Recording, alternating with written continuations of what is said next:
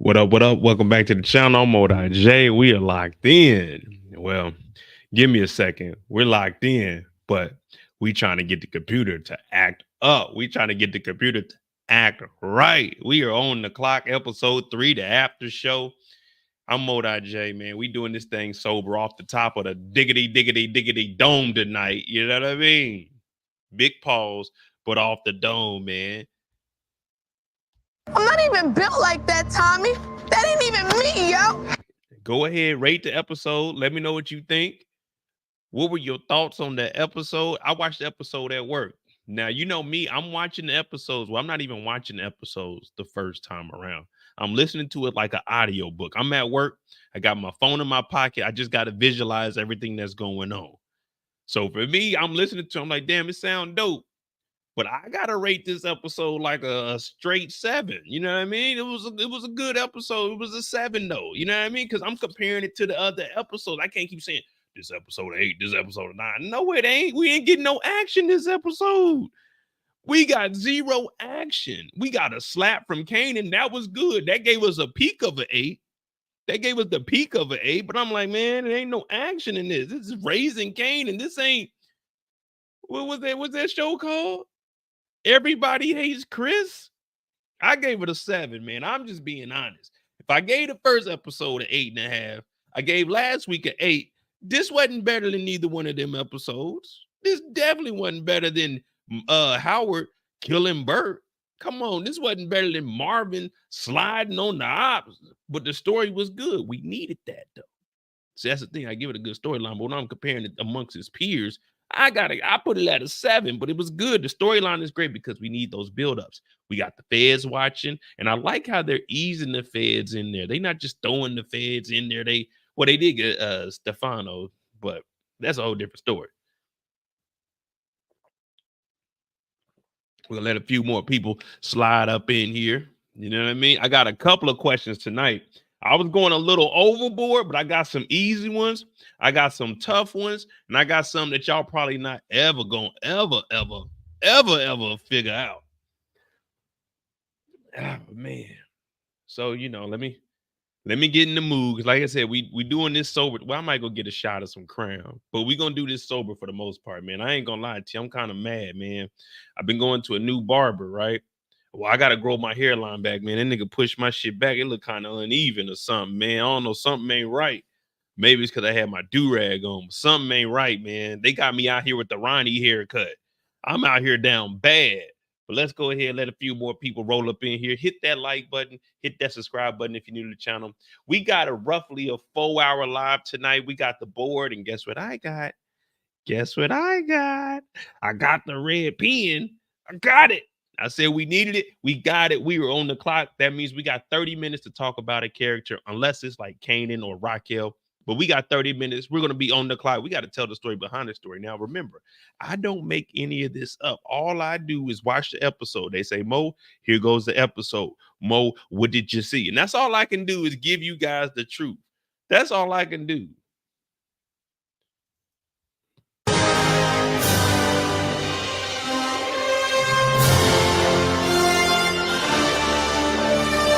What you mad 'cause you put down Canvas.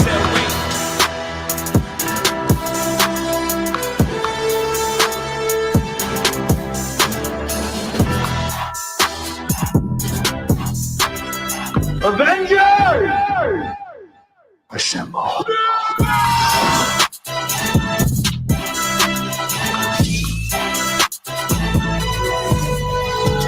Canvas.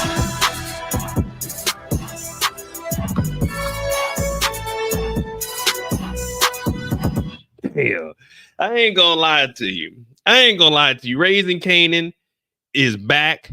They just confirmed, and you heard it first from Mo. Power Book 4 Season 3 confirmed. March 1st confirmed. BMF Season 3. We got inside information. Damn it, I'm over here working. And if I ain't working, then God damn it, take me off the clock. But guess what? We were on the clock tonight. We were on the clock tonight.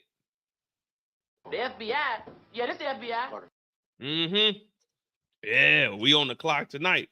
I don't know if y'all seen it, but I got my other rug in today. We slowly piecing it together.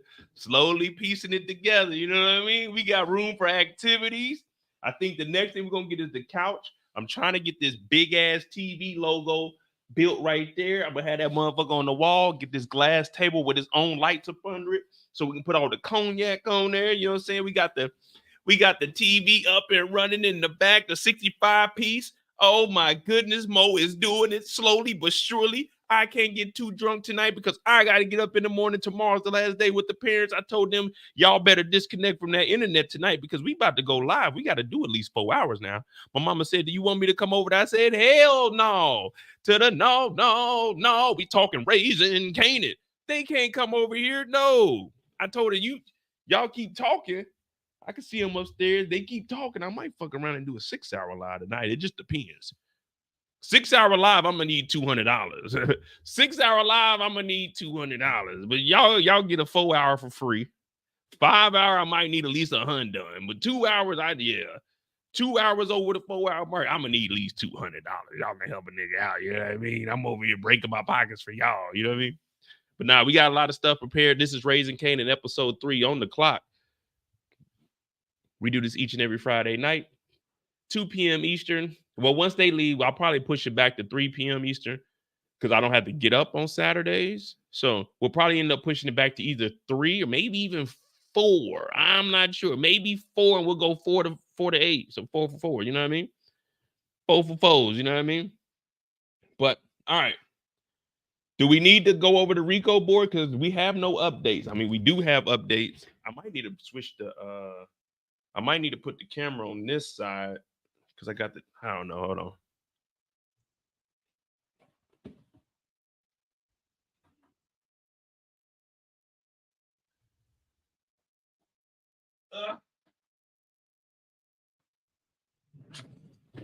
We do got to mark Burke out.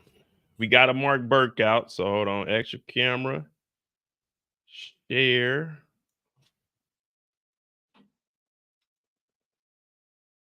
Oh, I got the third camera is on the way.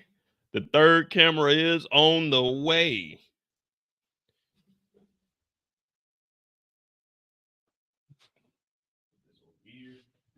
Do a little switcheroo. All right. There we go. So we got to do some Xing out.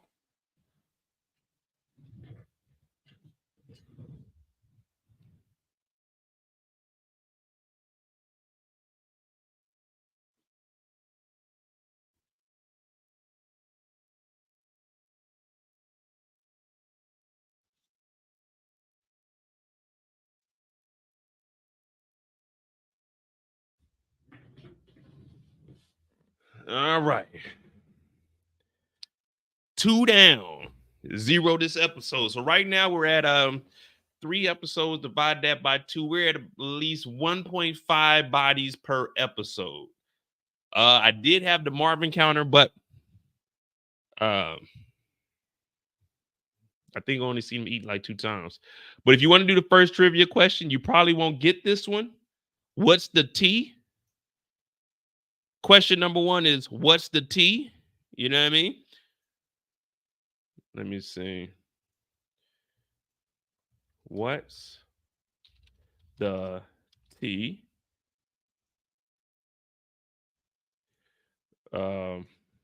What drugs do we want? So question number 1 is, what's the T? What is the T? That's question number 1. What kind of drugs do we want? What drugs do we want is number 2. Oh, that's an old one. Hold on.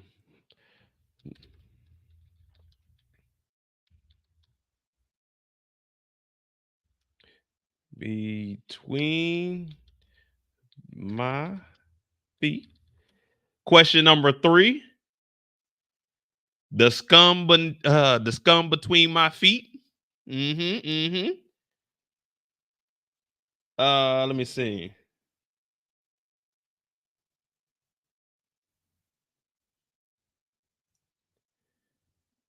Here go one. Here go another one. What is Limbrook's number? What is Limbrook's number? I got a couple of easy ones, but I'm trying to. What is?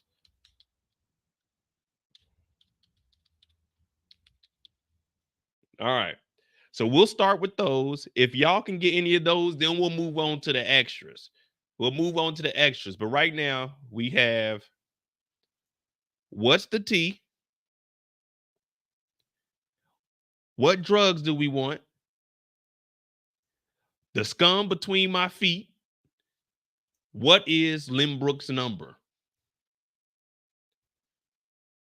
Yeah, those right there, because last week when I gave y'all stuff to look for, y'all were answering, and y'all wasn't even making it exciting. Y'all knew everything. So I said, all right, I'm gonna apply that pressure. Y'all niggas is on the clock. Y'all got 30 minutes to figure them out, and I'm just answering them. If I don't see the answer, I'm just gonna answer them. Y'all on the clock too. So y'all want to do that? I said, all right, let's make it tough. But if y'all want an easy one, an easy one is where do I get clean at? Where do I get clean at? See, 626. 626. They make Kendall, they make a lot of sense. 626, Lipton Tea in Unique's house. They make a lot of sense. Don't play with me. If it's on the screen, I see it. If it's on the screen, I see it. Lipton's tea. Yeah. If it's on the screen, I see it. Now, the easy one is the laundromat. The easy one is the laundromat. Kendall got that, but she didn't say where it was. But laundromat behind Howard. But that's the easy one. That's why I didn't even type that one out. But what drugs do we want? The scum between my feet. What is Limbrook's number? All right. Now we were on the clock as we were. We were on the clock, right? So we got Sal marked off. We got Burke marked off. I was supposed to space them out, but I ain't gonna lie to you. I didn't do anything this week. I recorded a couple of videos. I was too tired last night. I was supposed to do a live about Diddy, but we'll probably talk about Diddy this weekend. 626. See, this is why I don't give out all the questions, because 626 knows all the answers. 626 knows the drugs that we want are the right drugs. The right drugs are the drugs that we want. The right drugs. It's the right choice. This is why I don't give out all the questions early. We only 15 minutes into the live, and y'all already knocked out 2 questions. Well, 626. I can't say y'all. 626 knocked out 2 questions. Kendall got the easy one, but that wasn't like an official one. That was just if I stump y'all, you know what I mean?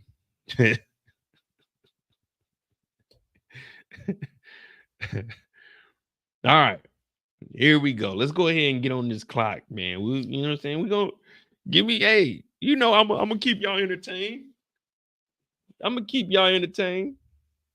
Oh, I'm supposed to be trying to go live on Instagram tonight. Let me see if I can get that to work.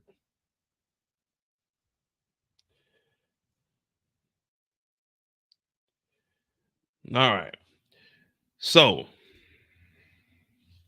this week, we continue to see lies after lies after lies after lies. Now, one thing about Raquel, she's a liar. She's always going to lie about something. Did y'all hear Raquel lying to Jukebox, telling Juke, hey, Juke, you girl, you go do your thing. All the other girls, you just step aside. Man, Juke got in there. They kicked her ass. They got the Sandman. Hey, Mr. Sandman, sing me your dream. She said, when I had you. All right, that's it. Get your ass out of here. They got Jukebox off the stage so god darn quick. I said, man, ain't no way. And Marvin talking about, girl, you killed it. Really, nigga?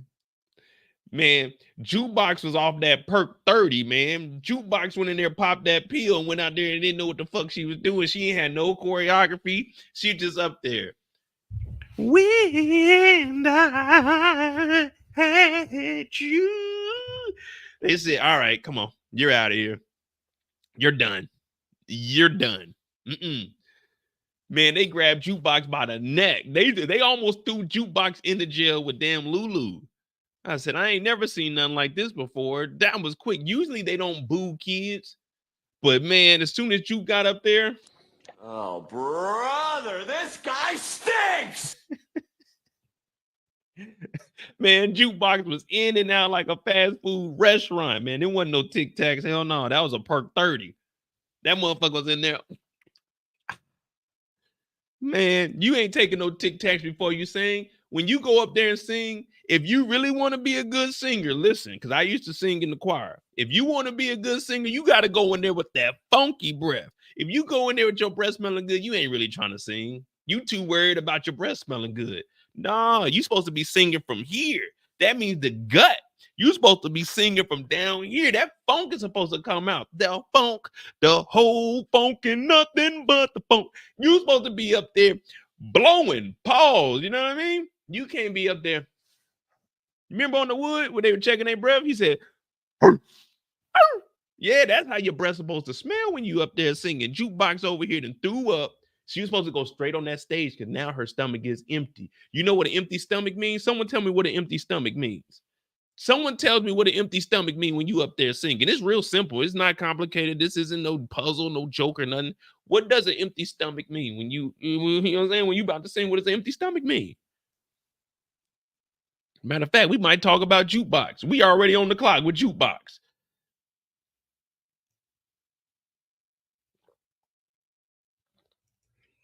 We on the clock with Jukebox. All right, I like that. We on the clock with Jukebox.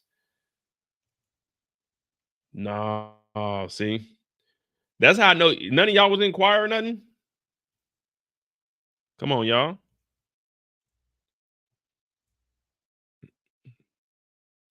No, an empty stomach when you sing it mean you hungry. Literally, you hungry. You gotta want that. See, singing isn't something you just get on the stage and do. You gotta be mentally prepared for that. Like when I get on here and sing, do y'all think I get nervous? Hell no. Because I know that's what my destiny is. I was supposed to be a lead singer in some kind of group, not B2K, because them niggas on some other shit. I was probably supposed to be in, well, no, because Drew Hill had Cisco, and Cisco is a better singer than me. Maybe 112, but no, them niggas work with Diddy, and Diddy wasn't paying them. And Diddy did it. So no, I couldn't be in there. Jagged Edge, no, they had the twins. And I wasn't singing no meet me at the altar in your white dress. We ain't that wasn't me. So I'd probably be, I would say Jodeci, but no, them niggas work with Puff also. Even though when they left and just went Casey and JoJo, I could say I was in Casey and JoJo, but they were brothers, and neither one of them niggas, they like junkies, so they ain't my brothers. I could have probably been in Next or something. TGT, oh yeah, man, my boy Genuine. But no, because that nigga Tyrese, man, every time you look up, Tyrese is crying. See, I probably couldn't be in the group because I'd have to go solo on their ass. I ain't gonna lie, I probably had to go solo if I was in a group. One, I ain't gonna lie to you, I don't know what background singing is. I just don't know what that shit is. I'm more of a lead, you know what I mean? I'm more of a lead singer. Now, like I said, if I wasn't Drew here, I wouldn't mind being in the back. 5 steps from eternity. Nah, but then me and Cisco probably be fighting though, because Cisco can sing, but I probably need to be the lead. I don't know. Nah, I could do solo. What up, Brillo? Right now, we trying to understand where Jukebox mind is. You know, we on the clock with Jukebox, you know what I mean? But right now, we got Lulu producing hits, Marvin in the back just smacking down. He got the Lucky Charms. I used to like Lucky Charms. The only thing about Lucky Charms is you can't put too much milk in your bowl, because Lucky Charms, you don't want them to get soggy. Kind of like how Ronnie was talking. You don't want the marshmallows to get soggy. So you got to eat Lucky Charms fairly quickly. And if you get to the end, you always, the cereal or the marshmallow, you always save a marshmallow for last when you're eating Lucky Charms. You never eat the cereal last. If you got cereal left and there's no marshmallows, then you are, how can I put this? You're a fucking gremlin. You have no self-control. If you eat Lucky Charms and the last thing you take a bite out of ain't a marshmallow, then you're a gremlin. You have no self-control, and you need to just put that down and go eat Cheerios. Kind of like Ronnie. See? Kind of like Ronnie. But all right. So Jukebox and our boy Lulu. Now, Lulu had an eventful weekend also. Or should I say night? Because they made the beat, and then the next day was the studio session. Well, Juke is over here getting prepared. The song that she got, I'm like, all right. Do we think that this song is appropriate for Jukebox to be trying to get in a girl group? She said, ooh, la, la, la, la, la, ooh, la, la, la. I said, I don't know if that's really the song y'all want to be performing to join a group. Like, be real. What the song was cool. You got to remember, we in the 90s. The song was cool, but for a girl group, I'm like, I don't know about this, Juke. And you up here in the overalls, polo girl.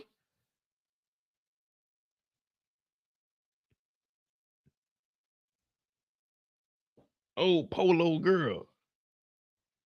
Song is straight. Now, Marvin is over there, and you know, Marvin is trying to be supportive because it's his daughter, man. Y'all been giving Marvin a hard time. He called a body last week. Well, he's Fendi down to the socks today.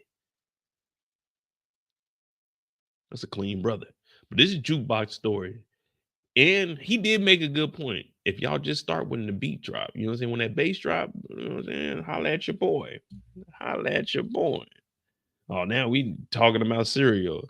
Black Baron said Cinnamon Toast Crunch is the best cereal. I used to eat Cinnamon Toast Crunch. You know, I need to find a woman that's on Wick. You know what I'm saying? You know, even here on the base, you can be on Wick. I never understood that.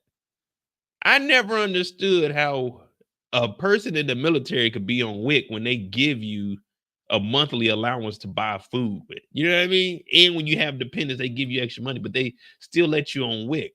It needs to be Mick, like Mick, MWIC. I should be able to get on Wick. Women, infants, and children. It should be men, women, infants, and children. I want to go down there and get me some fucking milk. I want to go get me some cereal. I feel like I deserve that also. Yeah, you can get WIC on base. I said, how? If you're in the military, you should not be getting WIC. But I'm like, how do I qualify for that? Where are the benefits for niggas like me and Lulu? You know, the guys that are out here trying to make a way, looking out for our niece. Where's our love at, man? I want to use WIC. I ain't too proud either. I'd be up there, motherfucking WIC card. Oh, man, come on, man. Jukebox is over here singing. Marvin is trying to help out. Lou is dropping beats. Man, we got I will say the trifecta, but Marvin ain't really doing nothing but just eating. Now, the next time we see Juke, she's at the crib Dola. And she's just singing. Did y'all notice this big old tub of mayo? Ooh, la la la la la la la. La la la la la la la. La la la la la la la. La la la la la la. So she's in the kitchen just to getting it, making that PB&J. She got the government cheese. She got the big old thing of mayonnaise. This ain't this ain't no name or nothing on it. It's just straight mayo. You know what I mean? Just straight mayo.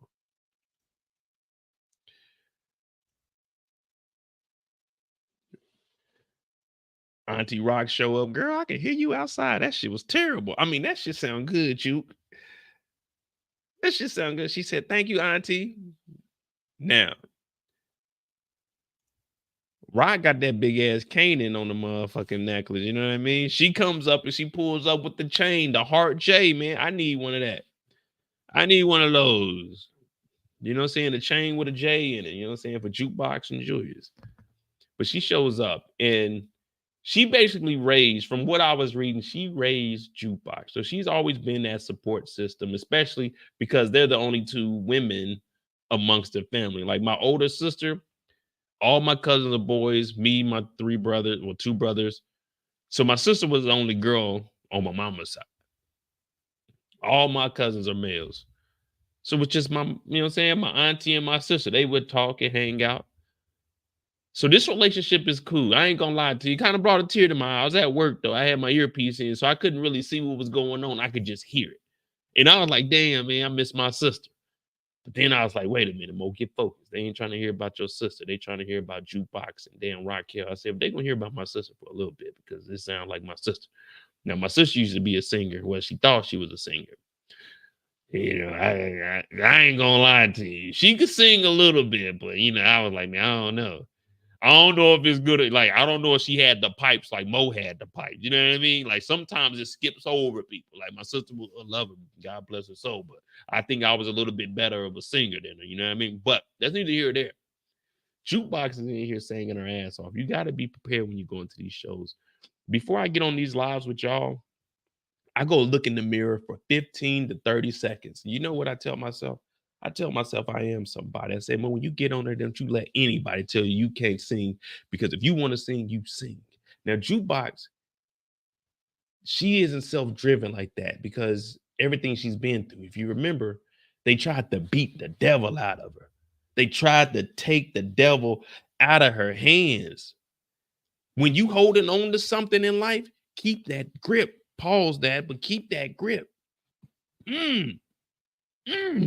Hold on tight. Hold on to your love. You got to. You see what I'm saying? That's what they were telling us. So when Juke hears Rock come over here, she's already hesitant on what Rock is talking about because Kanan has told her, man, you know how she is, Juke. But Juke was like, hey, this is kind of one of the only people in my corner. Kanan, give her another chance. But when Juke realizes that Rock is just showering her with gifts to keep her on her side, she'll start to understand what Kanan has been saying. So when she pulls up with this necklace, she doesn't understand that. She just thinks this is love. This is Raquel supporting her. Now, Rock is supporting her, but the only reason Rock showed up with the jewelry was really to find out what the hell Kanan was doing. One day, Jukebox is going to realize ain't no one in this family really there for me. No, they not. One day they're gonna realize ain't nobody in this family really here for me. Now she gets the necklace. And what does she say? Hey, have you seen Kanan? Have you seen Kanan? So do you guys believe that Rock was here to support Jukebox, or was she there to really find out about Kanan? That's what I'd like to know. Was it really there for Juke, or was it there to actually try to find out about Kanan?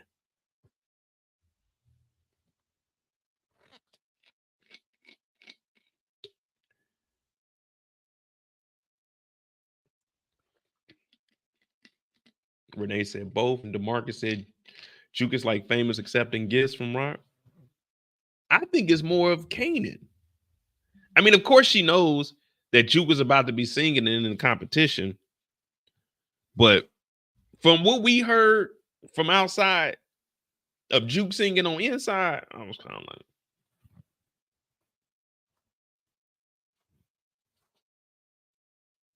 I don't want to be the bearer of bad news, but this shit trash.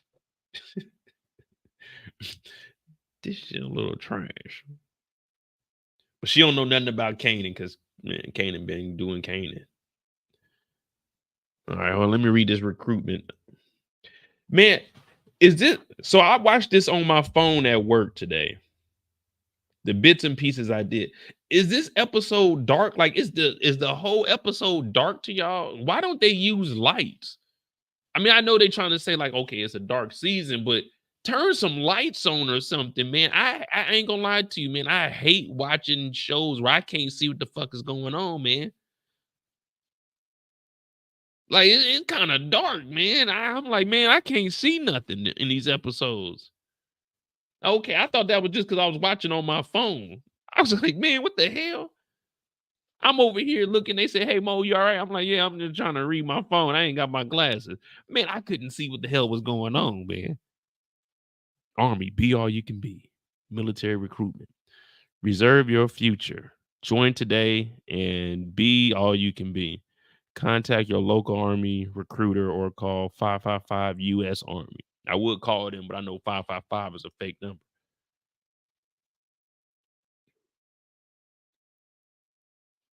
Yeah, she just had the lamp on, but man, the rest of it, like, okay, she had that lamp on. And you got to remember, this is 92. They didn't have LEDs. This is like, this is how they lights were in the 90s. This is how it was. This is me with the overhead light on. This is how it looked. Matter of fact, I can give you guys a real representation of what it looked like back in the day, because in this part of the building is old.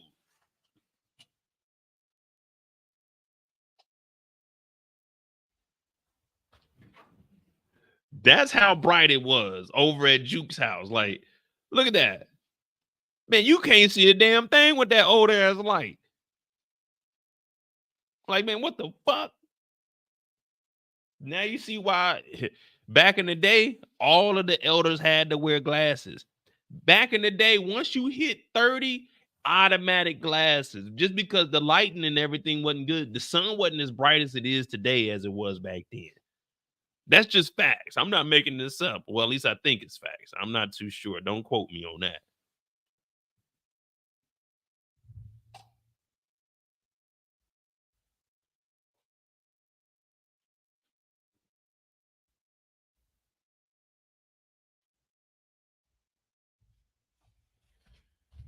Oh, man.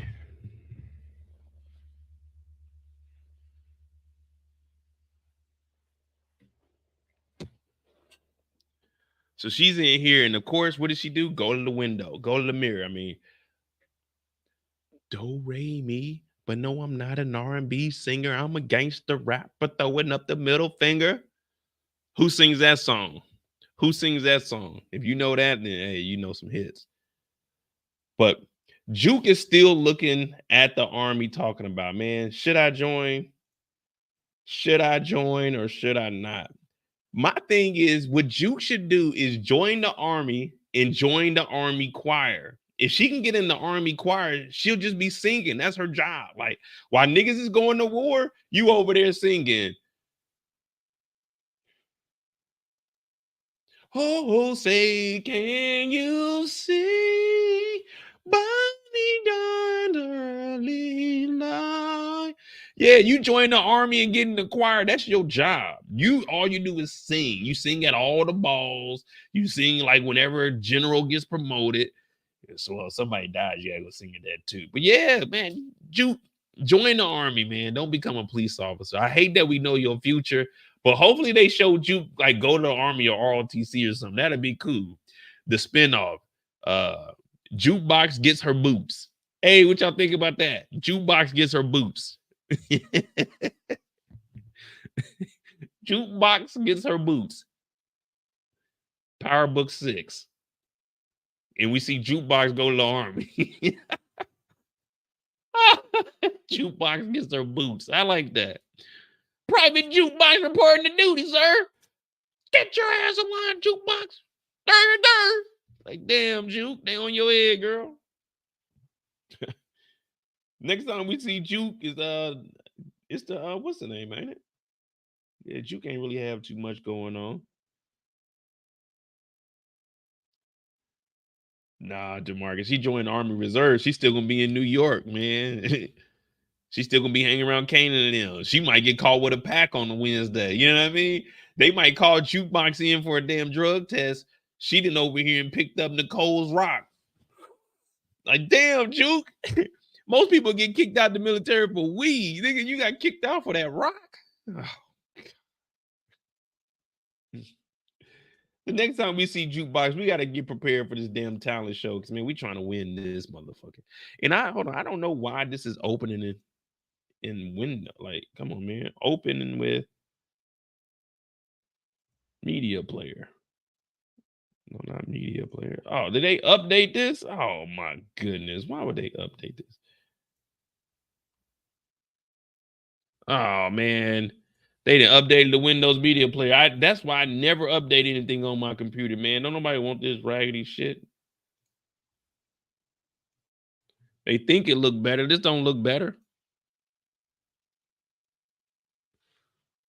I can't even put repeat on.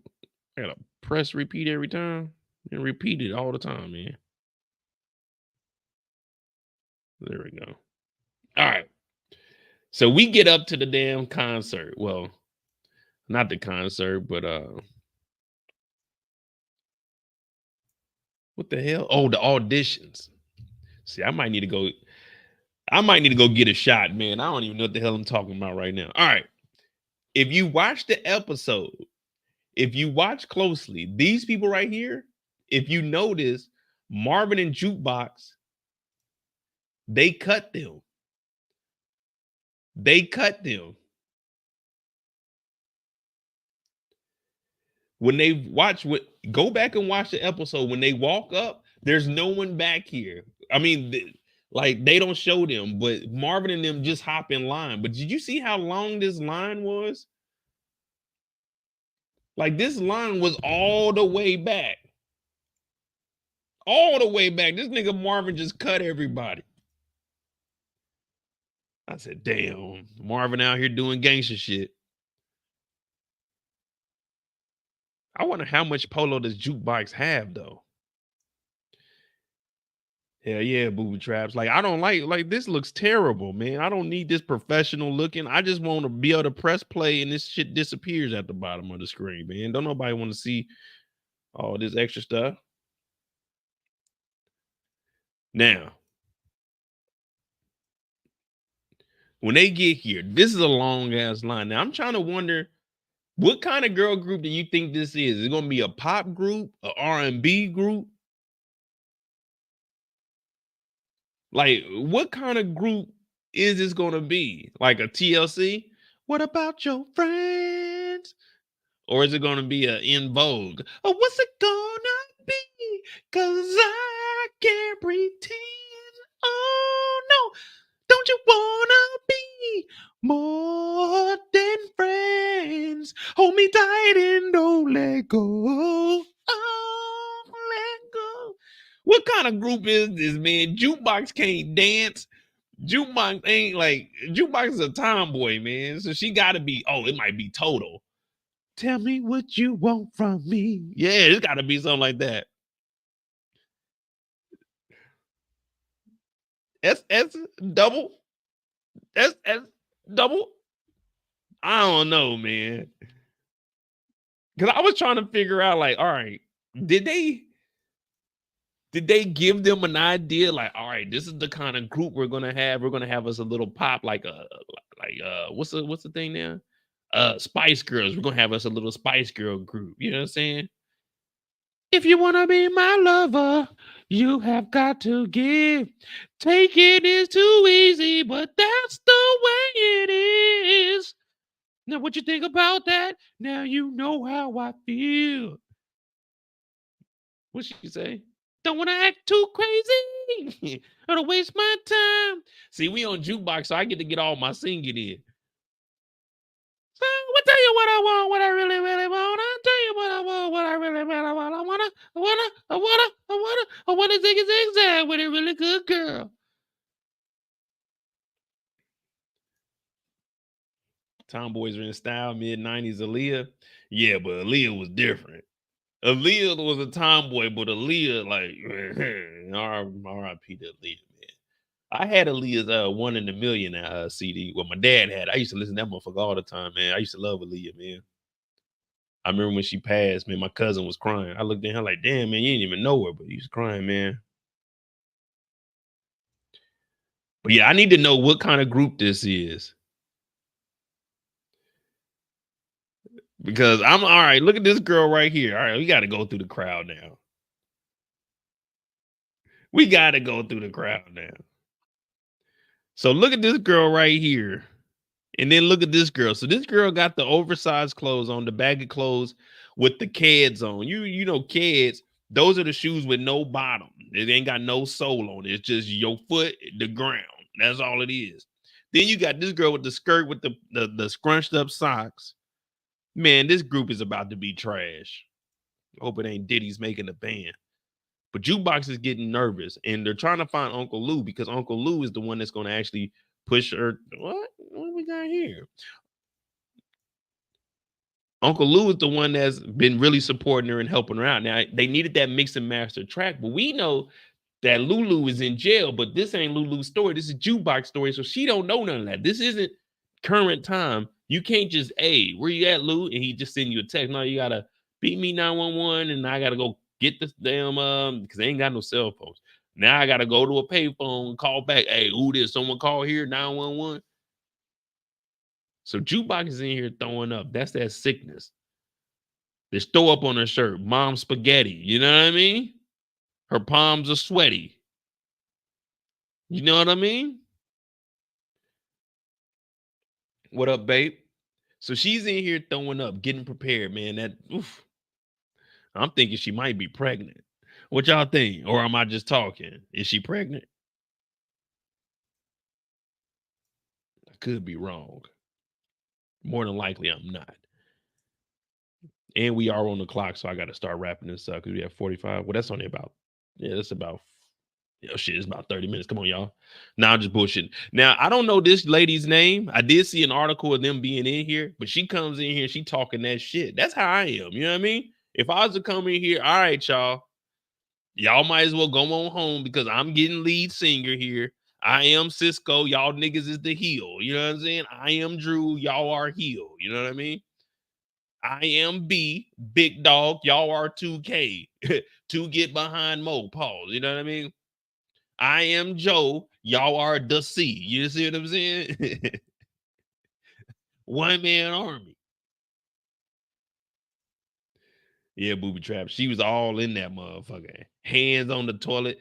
And I don't know if y'all know or not, but Jukebox is I got to do it, man. Jukebox is trifling as a motherfucker. Jukebox is trifling. Jukebox had her hands on the toilet. I'm talking both hands throwing up on the toilet. Did y'all see her not wash her hands, but then drink water out of the sink in her hand? I said, Juke. Now I know you really want to sing. Remember, I told you, don't worry about your breath. She went over there, dirty hands, out of the sink, a public sink at that. When I was a kid, I used to go in there, turn the faucet on, drink from the faucet. Especially in the middle of the night, you ain't want to go all into the kitchen. You go right across the hall into that bathroom, turn that cold water on, but don't turn it on too high because it'd make too much noise and then your mom would get, hey, what are you doing there? Like, damn, nigga, I'm trying to get something to drink, ma. So you got to turn it on a little low, but you let it run for like 10, 15 seconds. That shit get cold as hell. Jukebox went in there, drank water out the sink, threw up on the, I said, oh, Juke. And then she popped a perk. Then this girl comes in talking about, this ain't me talking, this is her. I'm just telling y'all what I heard. I could be wrong. Y'all bitches need to sit down because y'all bitches is background singers. But guess what? We know that every 3 out of 10 niggas is real niggas. We know that Mo is one of them. We trying to find the other two. Well, this girl right here, she one of the other real niggas. We trying to find that other one. Because she came in here and told all of them. Look at them. They hating too. Look at the hater over here. Hating your eyes. Hating your eyes. Look at her over here. Who bang? Who ball? No, man, let me see something. What you mad because you pushed down till he said wait? They in here hating, y'all. They in here. All she did was come in there confident. That's all you need is confidence in life, man. That's all. She came in there and told them, listen, I'm here to stay. Now, old girl, she popping a perky. You know what I mean? Time for the percolator. She gives Jukebox a perky. She talking about, huh, Juke, take one of these. Well, she calls a polo girl. Now, we know that Juke is about to get snatched up off that stage. So I'm thinking they showed her because they might go and do something, or Juke found a new love interest or something. Crystal and Aisha. Aisha. I don't know. It looked like a perky to me. I'm not taking a Tic Tac before I go sing. Just like if you take a Tic Tac before you go to the dance, it's got to be a white one. You know what I mean? Or you can get a green one. But it's got to be something that the girls can't see if it falls out your mouth. Pause. But they go in there. Juke is like, where's Uncle Lou at? He got the track. He got the track. He said, oh, I don't know where he at. I don't know where he at. And the lady clowned her too. She said, your name Jukebox? Ugh. All right, come on out here, Miss Polo.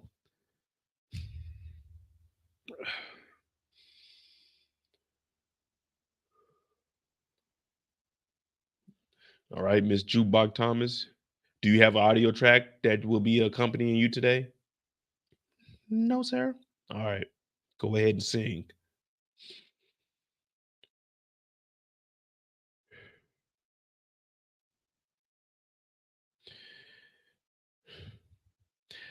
When you walk by every night, talking sweet and looking. All right, next.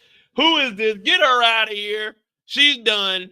She's done. We don't want that shit. That is not going to work in our girl group. She doesn't have the image. She's got braids. She's wearing polo. We are not looking for that for this girl group. Get her out of here. They got Jukebox out of there so damn quick, man. I said, we didn't hype this whole episode. I'm thinking Juke is about to get up there and kill it. Man, whole time they killed Juke's spirit. They told Juke, get your trash ass the fuck out of here. I said, damn. Oh, this whole time I'm thinking Juke is about to get up there and blow. I thought Juke was about to get up there and do Offset or something. I thought Juke was about to do it. Man, Juke got up there and was terrible. Oh, man. Choke. Everybody put choke in the chat.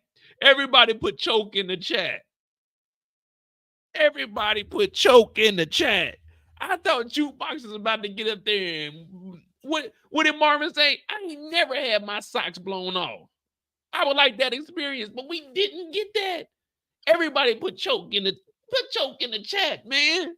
Jukebox lied to her. This whole time she was practicing with Lulu. She was making a mayonnaise sandwich. She was doing all this shit. We like, all right, Juke got it. She was looking at the army pamphlet and said, fuck that. That ain't my destiny. My destiny is on that stage. Man, Juke let us down.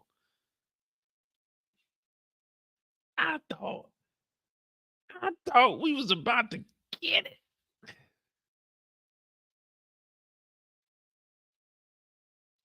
The only thing we got was disappointment. And Lulu's in jail, man. Lulu's in jail. All right. I think this is pretty obvious. What is Juke's outcome from this? Now, I'm already leaning towards Lulu having the little open mic shit and having her come up there and perform. And she's going to gather like a nice little audience. But I think she's going to be mad at Lulu at first. And then he's going to say, hey, just come up here and sing. Or what is the lady at the bar? What is her name? Sandra? Booby Trap said a choke artist. Damn, man, you had us fooled.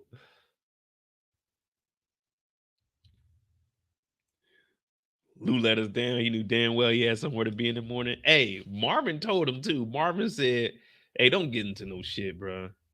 Damn, man. Not, come on, man. Like, now, we are off the clock with Jukebox. Now, I already said, like, I think, of course, she's going to go up there and be performing at it's only episode 3, so maybe like episode 5 should go up there. But we off the clock with Jukebox. We can probably shift over to Lulu, but I just got to ask some questions though before we get into Lulu's story, because now people are saying he's irresponsible. Let me ask you this.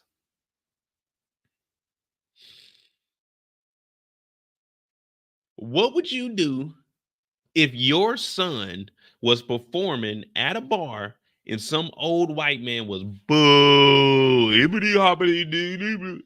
What would you do? Wouldn't you want someone to stand up for your son? Lulu did just that. So we're not going to get on Lulu's case for him defending young black men. We need to protect our young black men the same way we do our young black women. And that's what Lulu was doing. He's protecting the artist. Now, sometimes you got to make sacrifices. Rosa Parks sat on that bus. She made a sacrifice. We all got to make sacrifices. Lulu sacrificed himself for the better of the community, and people are saying that Lulu is irresponsible. Can you believe that? We're going to go more in depth on that. But wouldn't you want someone to step up for your son, your cousin, your nephew? Wouldn't you want someone to step up for him? Because if I heard correctly, Marvin said if they don't pick Juke, he was going to do something gangster. He was going to do something gangster. And we all laughed.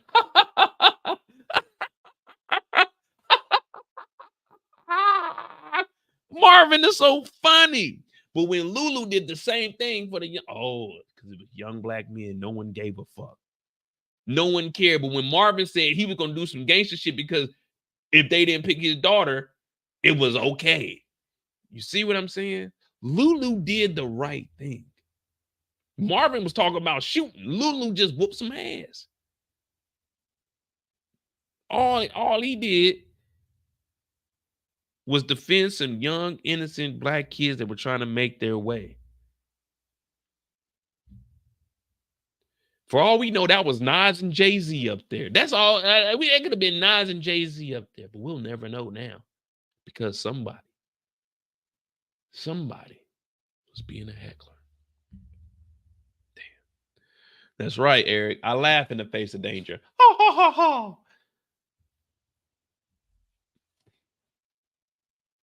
He said it's the right thing, but it wasn't the smart thing. All right, fuck it. We are on the clock with Lulu. Let's take it back to where it all began.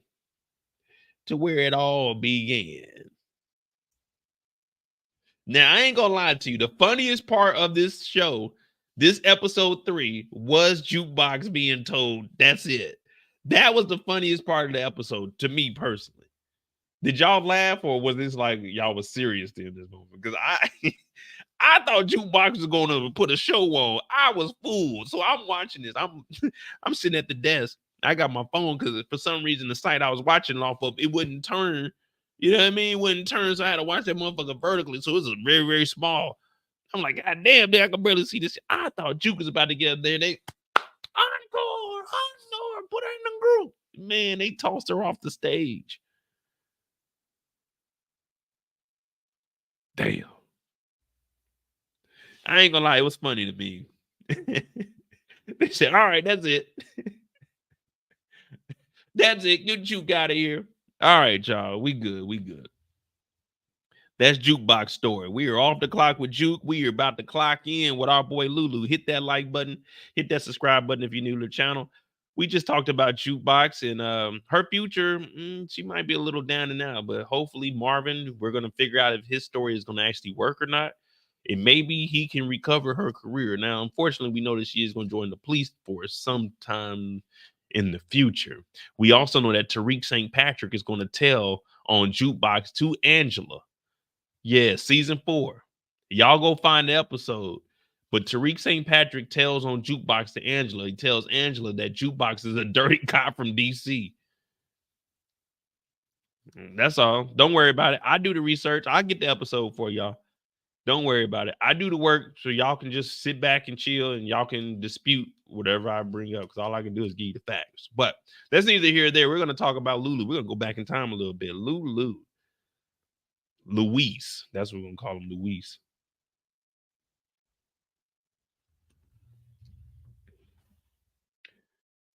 All right.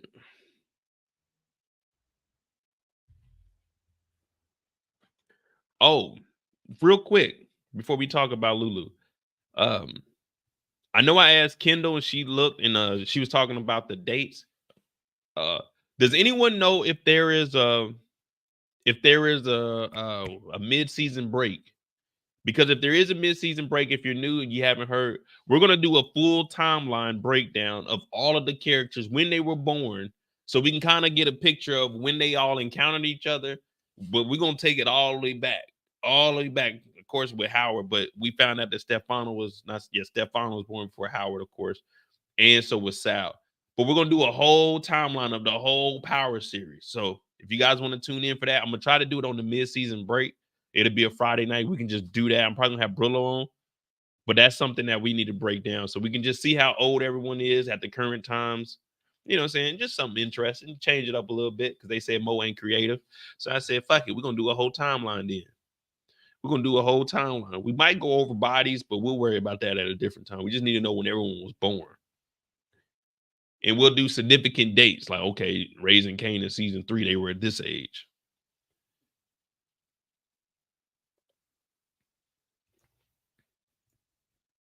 Thank you. I knew DeMarcus would know. Yeah. I told y'all. I'm going back because y'all always tell me, Mo, we ain't got no paperwork. Well, guess what? Let me ask y'all this. We're talking about Lulu. We're talking about Lulu now, right? Put a 2 in the chat. Did Lulu get arrested this week? Put a 2 in the chat. Put a 2 in the chat if Lulu got arrested this week. Put a 5 in the chat if Lulu didn't get arrested.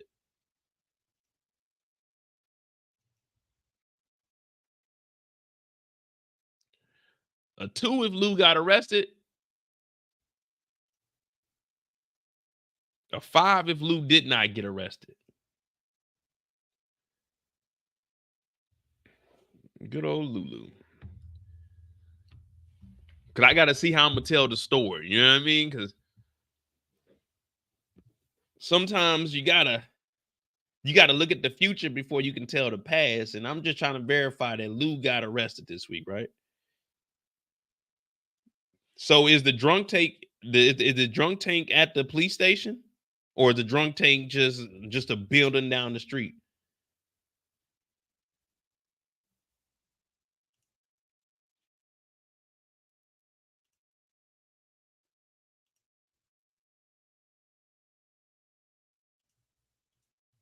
Because I'm trying to. I never been in a drunk tank. That's the only reason I'm asking. Because I mean, I know that they have drunk tanks. I be watching, and I've never been in one, so I'm just asking. So is the drunk tank in jail? Is that the police station, correct? Like they throw your drunk ass in there, right? The police do, right? Who releases you from the drunk tank? You just get up in the morning and leave, or the police they release you? So the drunk tank's in jail. All right, cool. Cool. Let me see something. Is the drunk tank in NY considered jail? Because we are in New York, right?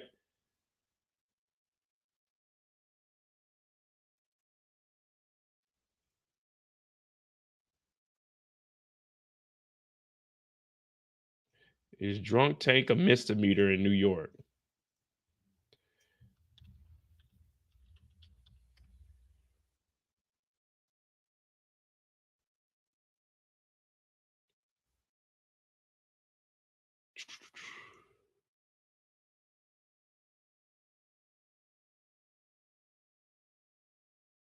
I'm not seeing anything.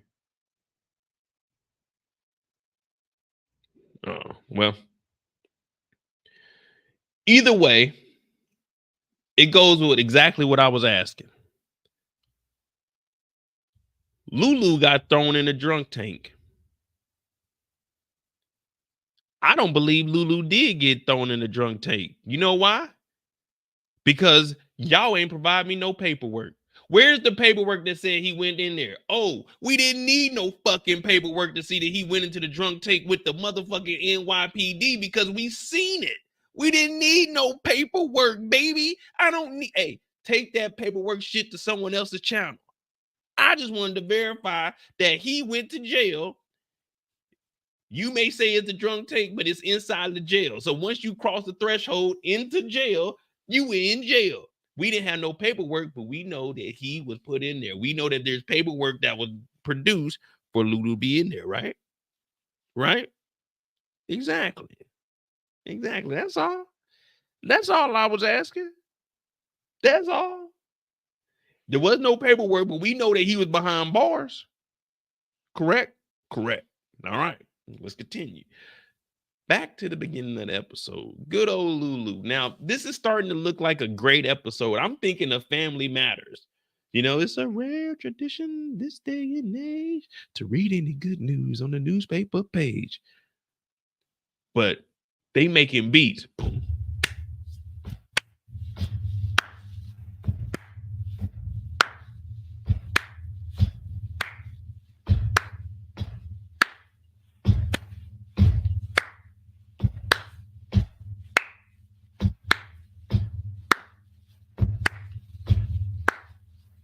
Come on, Juke. When I was with you, when we were cruising, me and you. Yeah, Juke is in there rocking. That nigga Marvin like, yeah. Lou like, yeah, nigga, that's my beat, nigga. That's my beat, nigga. I got body. Yeah, we got hits, baby. I got body. We going crazy right now, man. We about to kill this audition. Lulu done sobered up. Lulu done got back on the right track. He got the right foot on the right foot, if you know what I mean. You know what I mean? He in here dropping the beats. This is a 16 track right here, too. Tap, tap, tap, tap. All the shit he took from the studio, because the studio is a crime scene, and Raquel owns that, but we know that Crown, he used to own it, but she backdoor Lulu. But guess what? It's a fresh start. This is Lulu. He got on clean clothes today. He's matching. He brushed his hair. He got the jewelry on. It ain't stanking in here no more. Chinese food boxes. No. None of that. I'm like, man, this is going to be a great episode. We finally about to get that fire from Just Blaze, or should I say, Just Lou. So they making these beats, and he over here, he dapping Chuka. We good, girl. She like, when the water was high. He said, yeah, sing this shit. Yeah. Marvin like, yeah, that's my girl right there, baby girl. I said, damn, this is going to be a great-ass episode. See how they hyped it up? I'm thinking, yeah, Juke is about to get in this girl group. Man, I'm about to go buy me a Jukebox t-shirt. I said, yeah. This is about to be nice, nigga. Finally, we get to see Juke's story. We get to see Juke turn up a little bit. This is like, y'all might not want to hear it, but this is kind of like, well, nah. These two have a potential to be like, well, Method Man wasn't making beats. This, no, because why Clefman? and Lauren Hill were messing around. I don't know what kind of combo this will be, but I'm thinking this is about to be the dynamic duo. Oh, Timberland and Missy. That's what I was thinking. Timberland and Missy. I said, man, this shit about to be crazy. I can't stand the rain against my window. I can't. I said, oh yeah. This is about to be crazy, man. We about to turn the city up. The Streets Need a Body remix. Woo. Next time we see Lou, it's like, damn, all right, Lou getting money now. Next time we see Lou, though, when do we see Lou? Oh, they go to the club. I think that's the next time we see Lou. Lou wasn't doing much this episode, was he? Yeah, they go to the bar. They go to the bar.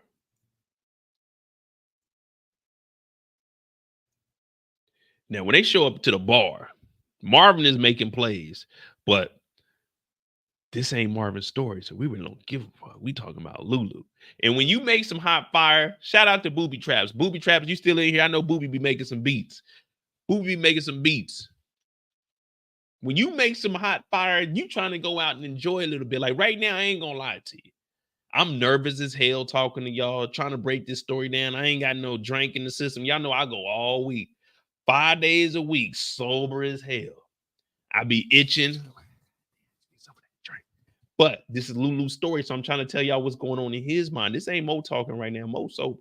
I'm trying to tell y'all what's going on in Lulu's mind. Lulu just made some hot fire. His niece is about to be in a girl group. The only thing we can do from here is go up. That's it. Next level, bigger beats. Next level, big money. Next level, top producer. Next level, Grammys. That's all we're thinking right now. That's all that's on our mind. Now, Marvin is making plays, but we trying to stay away from the dope game. We trying to stay away from the dope game. Tell them, Coach L, 52 people in here, only 32 likes. Hey, get it up to 45 likes, man, because we at an hour right now. We about to rock out. We ain't even got to the meat and potatoes. Pause on the meat, but the extra on the potatoes. We about to get there. Now, Lulu in the club. And right now, you already know what I'm thinking. I'm in the club hollering, hey, baby. Hey, baby. They making moves. Marvin is over here dapping people up. Now, whenever you see a hand-to-hand transaction, I always peep that when I'm in the club. I always try to be aware of your surroundings. You know what I mean? You got to always know what the hell is going on, right? Well, Lou is in here drinking. He's just celebrating. These Manhattan cats, they got money. And you know what we don't do over here. We don't turn down a free drink unless that drink came from Diddy. If the drink came from Diddy, no, we are not drinking that, mister. Not today, not tomorrow, not never. But if we in the club and them drinks are free, shit, we getting towed up. I was trying to sneak over today. There was a Christmas party going on. They didn't have no drink. But I went over there for lunch, and I'm over there trying to act like I'm talking to somebody I knew. I tried to get in the line. They said, hey, don't you work over there? I said, yeah. They said, well, you can't be here. This is our little... I said, oh, damn, man, y'all ain't gonna hook your boy up. Y'all act like y'all don't see me every day. So they didn't let me in there to eat today for the Christmas party, but I tried. All you can do is try. So Lulu's in here, and he's just enjoying the atmosphere. But Marvin ends up getting a text. Well, not a text, a page. Damn, who the fuck paging me 911? So he goes and checks that. Lulu's still at the bar. Now, one thing you know about Lulu likes to swirl. You know what I mean? I mean, Lulu, like, he got that fever. Well, I won't say he got that fever. He got the shot, but he can handle the fever. You know what I mean? He don't mind swimming in them waters. Lulu is an equal opportunist. It doesn't matter to him. As long as you're attractive and you have a vibe, then fuck it. Fuck it. We all here for one thing and one thing only. That's a good time. If I go out, I'm just trying to have a good time. Yeah, I'm trying to chill, but I'm trying to have a good time at the same time. I don't know if that's possible, but I'm trying to do both. You know what I'm saying? I'm trying to chill, but have a good time. So Lulu ain't doing nothing but networking. These Manhattan cats, they got money. They got money. So why not see what the hell they got going on? Hey, what's going on, man? Where you work at? Oh, really? Weston Holdings?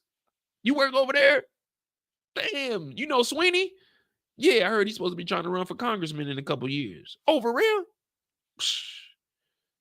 It's crazy. It's crazy. Now, I did have somebody hit me up and say, Mo, would it be crazy if that's the two guys that are in there that talk to Marvin? What if that was Braden's dad and Sweeney? Hey, that would be crazy, wouldn't it? Braden's dad and Sweeney. If they were the ones buying coke from Marvin, that would be crazy. But you know me, I don't really. When they said that, I said that would be crazy. But you know, I don't like too many connections. Like it's just too unrealistic. But if that is Braden's dad, that'd be some crazy shit. Braden's dad and Sweeney.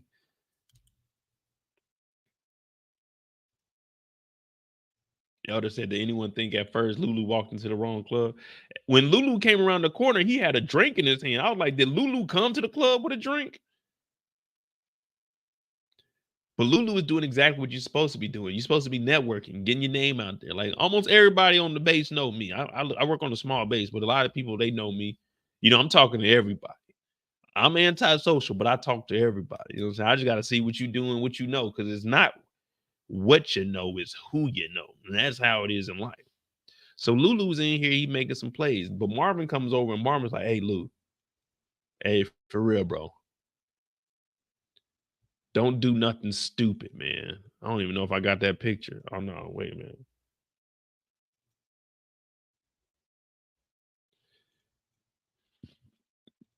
Yeah, Marvin comes over and he talks to Lou. He's like, hey, bro, don't do nothing stupid. Please, man. Please.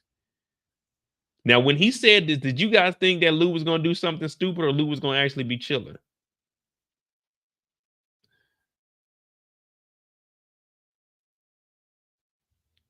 See, y'all talking about Lou being drunk. I might have to go just get that crown. It's just a little shot, y'all. That's all it is. Just a little shot, man. Ain't nothing.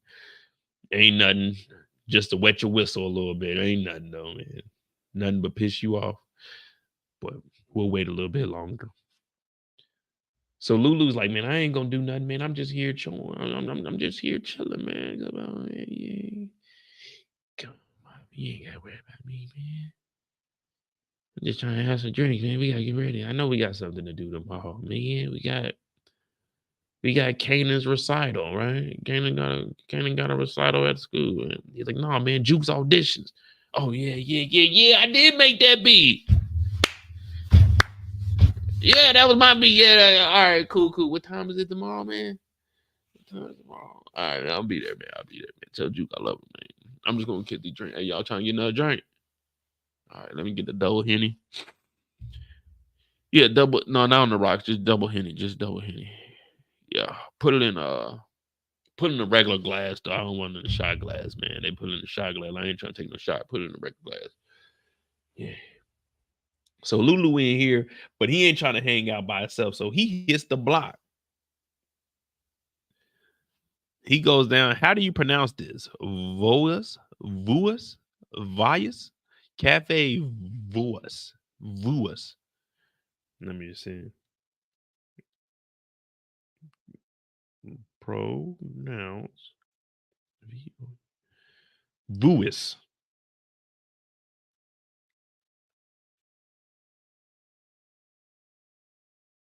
It's French.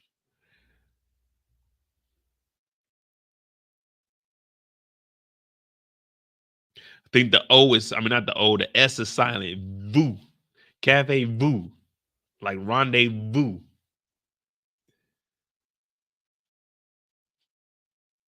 Cafe Vu. Yeah, see? I thought it was Vu. The S got to be silent. It's like French. Ha Cafe Vu. I'll take me a trip down to Cafe Vu. But he hears some music. He goes in there. He's like, man, what the hell? Now I'm looking around, and you know this place smells like nothing but cigarettes. Cigarettes and ass, man. This is not a place that I'd be. But they probably got nice beer on tap, though.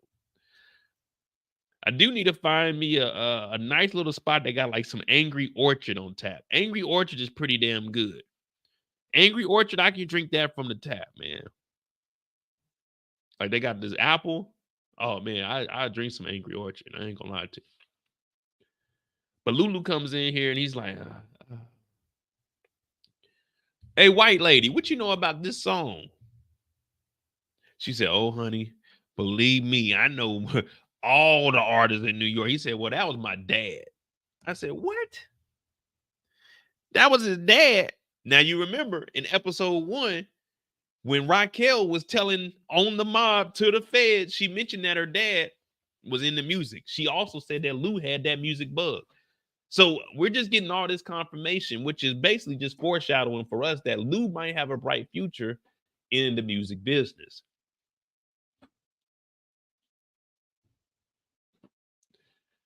So he shows up, and what's his dad's name? Eli? Something like that? Eli? Shirley Beaumont. That's right. I knew it was like Shirley or Sandra or something. I knew it was an S, but I ain't good with names. I just gonna call her white lady because we don't have many of those. I don't think.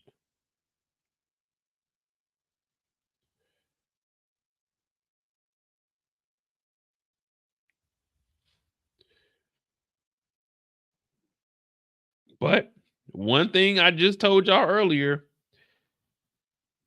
Elijah Thomas, we don't turn down free drinks. And ma'am, keep the drinks flowing. You know what I mean? When you cool with a bartender, ain't nothing better than that. Always tip your bartenders. Rule number 1, always, and I mean always, tip the bartender. $3 can go a long way. $5 is going to get you through the door. But if you drop off that 10-piece, you drop off a 10-piece at the bar. Well, it depends on where you at. If you go to some upscale shit, 10 ain't going to be nothing. But, man, you drop off 10, oh, man. Nigga, just know that your next drink about to be hitting. And then you'll get to a point where this is your bartender. So every time you got to let them know, hey, I'm always going to come back to you. You know what I'm saying? I got you. That way they start knocking your price down. Now they not ringing you up for a drink, and what they ringing you up for is the mixer. So they might just ring you up for a Red Bull. They might ring you up for a Coke, and then you tip them. Now they're getting a bigger tip. So instead of paying for a $15, $20 drink, you go ahead and tip them like $7, $8, and they only ring you up for like $1 for the drink. You see what I'm saying? But you just got to build that rapport with your bartender, man. Always tip the bartender. Now, when I get this thing up and running, I told you I'm gonna have a bartender in here, and I'm gonna have a little. Well, I ain't gonna have a mini bar in here because I'm gonna put one in my living room.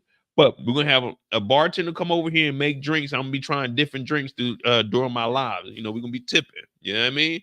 And I'll probably give him like 50 for like 2 hours, 3 hours, 2 hours. I give him 50 for 2 hours, and then I'll tip him for the drinks. But yeah, that's just something that I wanted to do. So he's over here drinking. Now, there was a huge pause conversation, but this is before pause was invented. So she's like, you throwing them drinks back, ain't you? He trying to listen to the damn music. She said, you throwing them drinks back, ain't you? He said, ma'am, this is a bar, ain't it? She said, yeah. He said, you supposed to throw them back. I said, geez Louise, Lou, how drunk are you to not include a pause after all of this? You shouldn't be throwing nothing back as a grown man. Lou said, well, you supposed to be throwing them drinks back. Hey, I'm going to go. I know you drunk, brother. I'm going to go ahead and say pause for you, man. I know what you're talking about, but pause. You see what I'm saying? But Lulu, he's listening to these young artists. And this reminds me of me up here. That's why I feel exactly what Lulu did, man. Because this could have been me up here, y'all. This could have been me up here, y'all. And y'all talking about Lou did the wrong thing, man. So y'all didn't want Lou to stick up for me? Okay, gotcha. Gotcha. I see how we feel. Ain't no love in the heart of the city. Where's the love? Ain't no love in the heart of town. This could have been me up here, y'all. I'm just throwing the drinks back, man. That's what I'm supposed to do. This guy's like, boo, boo. Oh, brother, this guy stinks! In the white guy's defense, though, they were trash. What do you guys rate them on a scale of 1 to 10? The bars that you were hearing, what do you rate that? Was it some hot fire, or was it something we need to get this shit off my screen? On my screen.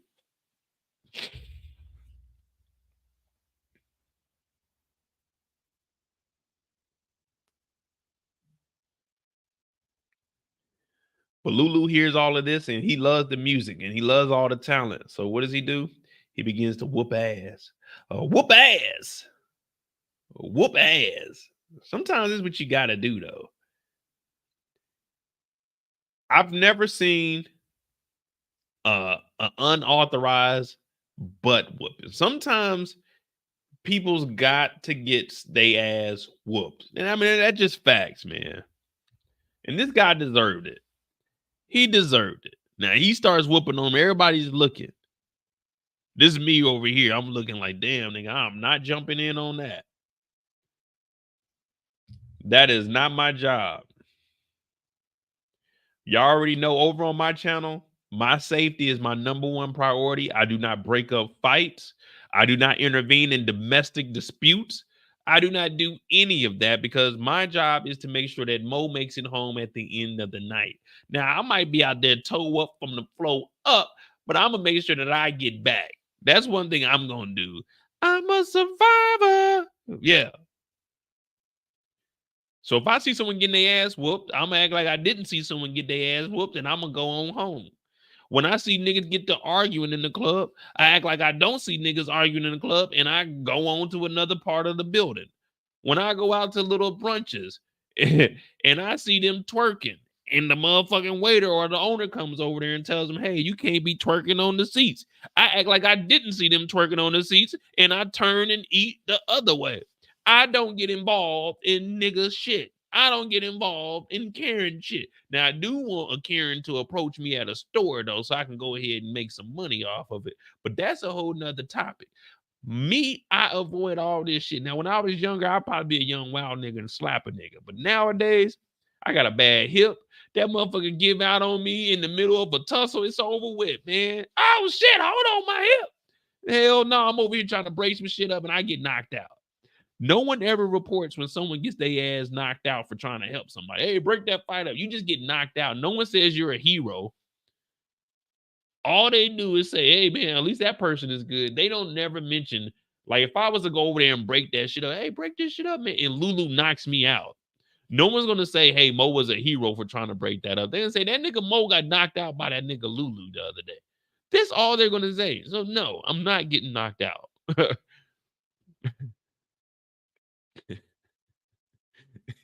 Hey, Viewmaster, he said, get the figgity fuck out my face. Hey, that nigga Lou, hey, he did the right thing, man. So y'all gonna let him disrespect y'all or what? Y'all gonna do something? Y'all gonna do something about it or what? If he told y'all to get the figgity fuck out y'all face, are y'all gonna do something? Or are you gonna be like Lulu waking up? Did y'all peep what was going on in here? Did y'all peep what was going on here?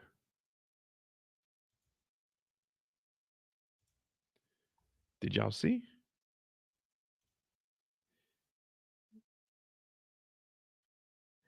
I see dead people. I see dead people.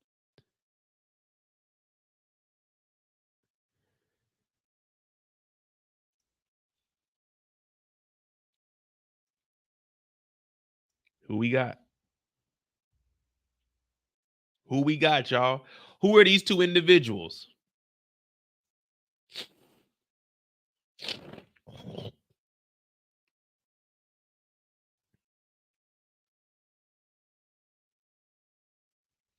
Who are these two individuals, y'all?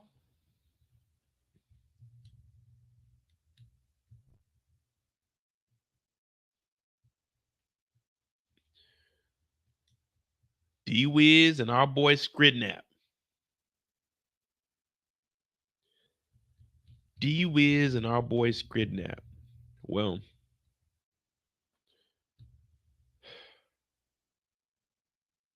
while Lulu's in the drunk tank sobering up, he witnesses D-Wiz, who he shot after getting him some fellatio from a young woman right before taking his life. Scrappy was an unwrongful death by Raquel Thomas, who has zero street credibility in my book. Because this is Lulu's story. And just like Lulu said, fuck Rock. Scrappy didn't have to die. D-Wiz didn't have to die. Both of these orders came directly from one Raquel Thomas. And Lulu is starting to realize that she has too much control over his life because now everything she does is hunting him. Imagine you waking up in a drunk tank, but the first thing you see is two ghosts. Are you drunk or are you really seeing this? You don't know because you're drunk, you're inebriated, you're done, you're toasted. You're like Mo at 3 o'clock on a Wednesday when he didn't have a job. But to wake up and see Scrap, to wake up and see D Wiz, kids. Now Scrap was a little bit older, but D Wiz was a kid. Lulu killed a child by the orders of Raquel Thomas. Now you see why Lulu says, fuck Rock. Now you see what Lulu is going through, and people give him a hard time. Lulu's crying this week. How would you feel? Think about it. No, don't think about it. I don't even want you to have that thought in your mind of what it would be to bow. I don't even want you to think like that. We should not even be thinking like that, but we have to talk about it because this is Lou's story, and Raquel told him. And Raquel also told him that she owns him. So when you look at Lou, you got to start taking a step back. Do you know how much stress it is? But oh yeah, I forget. No one worries about men's mental health, but I do. Over here, we do. This is Lulu's story. This is his conscious speaking. And y'all need to understand that Lulu has a lot of pressure on his shoulder. He's trying to do every damn thing he can to make sure that he has a future. Everyone has something going on except for Lou. When Lou wanted out the game, Rock told him no. When Rock wanted out the game, it was fine and dandy.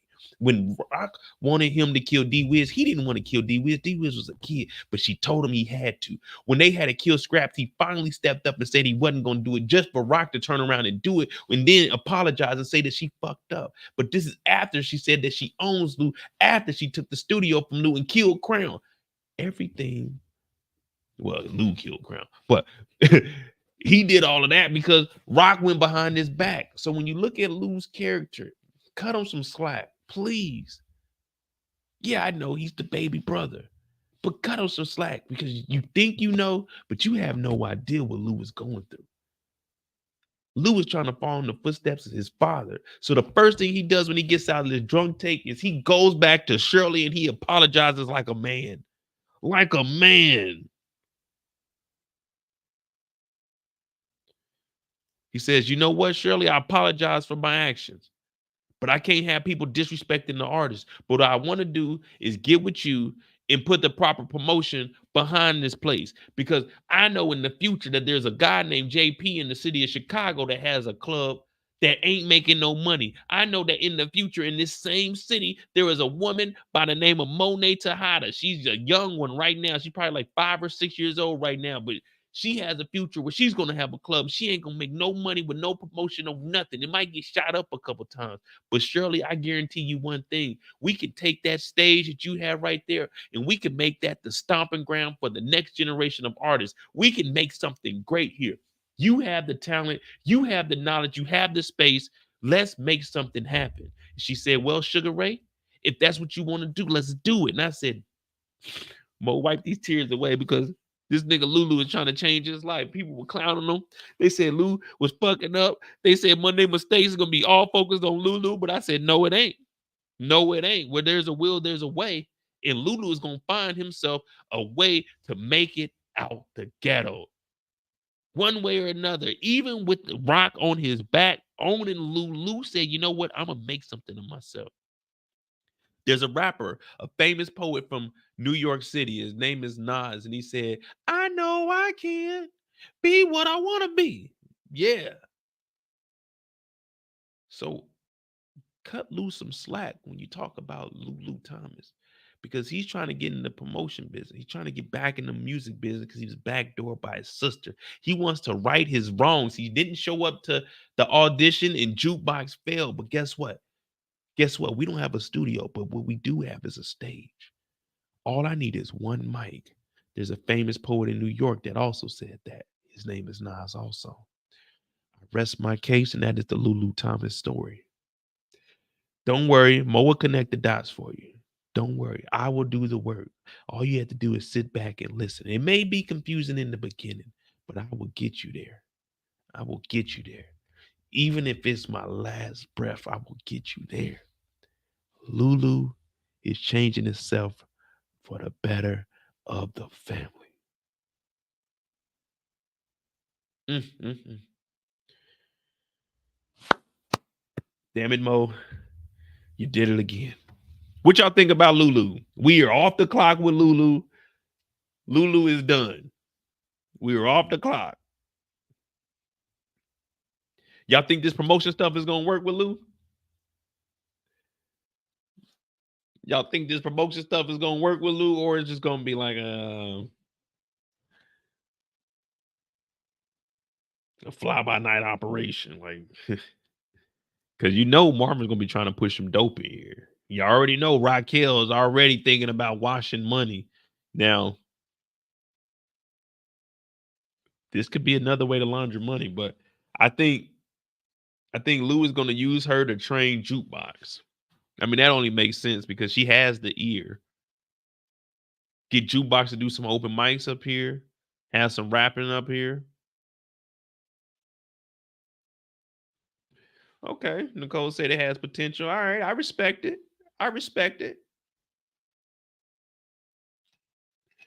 There is some potential in here.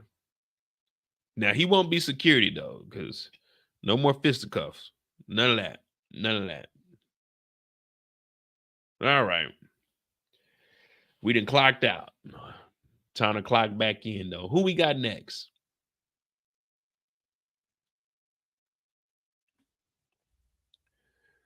Oh, I was supposed to get that Michael Jackson. I got to get that. Someone's gonna have to remind me, because I got to get that Michael Jackson. You can't win. You can't get out of the game. Oh, yeah, we do got trivia questions. All right, we had an hour and a half. 626 knocked out 2 of them. Let me see. Let's see. We got what's the tea? We got what drugs? We got the free one, the laundry mat.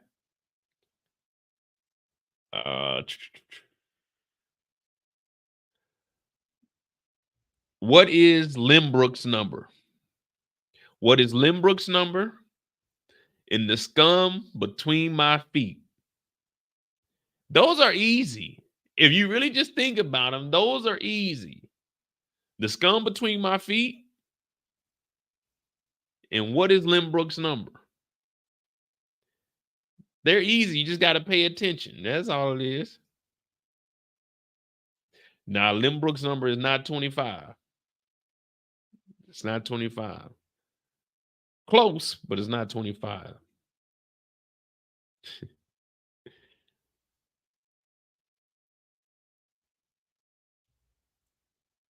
We got that out the way. They ain't answered this one. Oh, let's talk about Unique. We'll talk about Unique, because the unique thing about Unique is, if you were watching, I pointed it out and everybody just brushed it to the side. You remember? Hold on, I'm gonna show you.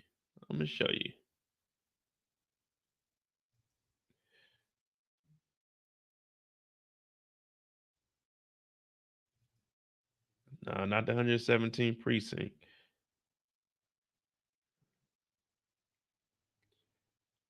So if you remember in episode 1, I pointed it out. I made it a question for a reason. Now, no one peeped it, but if you go back and listen, I say that this is going to be someplace. This is going to be a place that we're going to have to visit a little later in the future. Now, if you remember,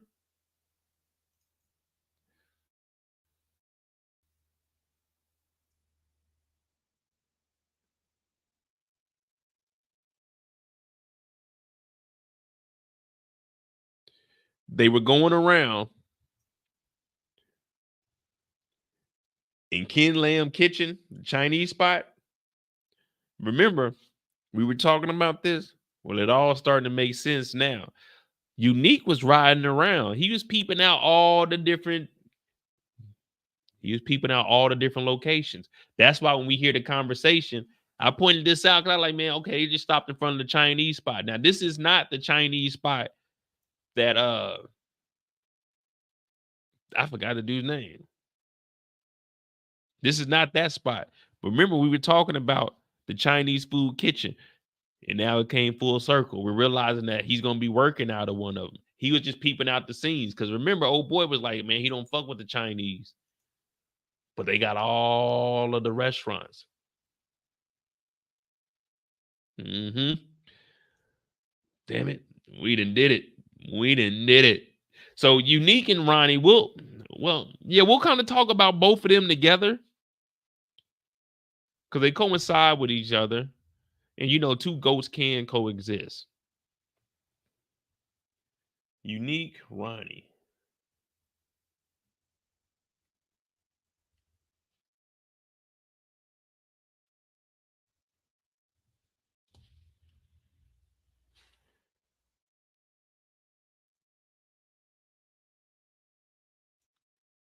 All right.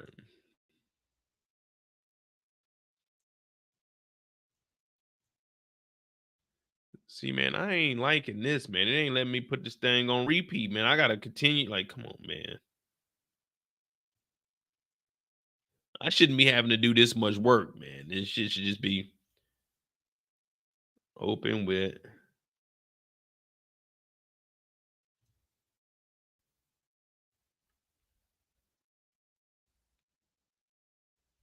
There we go. All right. So last week, what happened? Somebody refresh me. Hey, Brian Martin, thank you for that $5 in the Cash App. Thank you, thank you. Take my family out to eat tomorrow with that. Thank you, thank you. Now, if you remember last week, people were laughing. They said, "Oh, Mo, see, like, look at this, man. This episode is dark, man. I can't see nothing. I'm sorry, man. I know I'm off script right now, but man, they got to do something. They got to put these guys up on the street lights or something. Like, is it extremely dark to y'all? Like, how does it look on the screen?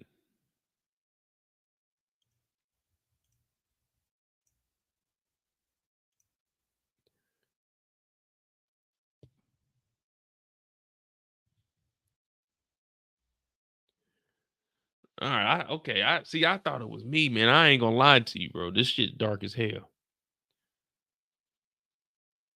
Now I got these damn lights. I'm like, man, I'm trying to see what we talking about. But all right. So the security guard comes about the club. They getting paid up under the table. Ain't nothing better than getting paid up under the table. No W-2s, no 1098s, no none of that. Just straight kiss ass. Kiss ass. Now he was talking that shit. And you know when a nigga lying. You know when a nigga lying. Anytime you hear a dude saying like, man, it's a lot of girls, they had to fight the girls off, nigga. It wasn't a lot of girls in there. You wasn't fighting no girls off, nigga. It was probably a lot of girls and you were just watching. You know what I'm saying? That's usually how it is. It ain't like Kid and Play where he in there getting jiggy with it. You know what I mean? He ain't in there dancing or nothing like that. So anytime you hear your homeboy, man, it was so many girls, like, nigga, all right, how many did you talk to, man? I ain't really talked to no. I was just chilling. Yeah, so it wasn't that many in there. But he talking about, man, yeah, man, I was fighting the girls off, man. I'm like, man, damn, get above me, baby, get above me. Well, Ronnie pulls up and Ronnie says, hey, they letting people wear Levi's in there? He said, huh? Do I know you? He said, no. But I know you. What I tell y'all, if someone ever calls your name out in public, unless you were supposed to be meeting up with somebody, never, ever respond. Never, ever turn around and see who it is. Because once you react, they automatically assume that that's you, and they could get the firing off shots. I mean, they really won't do it. They're going to do that anyway. or they're gonna come and whoop your ass. Now, if you see somebody, if I see somebody, I think it's somebody I know, I'm not gonna yell out their name because I don't want people to know who it is. You know what I mean? Hey, yo, Kendall. Like, I'm not gonna yell Kendall's name out in public like that because I don't want people to know that her name is Kendall. You know what I mean? Eric, hey. Now, if I think there's somebody I know, either I'm gonna hit them up, text them, or I'm gonna go over there and tap them. Hey, what's up, bro? He said, do I know you? He said, no, but I know you. Bow. Stole on him. I said, yeah. I ain't gonna lie to you. I don't like brothers going at it, but I like Ronnie's character. But we see that there's a divide between Ronnie and Unique. Excuse me. Not similar to Jannard and Diamond. You see what I'm saying? Jannard was really trying to get back and like, hey, we can't coexist. Unique, he wants to do his thing his way, but Ronnie has his way of doing things, and Ronnie stands on respect. So when he whoops this security guard's ass, I said, that was well deserved. Now, do you guys think this is right or wrong of Ronnie? Because I want to see where everybody, you know what I'm saying, your viewpoint is. Was this right or wrong for Ronnie to whoop on him and take $200 in 20s out of his pocket? This good, yay or nay?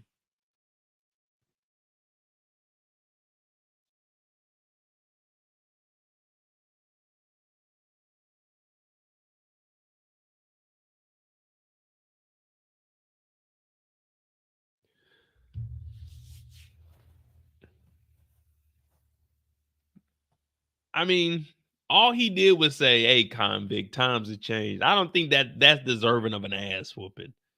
And then hitting with the card, like, man, I'm with that street shit. I'm with that, but man, that was a little excessive. But I was like, man, it is Ronnie though, so it's kind of acceptable. Think about it. We already went over being institutionalized for 3 years for a crime you did not do because they were illegally manufacturing evidence that locked up innocent black men.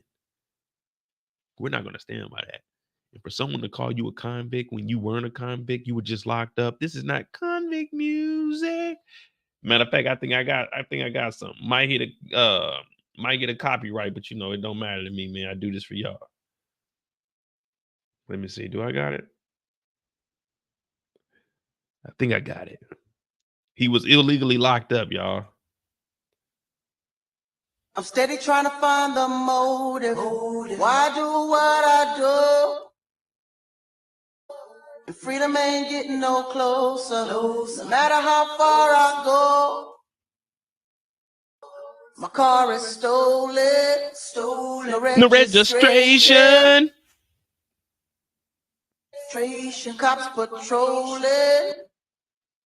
Now they done stopped me. And I got locked up. They won't let me out. Yeah, that's what they did to our boy, man. That's what they did to our boy. They won't let me out. I'm locked up. They won't let me out. No, they won't let me out. Yeah. If you ain't never been locked up before, then you wouldn't understand. That ain't the place to be, y'all. That ain't the place to be, man. So Ronnie had to whoop some ass because when you call me a convict and I ain't convicted of nothing, then we're going to have to convict these right here. These. You live to fight another day. You live to fight another day. Well, from there, we got to hit the gym. And one thing about going to prison, you got to keep that physical physique. If you ain't in there working out, you know what I mean? You got to work out. Now, they ain't here warming up. What is it, about $1.45? Couldn't tell they were putting on 45 plays or 35s. But they ain't here warming up. And you hear Ronnie talking that talk. I'm like, all right, this is what I'm on, Ronnie. The same thing you on. Exactly, Viewmaster. Calling someone a convict that ain't no convict, them fighting words. Hey, man, if y'all were to call me a convict, I feel offended. Mo, you convict? Wait a minute. I ain't no convict. No, man. No felonies on my man. I'm clean. I just been held for a while, you know. Let me hold you. That's what the jail was saying. Let me hold you. But they let me go in the morning. Sometimes they let me go after the weekend. Sometimes I gotta let go after like 4 days. But man, it is what it is. But Ronnie getting this swole on. He's waiting on his brother Unique. But Unique talking about I had to do some work for Jerome. Who the fuck is Jerome? Who the fuck is Jerome? Man, if anyone ever comes up to me and tell me, man, I had to go do some stuff for Jerome, nigga, who is Jerome? Jerome just sounds like a grimy motherfucker. Jerome? Who the fuck? Does anyone know a Jerome? I know a couple of guys with a middle name named Jerome, but I don't know nobody with a first name, Jerome. Now, Ronnie's in here. He's prepared. Preparation is key. You get in here, you get stretched, you warm up a little bit, time to go. Time to go. Once my parents get up out of here, boom, I can hit the gym after work. You know what I mean? Get back in that physical physique. Y'all gonna be like, damn, that nigga Mo kind of swole. But right now, y'all like, man, that nigga Mo, man, that nigga weak ass nigga. Hey, don't call me no bitch ass nigga. Just call me a weak ass nigga. Man, I was a bitch ass nigga one time in my life. I kind of felt like Trey when the police officer had that gun to him. There was a gun. I was staring down the barrel. I was a bitch ass nigga. I ain't say nothing. I just like, damn. This is how they gonna get you, boy. Damn. Fuck you! Knocked the gun out of his hand and ran. Nah, I ain't do none of that shit. But Unique is in here, and Unique, he trying to make plays. Now, Ronnie is talking bad to him. Ronnie is saying, listen, you fucking working for Rock, nigga. We could have been on the block, nigga, with the Rock. We could have been dipping and diving, maneuvering through these streets, you know what I'm saying? Pulling stunts like MacGyver. Unique is like, nah, man, Rock is cool, man. You know, she getting out the game, so I'm going to take over. Plus, I'm fucking with the Italians.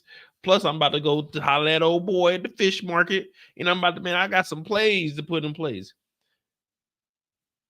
As long as Raquel Thomas is breathing, she's in the game.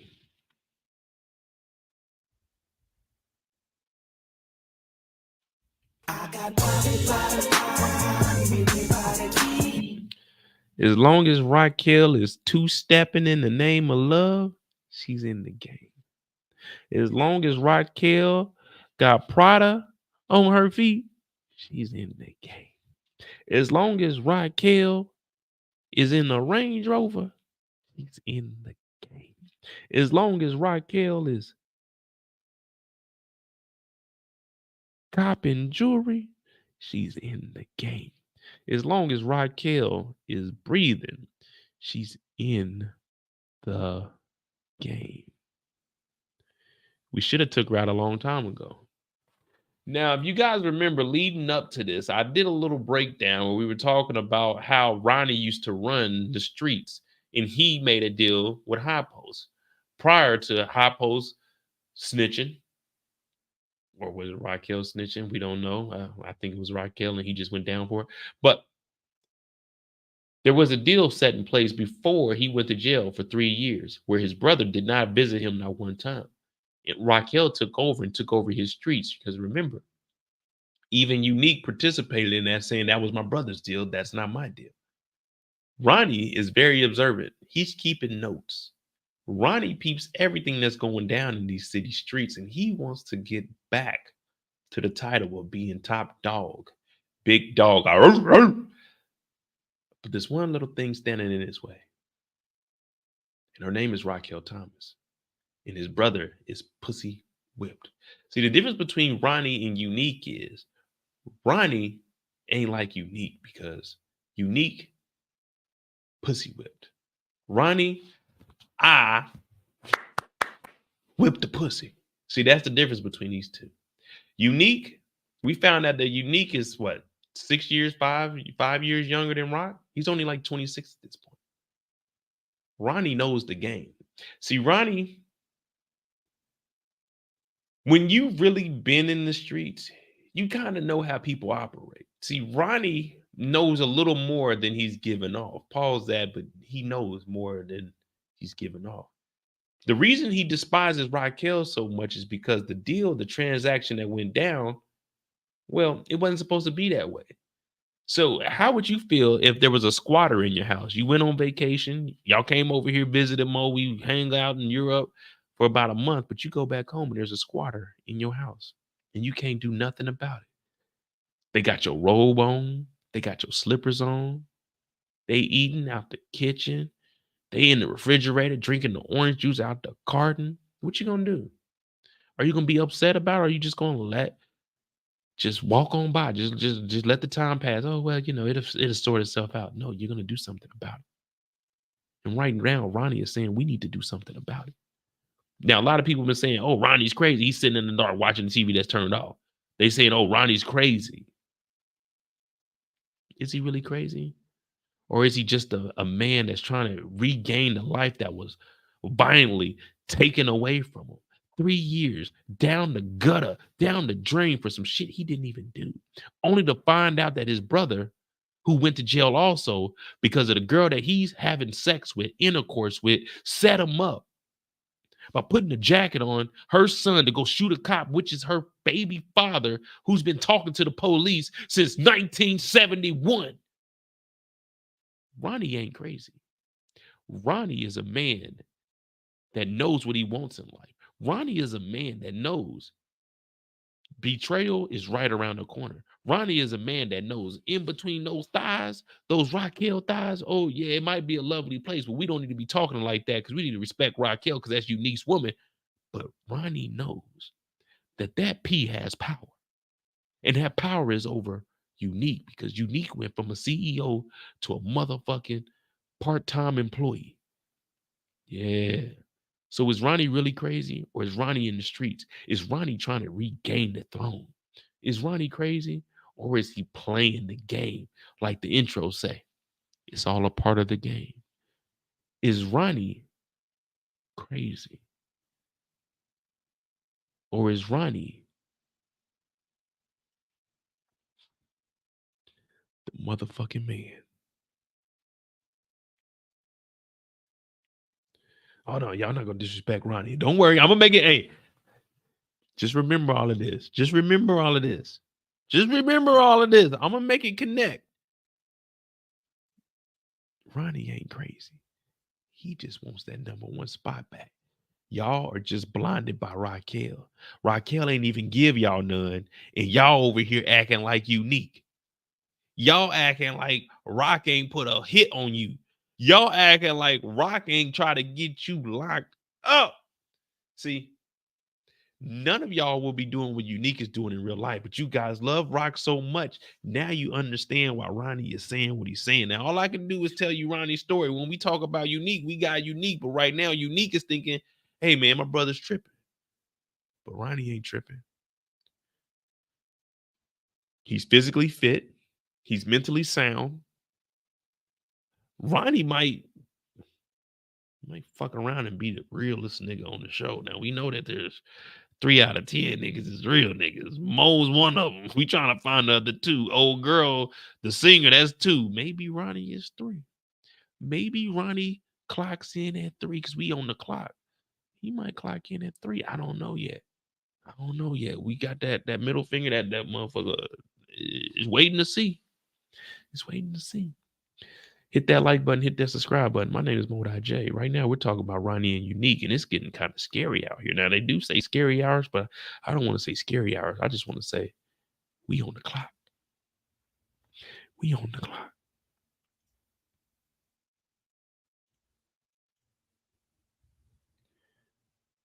We on the clock.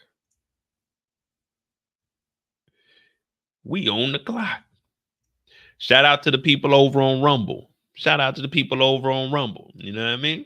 We trying to get that going over there also. But when's the next time we see either one of them? Oh, yeah. After Ronnie gets a workout and he tells his brother, man, you bullshitting. You need to get back in the game. Unique starts to make some plays. Now, Unique's plays are crazy. Now, one thing I will say about Raising Kanan, when it comes to them making some plays, I like how they fall in place. Now, Unique has been scouting this, so it's not like it just popped up on us. This has actually been going on, and that's why I showed you guys from episode 1 where he was riding around. He was surveying the land. You know what I mean? People thought he was just going to pick up food. No, all this Chinese food restaurants is all connected. And that's why in episode 1, I picked that as one of the trivia questions. Hey, DeMarcus, thank you for the $2. Who I got in the street fight? OG Kanan or Ronnie? Oh, shit. As of right now, I'm probably going to go with Kanan. I just ain't seen Ronnie in no action. You know what I mean? I mean, he whooped on old boy, but that ain't nothing. He caught him off guard, man. I got to see him shoot a fair one.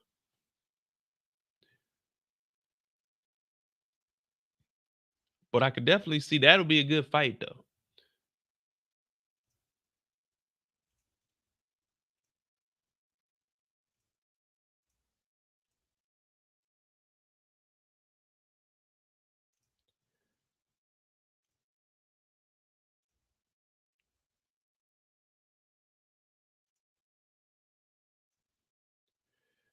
But we got Unique pulling up. Now, what's this gentleman's name?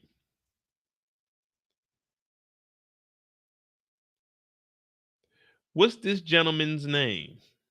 You know, I be forgetting names and stuff, so you're going to have to remind me. Good old Quan. Well, let me tell you something. These two, they go at it. Now, we do have a lot of, racial tones in this episode. And he even said, man, this black guy's kind of crazy. But when Unique came in there, he said, man, Unique is kind of young, ain't he? He's kind of young, ain't he? They didn't tell me that. They did not tell me that part. But there's some stuff that Unique was saying. I'm not going to say it on here. I mean, it's part of that. But, I ain't going to disrespect nobody's culture. You know what I mean? But he talking about them getting on a raft and floating over here. But they were just doing little jokes on each other. But he's saying, I got my squad. I got my gang. I got my squad with me. Where your people at, Unique? But Unique, he stands on 10. Now, we were just talking about how tough Ronnie is. Unique, he just playing his role, and he ain't really saying much. But when he gets in here and talks to Quan, he tells him straight up, listen, I'm here. Y'all ain't got nothing. Y'all ain't got nothing to do besides talk to me. I don't run away from my shit. I'm here, 10 toes down. I'm like Mo in the middle of a mosh pit, ready for whatever. I'm ready for whatever. Now, they got some gambling going on out front. Now, I don't know about gambling in here. I'll go to the casino every now and then, but I hate losing money, so I really don't gamble like that. But when he gets in here, Unique is basically saying, listen, I know y'all got that work. I want that work. Why don't we work? Now, we've been hearing Ronnie saying, let's get on the block. But Unique is trying to do things the same way. Well, not the same way, but similar to how Rock was doing it. We got us an organization. We not actually out on the street doing hand to hand. You know, that pitching hand to hand, you know what I'm saying? Forward towards pull up, everybody run. Like, we don't want to do none of that. How we had Jersey, how we had Baisley, that's what Unique wants to do. Now, Quan does say, listen, if you're going to work with me, you're going to have to work out at a Chinese restaurant. And he's like, Chinese restaurant? Well, I have been wanting some soy sauce, you know what I mean? He said, I hate Chinese food. All of it's trash. I don't really eat too much Chinese food. I'll eat some chicken and rice, though. But I ain't really like a huge fan of Chinese food. I eat a little bit of Thai. But I'm a very, very picky eater. So I don't really like, I don't know, man. I just stick to what I know. You know what I mean? But Quan said he don't like the Chinese, but he's married to a Chinese. So he got to go deal with their cousin.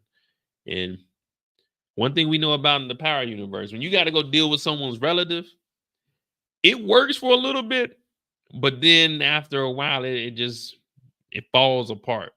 Name a cousin in the Power Universe where something actually worked out. Because I'm trying to think.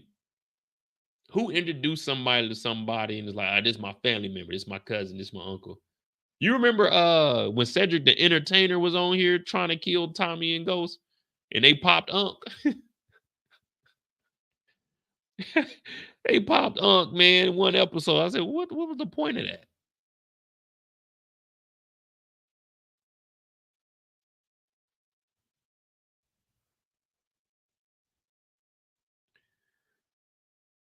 But we do have a connect, and now he has to go over there and make it happen. So while he's out and about doing what he got to do, Ronnie's at the crib. I ain't gonna lie, I ain't know Pernessa was looking that good, man. She came in that kitchen. I said, man, I ain't even know, man. Because usually when we see her, she just like in lounging around clothes. I said, damn, she.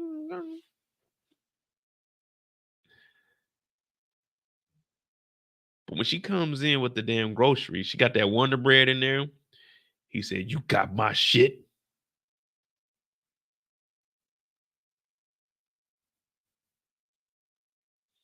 When you say shit, what do you mean shit? What shit are you talking about? Like,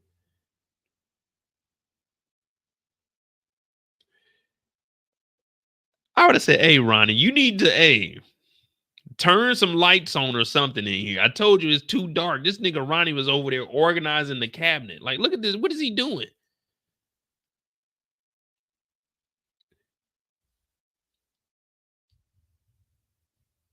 What are you doing? This nigga is organizing the cornbread, the jambalaya, the fucking canned beans.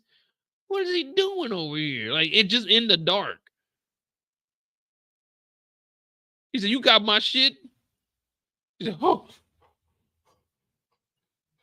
Ronnie, where's Unique at? You was at the gym." That nigga said, "I was with him. I don't know where the fuck that nigga is now." I said, "This nigga Ronnie is disrespectful, bro." I like this nigga Ronnie, man. If I was to be a character in the show, I like to be Ronnie. Pending, you know what I'm saying? There's some allegations out there on Ronnie. We haven't got to that part of the storyline yet. Now, hopefully, those allegations are false. But what up, Alan? I'm just telling them, Alan, if I could be a character, I'd be Ronnie. Ronnie seems like a character fit for me. You know what I mean? I could be Ronnie.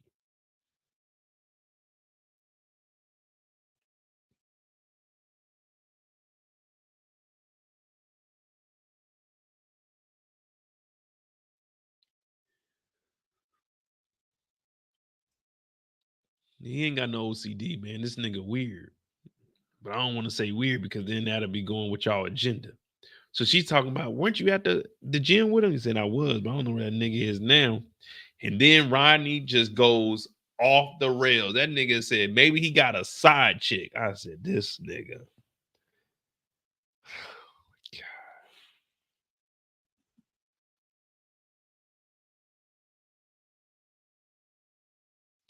The nigga said, maybe he got a side chick.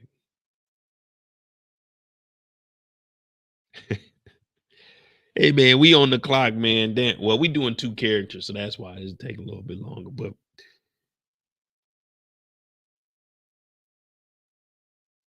what y'all think? That's fair play? Like, was Ronnie wrong or right for that? Because, come on, man. Pernessa is the mother of his nephew. Wouldn't y'all want y'all brother-in-law to tell y'all if y'all dude was cheating? I'm confused, man. I thought y'all wanted niggas to be real. I thought y'all wanted niggas to tell on each other.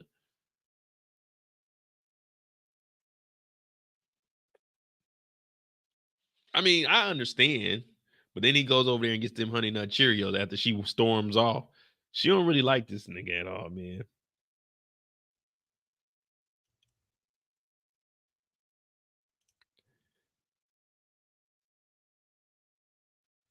Well, if we're being fair,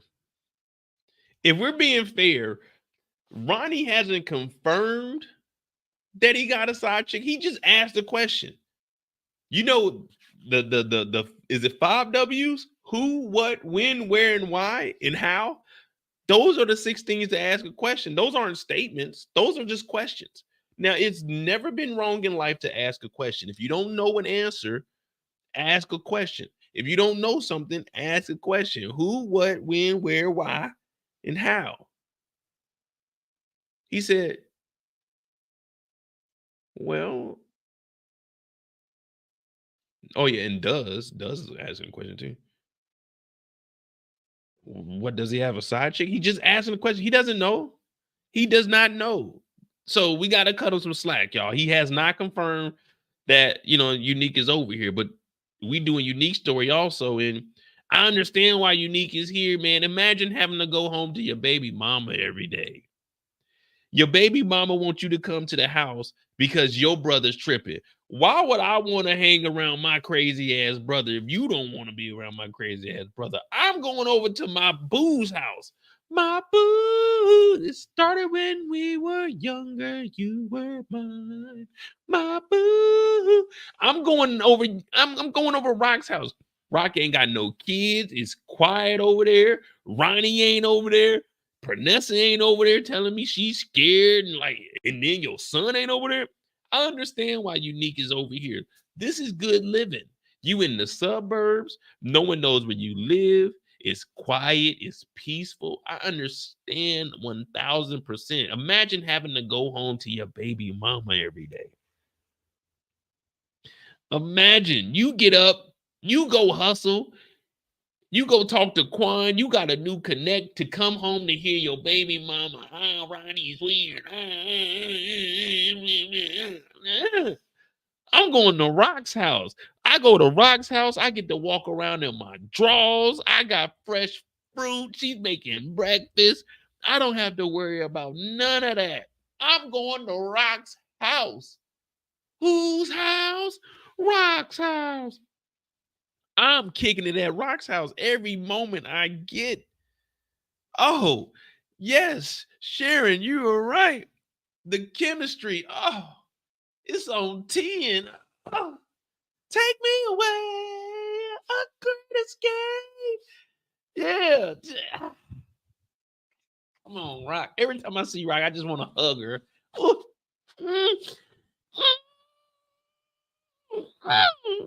Boy, I'm going to Rock's house. Imagine going to your baby mama after you just hit them. Your baby mama don't know nothing about the dope game. Your baby mama don't know how to rock up nothing. Your baby mama don't know how to, she don't know how to do nothing. She don't know nothing. Your baby mama ain't got no gun. Your baby mama just, man, you go into Rock's house, you feel safe. You know what I mean? Sometimes us men, we do want to, you know what I'm saying? I want to feel safe around my woman also. Not meaning she got to protect me, but I just want to feel like, this, I can relax. I can talk to her. I can't go home and tell Pernessa, man, I just moved 3 bricks. She ain't gonna understand what I'm talking about. But if I go over to Rock's house and tell her I got 3 of them things, Rock gonna put that thing on me because that turn Rock on. You see what I'm saying? Imagine going home to your baby mama and your brother.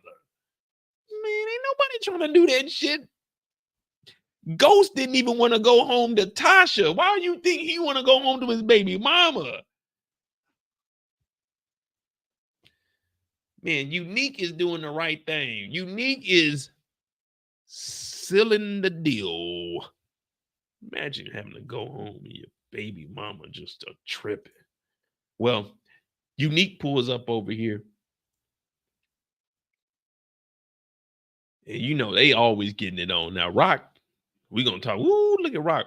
Rock, we're going to talk about her story a little bit later and how she moving. Because she moving a little sloppy also.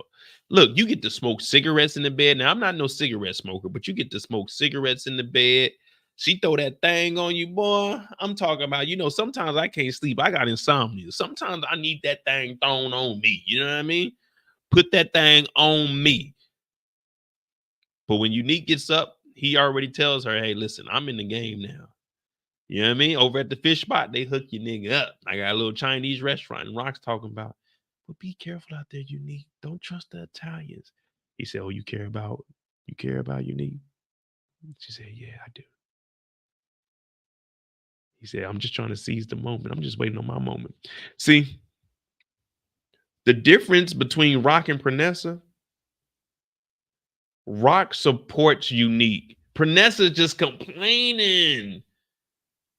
Like, imagine going home to your baby mom and all she doing is complaining. Rock is looking out. You ain't heard Pernessa say, hey, be safe out there. Go make that money, boo. No, we ain't never heard her say none of that. All she said was, I'm scared of Ronnie. At least Rock is saying, be safe out there. Don't trust the town. She's giving him tips and pointers, Pauls. You see what I'm saying? You want someone in your corner that's going to really be in your corner. When you in a boxing match, who all in here watch boxing? When you boxing and you go in the corner and you getting your ass whooped, what do the people in the corner say? They don't tell you that they scared. No, they give you tips. They give you pointers. They tell you what they see. That's what Rock is doing. She's in his corner. That's why they call her the Rock, because she's going to hold a nigga down. They call her Pernessa because she's pressing the issue of her being scared. There's no safety there. Imagine going home to your baby mama and you just moved 15 bricks and she don't know nothing about no bricks. You can't. They always say, what do y'all have in common? We ain't got nothing in common, but me and Raquel do. Me and Raquel got a lot in common. We moved at work. We hustle, we grind, we on the block. We on the block with it. Man. And Kanan, at least Kanan is a teenager. Like, you got to go home, you got to talk to your son. He's like, Dad. I'm like, man, shut the fuck up. You go talk to Kanan. At least Kanan know about the game. Kanan can flip a dime. Kanan can flip a dub. You know what I'm saying? You give Kanan 8 ball, Kanan go make it happen. You can't go give your son no work. Your son don't know what the work is. You see what I'm saying? There's more in common with Raquel. That's all I'm trying to say. This is a unique story. This ain't me, y'all. This is a unique story. This is a unique story. Now, all the while, his brother was sitting outside, which he just confirmed that, let me clean these glasses, that Unique does got a little side piece. He do got a little side piece.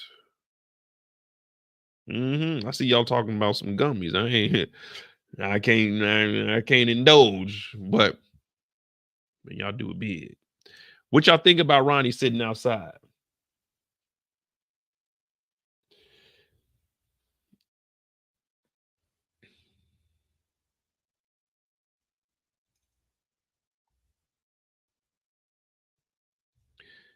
Eric said Pernessa been holding Unique back while he was locked up. Man, hell no. Y'all remember Pernessa? Y'all don't remember? Man, he got kicked out the mama house. Where was Pernessa then when the mama kicked him out? Why she ain't say, no, let him stay, mama? No, she just let him get kicked out. Y'all forgot about that? I didn't forget about that. No, not me. Because Unique was my number 3 character. Kanan, Marvin, Unique. But y'all remember that? Remember when Unique got out of jail? He got kicked up out the house? Why didn't Pernessa say, oh, Mom, help, let him stay here? He had to go. He had to go. Yeah, I remember that. No bullshit. Nah, I ain't breaking up no black family. Shit, I'm actually doing my job. I'm trying to get a black family back together. Rock, Unique, and Kanan, the family of the year.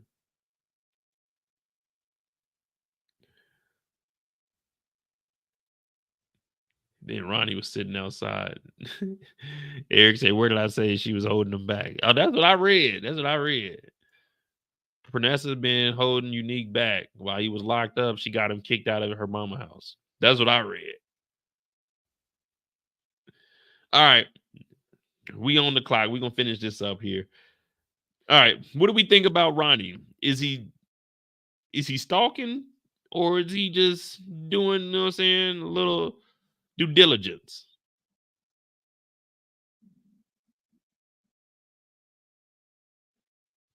Well, Antonio, I'm only hard pause on these characters. If it's their story, I'm telling their story. So everyone else is kind of, we go against everyone else. We got to tell it from their perspective.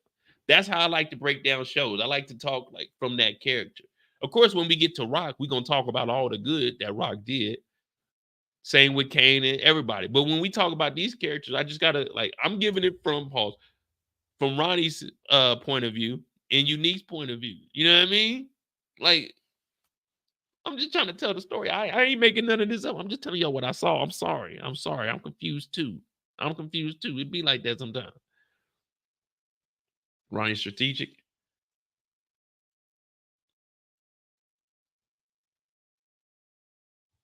Now, I did think on some real shit, as far as the weirdness goes, the standing like this was kind of weird to me, man. That kind of, I was like, man, yeah, all right. Y'all got it.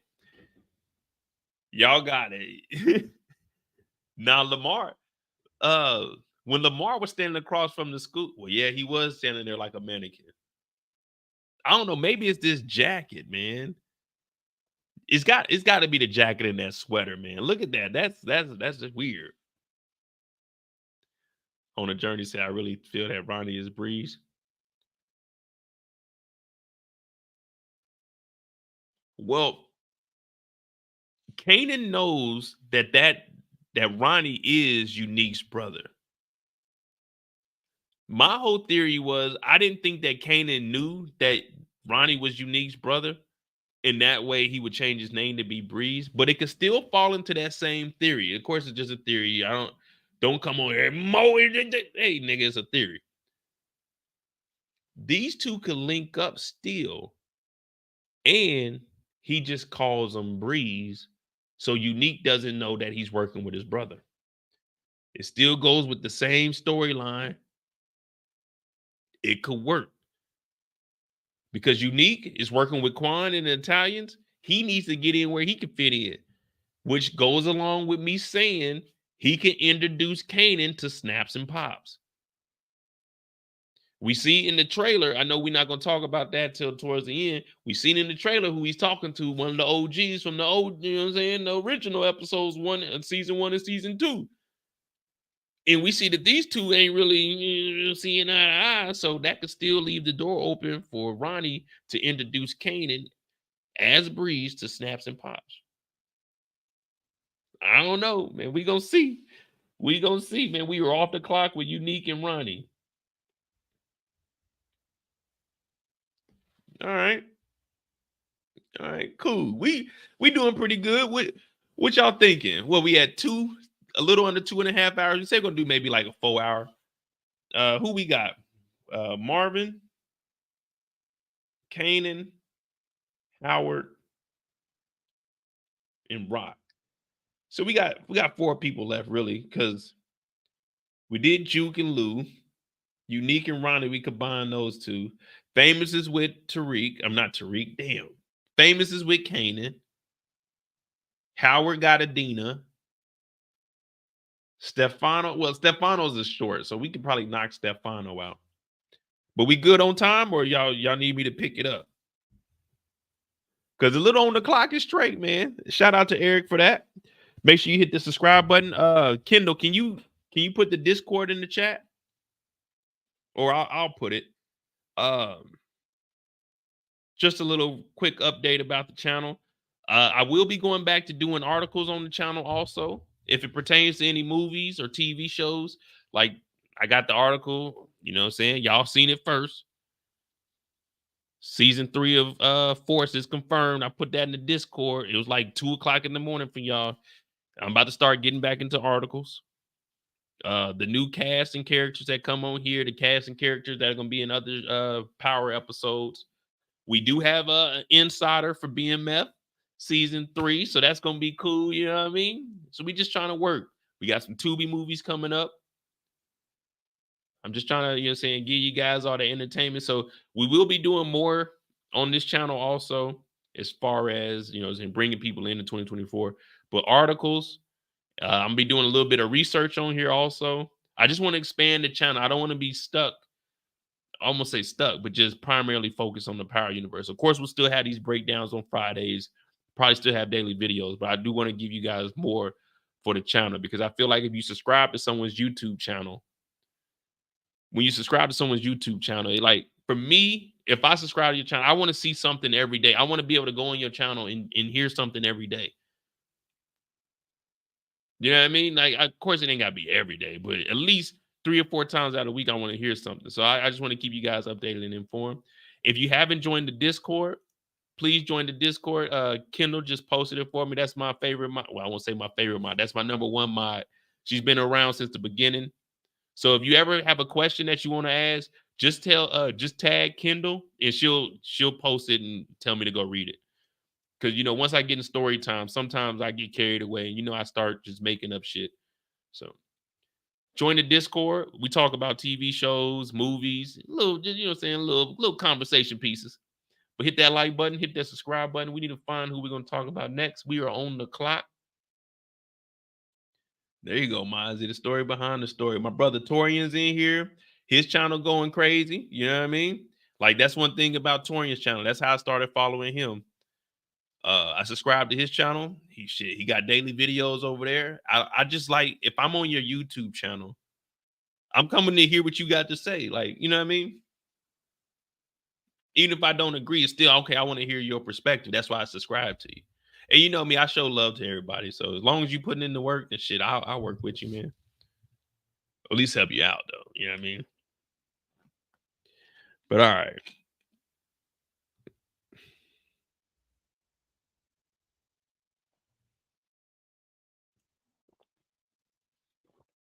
Yeah, so join the Discord. It's pinned in the chat. We need to figure out. We got Marvin, Raquel, Kanan, and Malcolm. Stefano nothing really happened with Stefano. I mean, we can just knock that out. Yeah, Torian got a channel. Torian big time. Torian is what you would call a YouTuber. Me, I'm just a nigga on YouTube.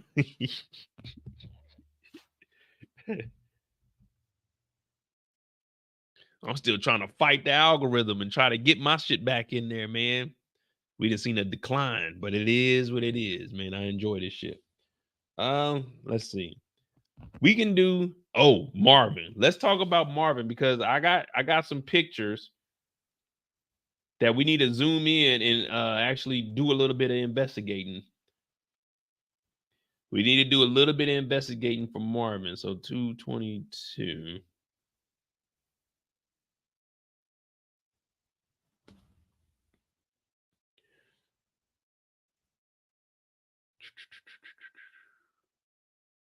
So the first place we see Marvin, of course, is eating. Lucky Charms at the Crib Dola.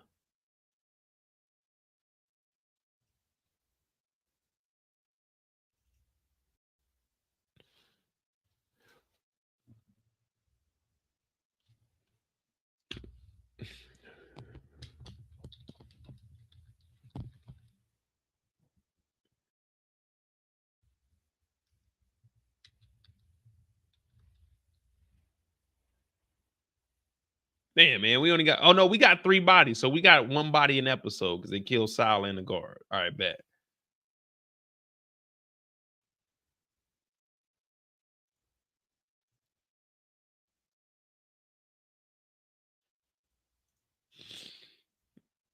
All right, so we see him over. We see him over here and he's supporting his daughter. He's supporting his daughter like a man's supposed to. See, people say I go hard on characters. Pause that. But no, Marvin is doing exactly what you're supposed to do as a father. Now, he made some mistakes. We've all made mistakes in life. Now, the mistake he made, I mean, yeah, he crossed the line. But you got to understand, this is the 90s, and the 90s were, this is 92, so this is the year after my car wreck.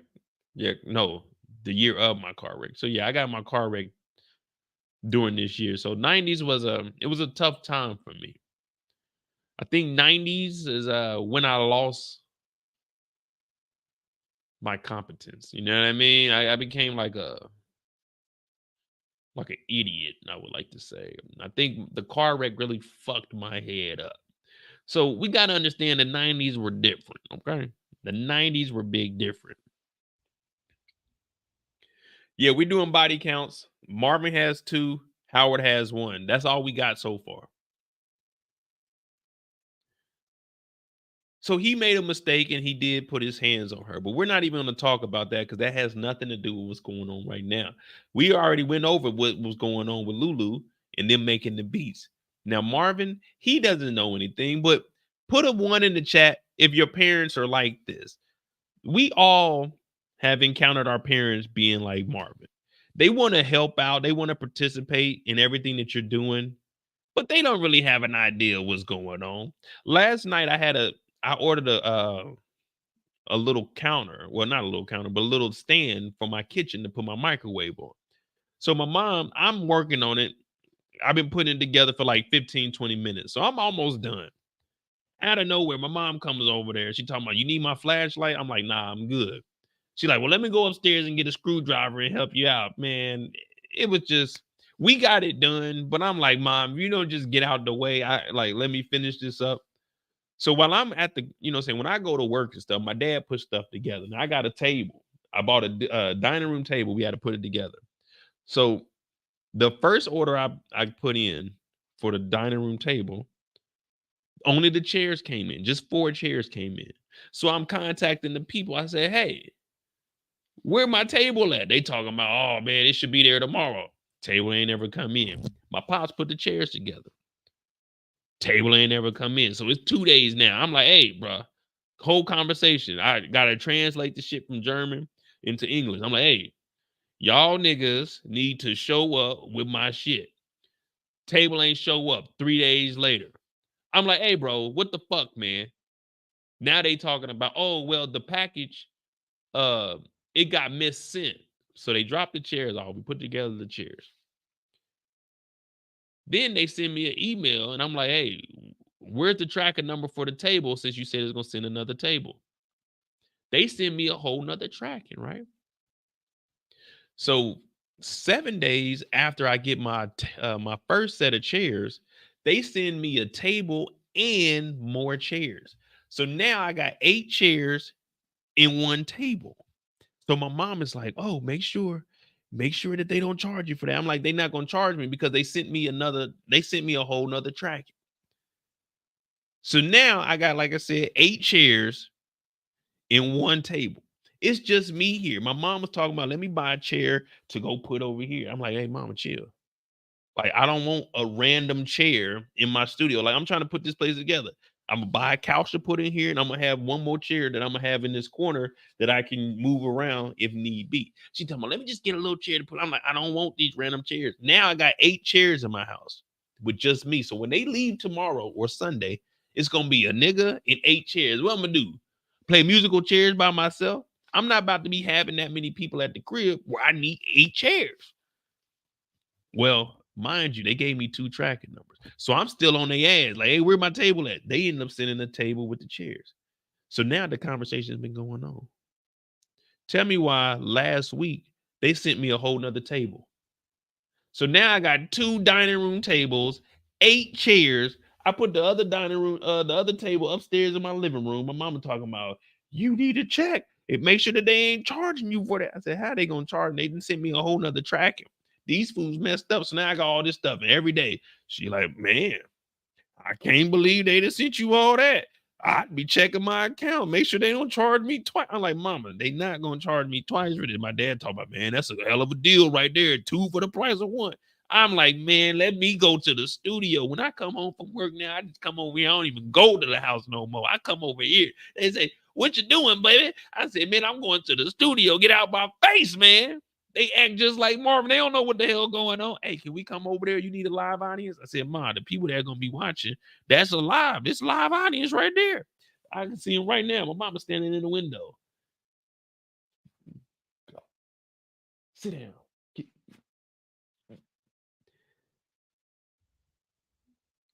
Hey, Elder. Hey, wait till I do it. I'm gonna do a little tour of the crib for y'all. I know I was just doing all that to talk about Marvin. I wanted to see if anybody had, like, you know what I'm saying, like parents that are like that. But now the table works upstairs because I was gonna put the mini bar upstairs in my living room. Because I was gonna put one down here, but since I got that table, I put that table upstairs with 2 chairs. I got the other chairs downstairs in my dining room, but it works up there. So I just got to push against the wall. Perfecto. Since we're talking about the Italians. But yeah, so I got a glass table upstairs, glass table downstairs, same table though. But shit, it works. It works. So they talking about, let me get it. Let me buy a chair to put over there. Listen, I got a vision. Just like Lulu and Jukebox, they got a vision. But Marvin is the parent, and the parents, you know, they always say that the parents know best. Well, parents don't always know best. Sometimes Will Smith told us parents just don't understand. But Lulu, he understands music. Jukebox, she understands that in order for her to be successful, she needs to listen to those that have came before her. Marvin, he just like, I want to be in my daughter's life. See, to me, said my mom is just like that. Yeah, it's like, hey, all right. So this morning, y'all know on Fridays, I go to work at 6:30. I didn't do a live yesterday because I was tired as hell. My dad comes and knocks on my door. I'm in the guest room. I got a little, it's a little full-size bed in my guest room. They got my king-size bed. They be in there laughing it up. Ha ha ha. I be in there trying to sleep because the nigga got to get up to pay the goddamn rent. I be in that motherfucker knocked out. My dad comes and knocks on my door. I got to be at work at 6:30. He come and knock on my door like 5:45 talking about, you got to be at work at 6? Nigga, no, man. No. I don't wake up till 6, man. I was sleepy as hell. I was at work today, and then I got off work. My mama talking about, well, we don't want to thaw out none of the chicken or any of the hamburger meat here. You mind picking up a pizza? I'm like, get off at 3. I got a haircut appointment at 3. I went up there, missed my goddamn appointment, had to wait, got this nigga that fucked my line up, man. I'm like,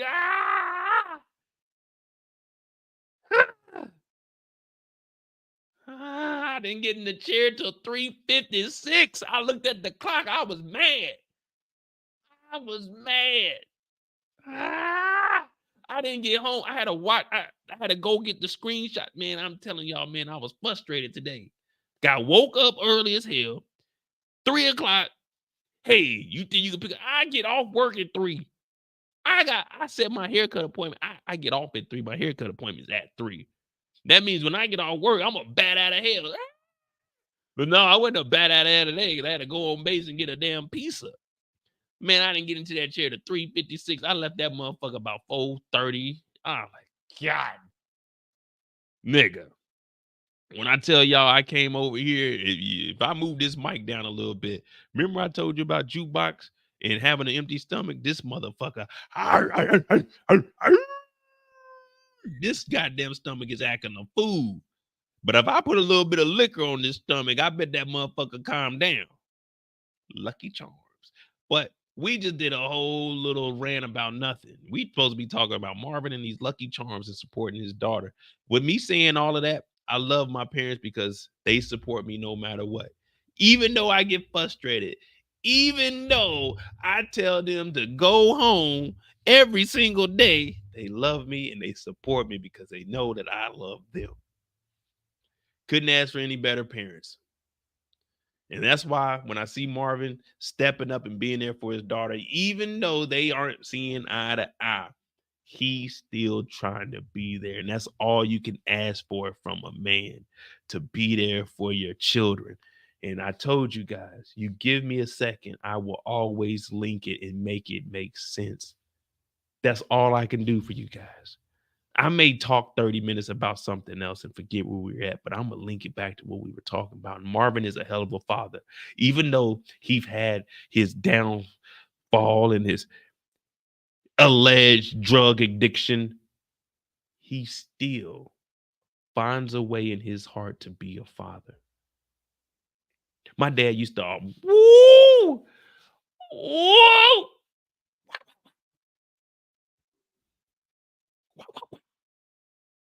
Get on our ass as kids. I'm talking about whoopings galore. I know one time I got suspended from school. I tried to play sleep. My dad didn't give a fuck.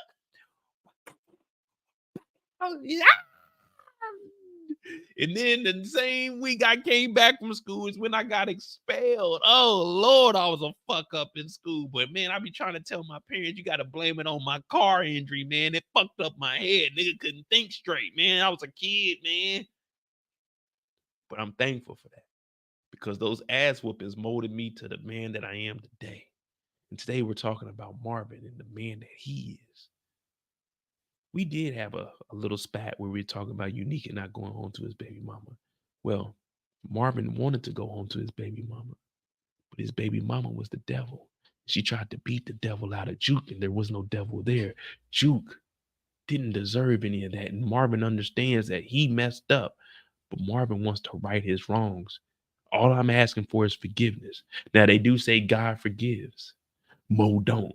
But in this case, we're talking about Marvin, and he forgives himself for all of the mistakes that he made. And if he can do anything to support Jukebox, God darn it, he will.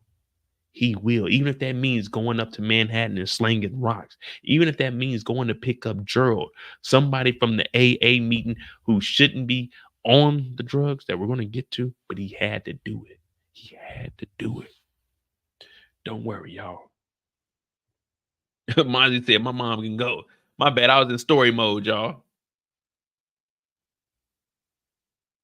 What up, RC?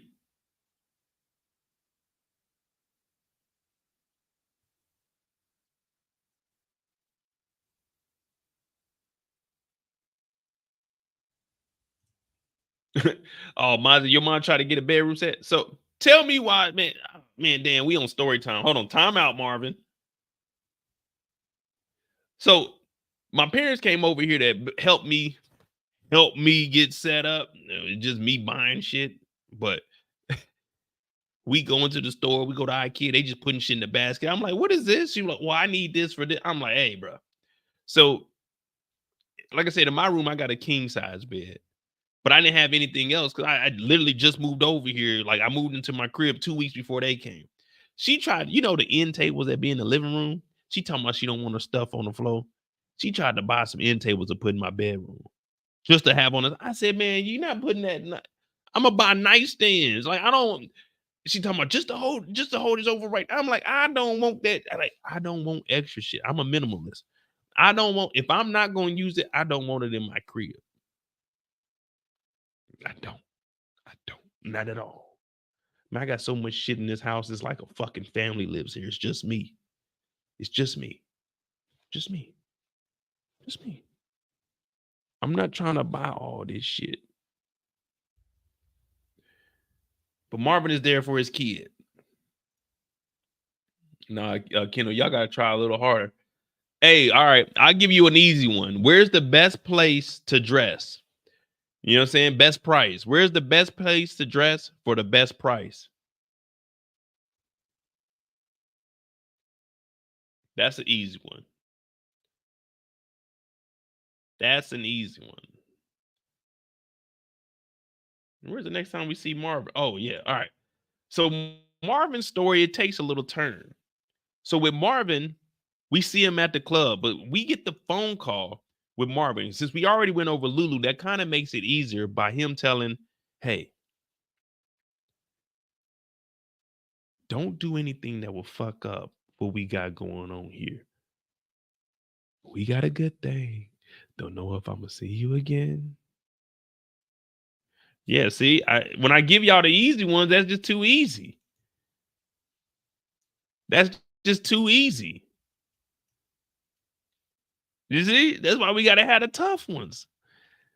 I'm always going to give y'all some easy ones, but you go to Discount Dress Shop if you want to dress the best for the less. You know what I'm saying? Look, it's got formal, business, and casual, local styles. See, when I give y'all the easy ones, y'all answer them too fast. That's no fun. Eric said that was in my notes. Hold on. Y'all actually keep notes? Like y'all keep notes of the episode?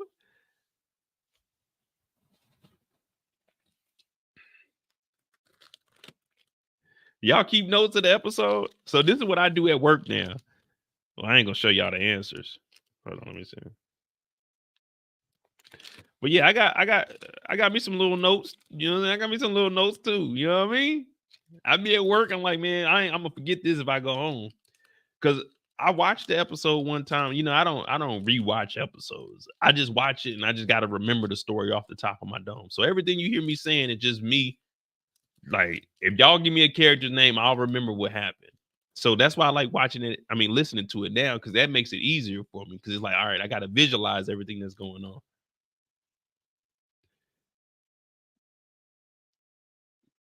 All right. All right. I got a couple more easy ones. I got a couple more easy ones. But Marvin gets a phone call. We're all wondering, who the hell is it? So my initial reaction was, it's got to be Jukebox calling. Hey, Dad, I got to do this. I got to do that. Or Raquel. Who did you guys think was calling Marvin when he got that phone call? Because you could hear a little bit. It kind of sounded like Charlie Brown.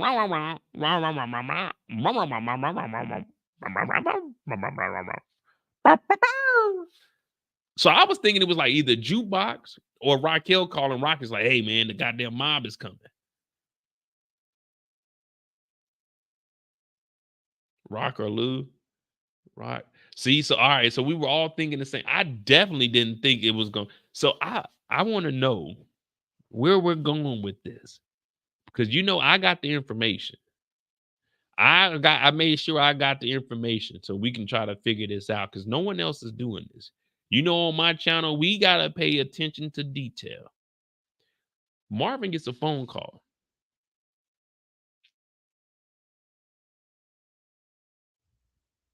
After he leaves and tells Lulu not to fuck up, he goes over to this little motel. And when he gets there, we see Gerald. Now, y'all remember Gerald. It's dark as hell over here. Really can't see a damn thing. But if you look at the cursor, you'll see here's a head here. Here's the torso here. Shirt's unbuttoned a little bit here. I hope his pants aren't unbuttoned. I hope Gerald wasn't over there wilding out. Gerald, you better not have been on your Diddy stuff. But Gerald's in the corner and he's slumped. It looked like Gerald ain't changed clothes in at least 7 to 8 days. Now, white shirts typically get dirty a little bit faster, but to get this dirty where you see stains, yeah, this is over a week. This is a binge right here. Plus, you see the 5 o'clock shadow ain't 5 o'clock no more. It's full blown. This is noon.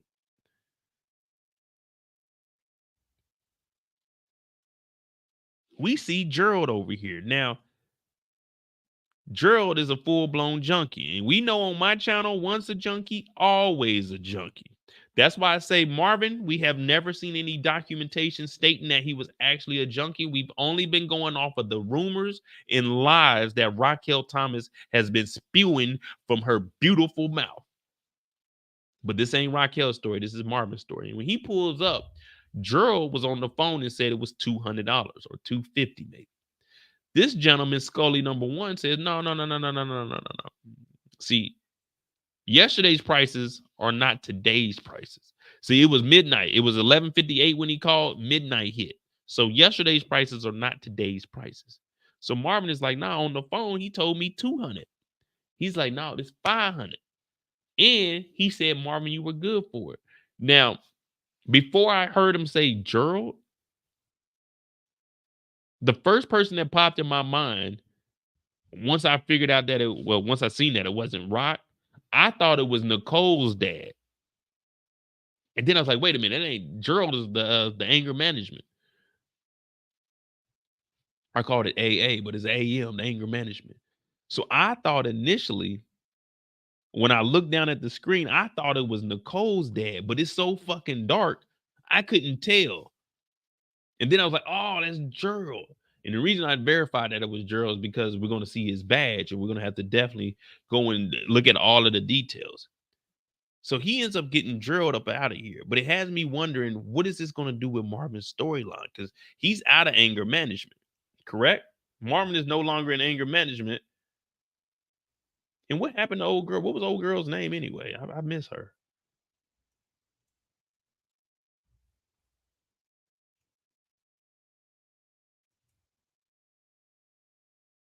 Elder said, I thought Marvin was gonna murder. Yeah, so when Marvin got over there, I thought it was gonna be some gunplay or something. And I definitely thought it was Nicole's dad. Yeah, Renee. Oh, yeah, she is dead. No, yeah, everybody be dying. We didn't have a body counter back then, though. We were inexperienced. We were before our times. So Marvin saves Gerald. Where is it at? All right, here we go.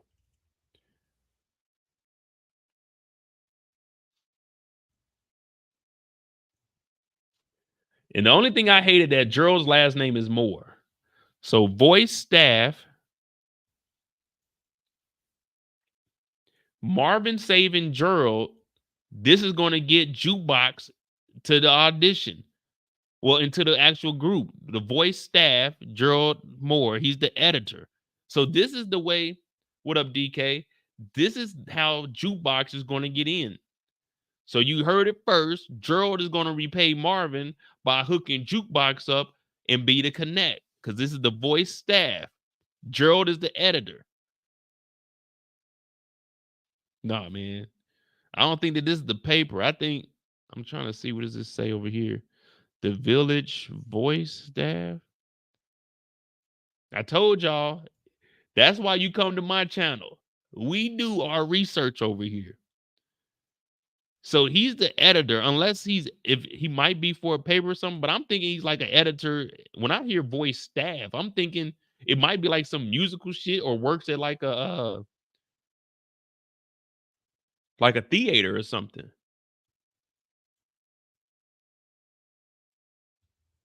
So we got that. The voice staff, Gerald Moore, he's an editor. But here we go. We got the driver's license. Gerald Moore Robert, 2813 30th Street, Queens, New York.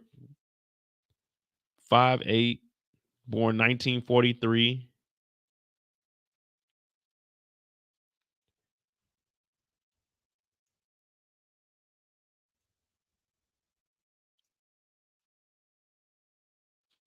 Said The Voice is a magazine in New York. Well, if he's the editor of a magazine would know, like ARs, producers. So Gerald is gonna, okay. Either it's with the magazine. So it could be, so check it out. If he's the editor of the magazine, let's say it is a magazine. If he's the editor of a magazine, he could have probably been writing a story on the auditions for the girl group, and then they can just backdoor it that way and say, oh, well, I got this girl here. You see what I'm saying? Gerald is going to have to do, I think Gerald is going to play a role when it comes to Jukebox. Because she just got turned down, but we haven't confirmed that. So what y'all think? Gerald's going to play a role? As far as, he's going to owe Marvin. That 500, he's going to have to owe Marvin. He's not getting away with this clean. Because Marvin's probably going to take him to the crib. Hold on, is that? Yeah, Marvin took him to the crib because he got the driver's license. So he's probably going, hey, Marvin, man, thank you for what you did, man. I definitely can't let no one know that happened to me because I'll lose all my credentials. Marvin's going to probably say, well, you know, I do need a favor. My daughter, Jukebox, what can you do about singing? Oh, well, I know a few people. I wrote a couple of articles. I can get you in contact with some people. All right, so that's what we're gonna go with. He's gonna have to repay Marvin. I'm thinking he's gonna hook Jukebox up.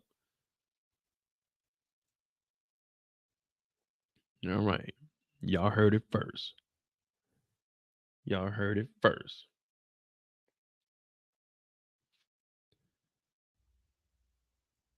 The Voice. I'm trying to see the Village Voice. I think that's what it says. The Village Voice. Editor. Let me see something.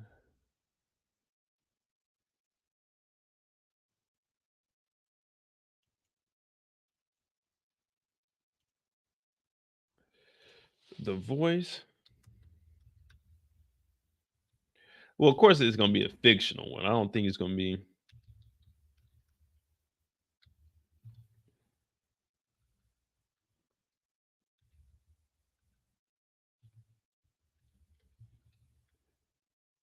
The Voice Magazine, NY. Uh-oh. Uh-oh. The Village Voice, y'all. The Village Voice. Since 1955, The Village Voice has featured award-winning coverage of culture, politics, and street life of New York City. Uh-oh.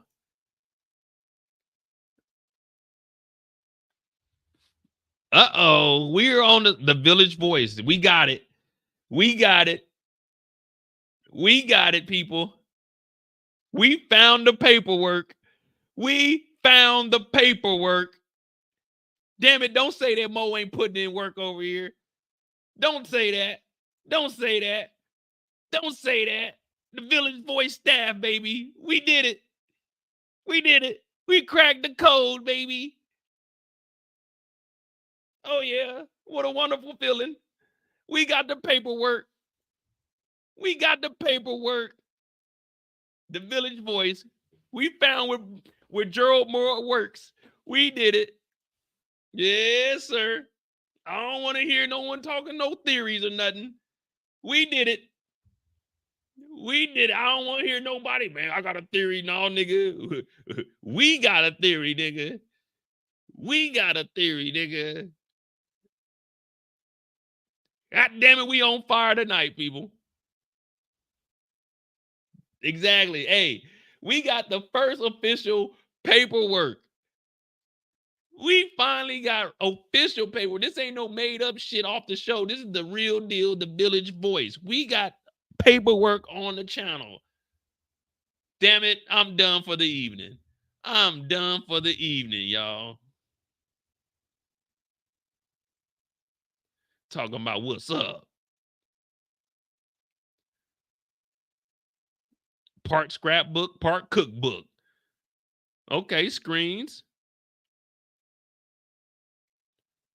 Okay, is an incident someone got shot? Okay, review. They got reviews on here. Okay. We might have to check the voice out. And it's free. NYC update. Eric Adams. Okay, get him out of here. Here we go. Plays in theater. Plays in theater. Uh-oh. What did I say? What did I say? I seen the voice. I was like, man, he got to know someone in like theater or something. Uh-oh. So if he's the editor, he's the one that he's going over. They write it. He makes sure that the shit's legit. So he knows all of these people. Look at this. Pays tribute to NYC's #1 DJ, the original Love Bug, STARZ birthday celebration, a 3-day festival.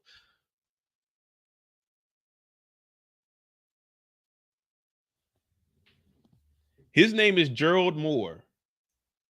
It's my uncle. Gerald Moore, editor, The Voice, The Village Voice.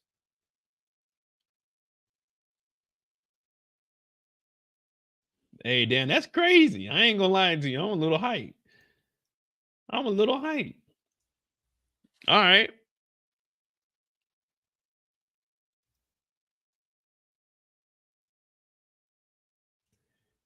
Kevin Kev said the Village Voice had them honeys on the back page. Let me just go over there and see something real quick. I'm gonna take it off the screen. Let me see something real quick. Back page. Okay, Hit Girl set punk rock record. Okay, where's the back page at? I ain't seeing nothing right now. Oh, they got Malcolm X on here. The Complexity of a Man in the Jungle. Oh, so this is originally published in '65. And I'm gonna check this website out though.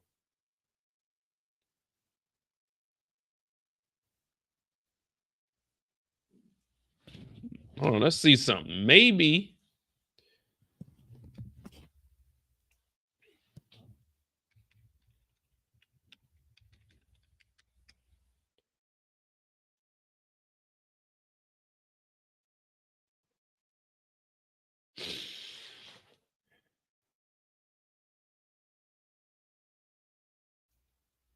Damn, it's taking forever to load. Gerald need to go ahead and get on the Feeling Sick, Power Book 3. Oh, they ain't got no articles on Power Book 3?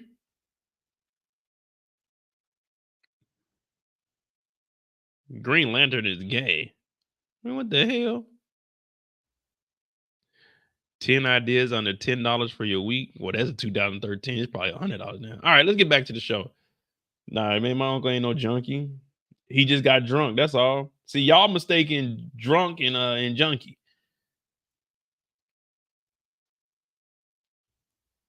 All right, so Marvin saves Gerald. We found out that Gerald works with The Voice. He's the editor. So that's going to be our connection to get Jukebox into something, I'm assuming.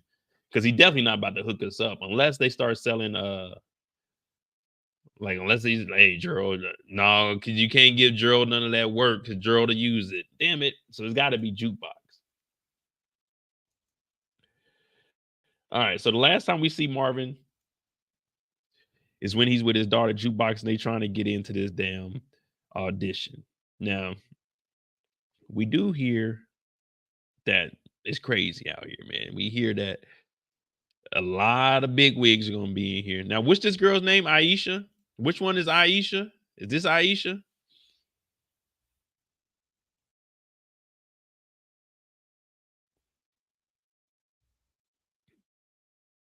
Because Marvin is out there supporting his daughter. Now, that was always one thing I always used to think. I don't have kids, but if I had a daughter, how would it be raising a daughter? Like, I got to go to this stuff. Like, this is some stuff I'd be like, man, your mama got to go to that because I don't know nothing about this stuff. Like, I could take my daughter to soccer practice, like baseball, basketball. I don't know about like this singing stuff because I might have to get up there and do a little, you know what I'm saying? Do a little singing. This is Crystal. All right, bet. See, I haven't read the article to know which one is which, but I did see it. Well, she's in here while Juke is throwing up. Marvin is on the outside trying to keep Jukebox calm because Lulu hasn't showed up. We know that Lulu is in the drunk tank. Now, people said that is in jail. I'm not from New York, so I really wouldn't know. So I go with what you guys say. It's just a drunk tank. You were overly intoxicated. They put you in there. You sober up. They go ahead and release you. It's kind of how I was in Amsterdam, but only mine shit got sent up to the embassy. And that's how I got released because they sent me back to the military once I got released, and I was supposed to get reprimanded through them. So that's why I got released. They released me to the embassy after, what was it, 2 days, 2.5 days, something like that. So jail in Amsterdam is not a place you want to go. Do not, I repeat, do not get locked up in Amsterdam. Juke, she's nervous. Lulu produced that track and Marvin told him last night, hey, don't do nothing silly. Don't do anything silly. I got to go to Moesha's ballet practice. I'd be motherfucking god darn if my daughter name is some fucking Moesha. Hey, my kids ain't having no, hell no. It ain't gonna be no Mo. Their last name is gonna be Mo. Their last name is gonna be Moore. That's the only Mo they get. They ain't getting no Mo for no first name. Hell no, Moesha. You know, I don't even know how to spell Moesha, and I'm an adult. Yeah, I'm not putting that through I'm not putting my child through that. My kids gonna have some easy names. Like my daughter, her name gonna be Mia. So her name is gonna be Mia Moore. You know what I'm saying? My love, Mia Moore. That's gonna be her name. And my son is gonna be Jace. Just Jace. Julius #1. Jace. They gonna have easy ass names. They don't need to be struggling to spell their name. That's it. 3 letters, 4 letters. That's it. That's all you get. That's all you get. I be damn, my kid come home and they getting points deducted because they didn't know how to spell their name. No, just 3 letters. Miajace. It's just that simple. Just that simple. I got 4 names. And trust me, I hate writing all of them out. Just 3 letters, 4 letters, and a middle initial. You don't get a full middle name, you just get a middle initial. And I'll let you pick that when you get old enough. So when you're born, you get your first and your last name. When you get old enough, you'll be issued an initial for your middle name. No, hell no. My kid's not about to have 8-syllable names, man. Simple. Mia and Jace. There we go. But then again, I don't know about Mia because Mia was a name on what was that? What was that movie? Man, we supposed to be talking about Marvin. But Laverne, Jukebox. And we're gonna go with Jukebox. But this is the 90s, so she was born in the 80s. So Laverne is an all right name. Yeah, Mia was in The Best Man, and Mia got down. So I don't know if I can name my daughter Mia.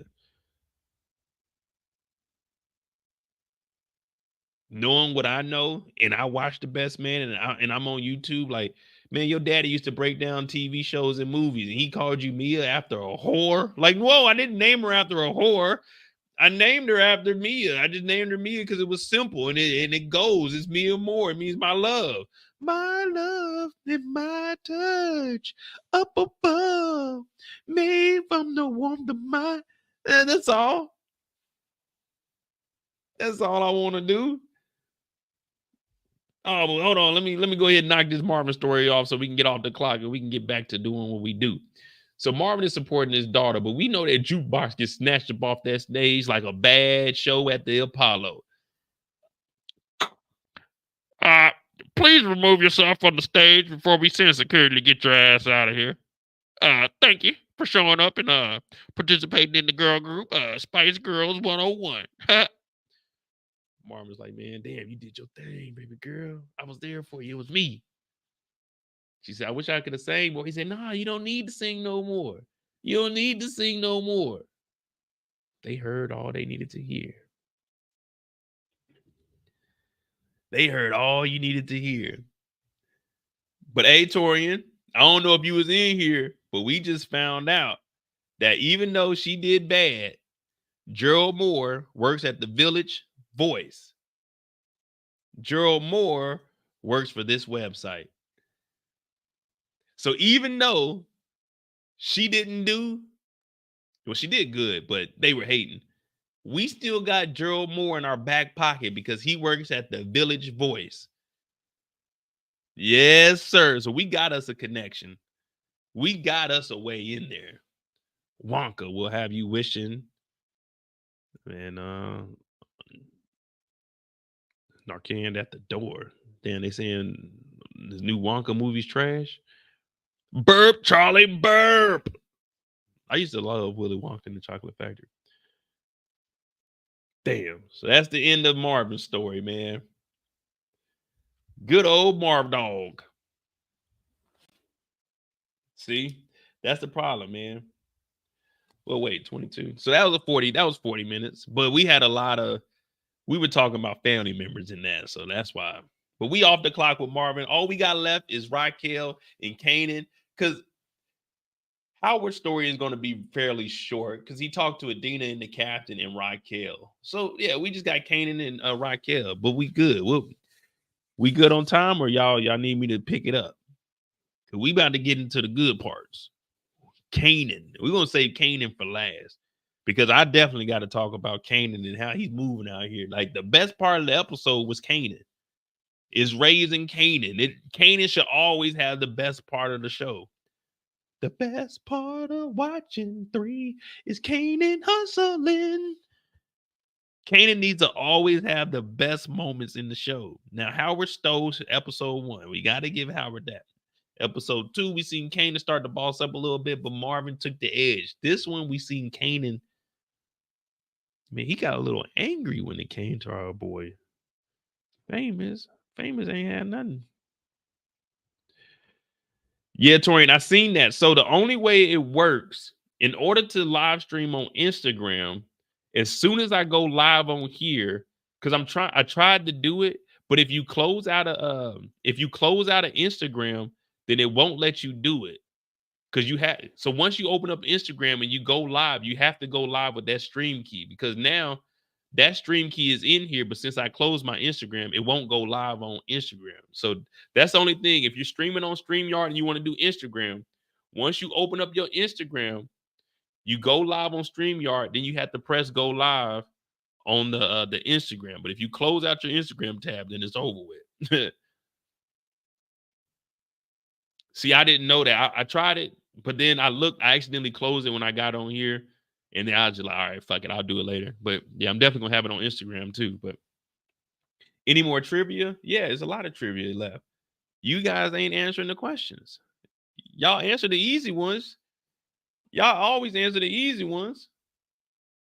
Y'all answer the easy ones, and then y'all get mad at me. And then y'all get mad at me. All right. All right. Okay, I got one. I got an extra one. Because I peeped it, but I didn't know if I was going to use it or not. Hold on. Let me see. Let me pull it up real quick just to make sure and verify that that's that one. All right. Yeah. I got another one. I got a bonus one for y'all because y'all still ain't answer what is Lynn Brooks' number and what is the scum between my feet. These are easy ones. Now, the scum between my feet, y'all probably not gonna get that one because y'all not old school enough. Y'all probably not gonna get that. Lynn Brooks' number is fairly easy. You should be able to get that if you paid attention and you listened. If you paid attention and listened, you know that. I don't want to be a player no more.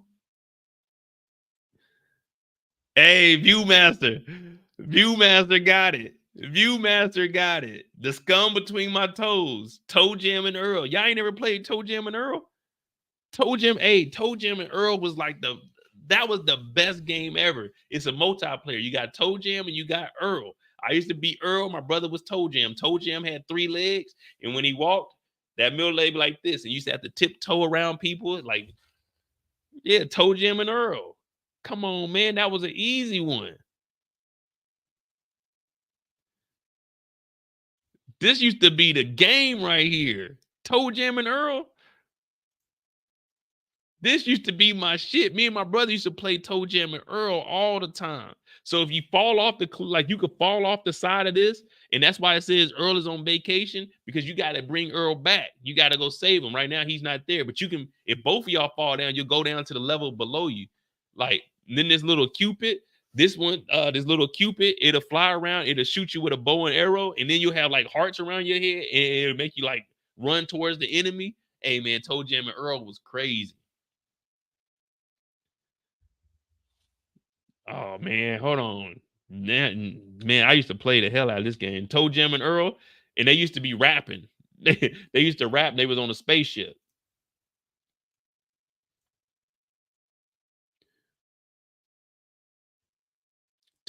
Toe Jam and Earl.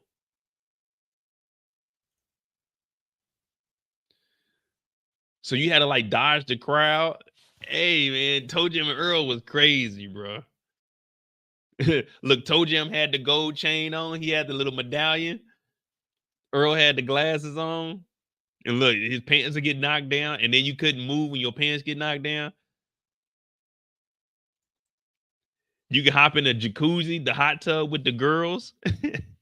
You can hop in the hot tub with the girls. You can buy the lemonade from the dude to get your energy. This dog right here that's in the ball, it chases after you. And this is how you go to the next level. You get in the elevator, and the elevator will go up into space. And then when you and when Toe Jam and Earl are on the screen at the same time, you're on the same screen. But when you separate from each other, it splits into a split screen. So then you'll have one player at the top and one player at the bottom. Then yeah, you put on the running shoes and make you run fast. You see here, and then he got the springs. So Toe Jam could jump over these because he got springs on. And these are your lives over here. Man, that was the game, bro.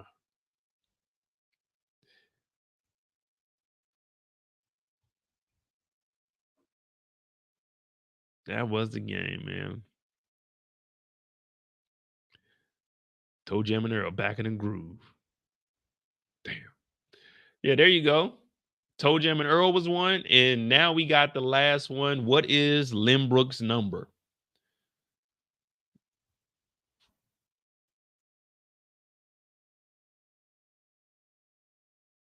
In I Don't Want to Be a Player No More. What is I Don't Want to Be a Player No More?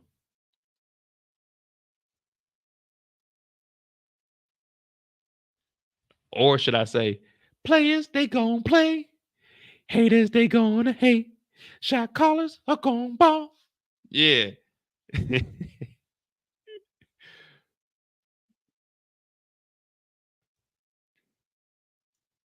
All right, I'm gonna give y'all a hint. Lynbrook's number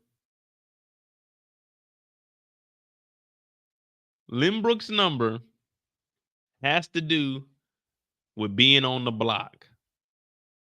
Lynbrook's number has to do with being on the block. That's all I can say. Or what y'all know about Oceanside? If you from New York, what you know about Oceanside?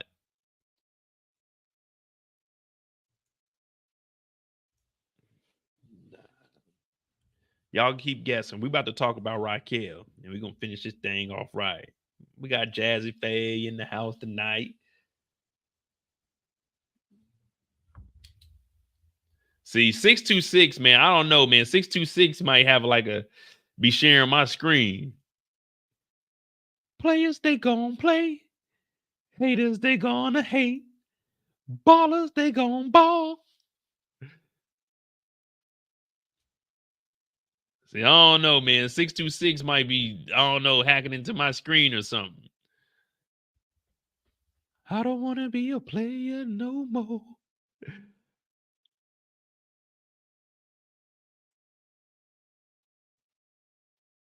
Yep, Players Magazine. Famous was reading it when Kanan came into the crib. After he went and talked to Simrad. You see, those was back-to-back, too. We had Simrad's house with Toe Jam and Earl. And then we had the Players. All right. One Raquel Thomas. 115623. No, that number too high. That number is too high. You got to pay attention to this one.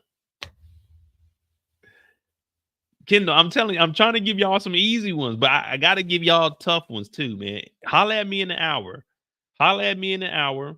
Matter of fact, what time is it? 11:15. All right, we good. We right on schedule.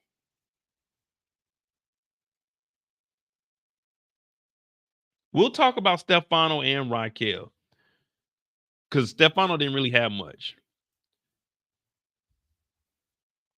All right. There's a lot of barbershops out here too. So Stefano was at Marchetti's fish store. What is a fish store called? Just a fish store or a fishery? I guess we'll say fishery. That sounds decent. Sounds educated. When anybody comes in front of you with a damn revolver like this, just do what they say, man. Just do what they say. Anyone that has a revolver like that, they ain't playing around. And that trigger, I won't even say it's a trigger like a hairpin. That trigger is just raggedy. So whenever someone kicking the door, The FBI. Yeah, this the FBI. just put your hands up. Now they kick in the crib. Stefano is like, hey, whoa, Georgie. Hold on, let me try. Can I do an Italian accent?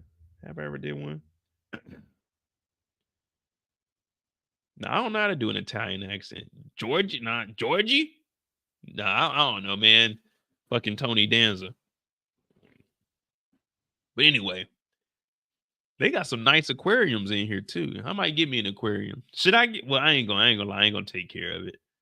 Fish be in there dead, swimming upside down. If I got a fish tank in here, I'd have to hire somebody to clean it because I'm not about to get that little suction tube and pause. It is, man, hell no, I ain't about to be doing all that shit. We used to have a fish tank. We had a 60-gallon and we had a 34-gallon. We had a 34-gallon in me and my brother's room, and then we had a 60-gallon in the living room.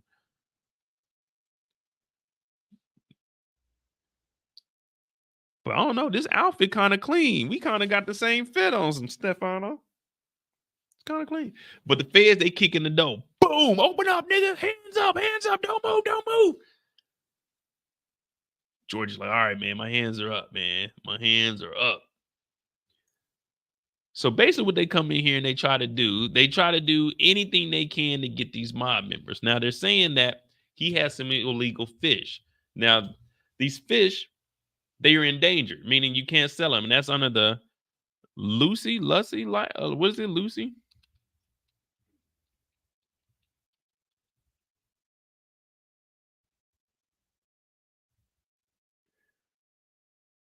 Lacey. So it's the Lacey Act.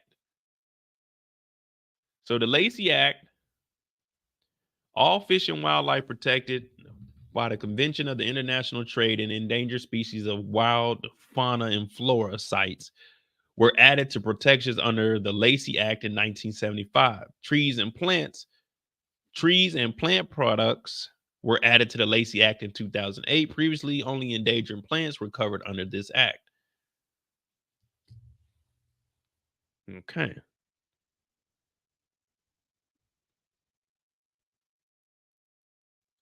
What fish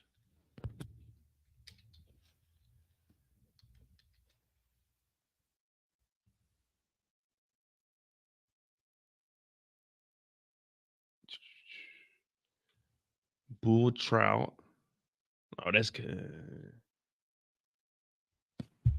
Amanda said,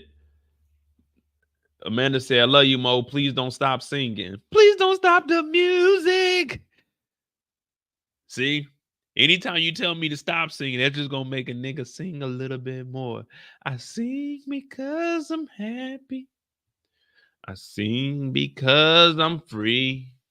I sing because it's my YouTube channel and I like to sing. Fish are endangered. They're trying to bring them down. Red Pocahontas. I don't have it, sir.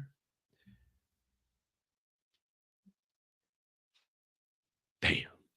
So they tried to get my dog, but this is what the feds do. They get Gerald off of here. This is what the feds do. They try to make anything stick. Anything stick. So if they coming in here, they asking all kinds of questions. But you see what they did. Now that they got the fish, anything illegal that they find in there, they're going to try to use. Now they got the gun charge. If there was dope in there, they just had to have a reason to go in there. So they said, all right, bet we're going to use the Lacey Act. That's a federal crime. That's not a state crime. That's a federal crime. That's why we got the FBI coming in here. So Stefano is doing exactly what he's supposed to do. Not answering questions and not knowing anything. See, the difference between Stefano, made man, and Raquel, employee, he knows that he isn't supposed to say anything. He told Georgie, don't say anything and put your hands up, put the gun down, because he got good lawyers. Raquel, on the other hand, she doesn't talk to lawyers. She doesn't consult with them. She tells her brother to tell the police shit. She tells the police shit. Stefano plays the game how it's supposed to be played. Now, this is the story that we're going to be jumping back and forth between Stefano and Raquel.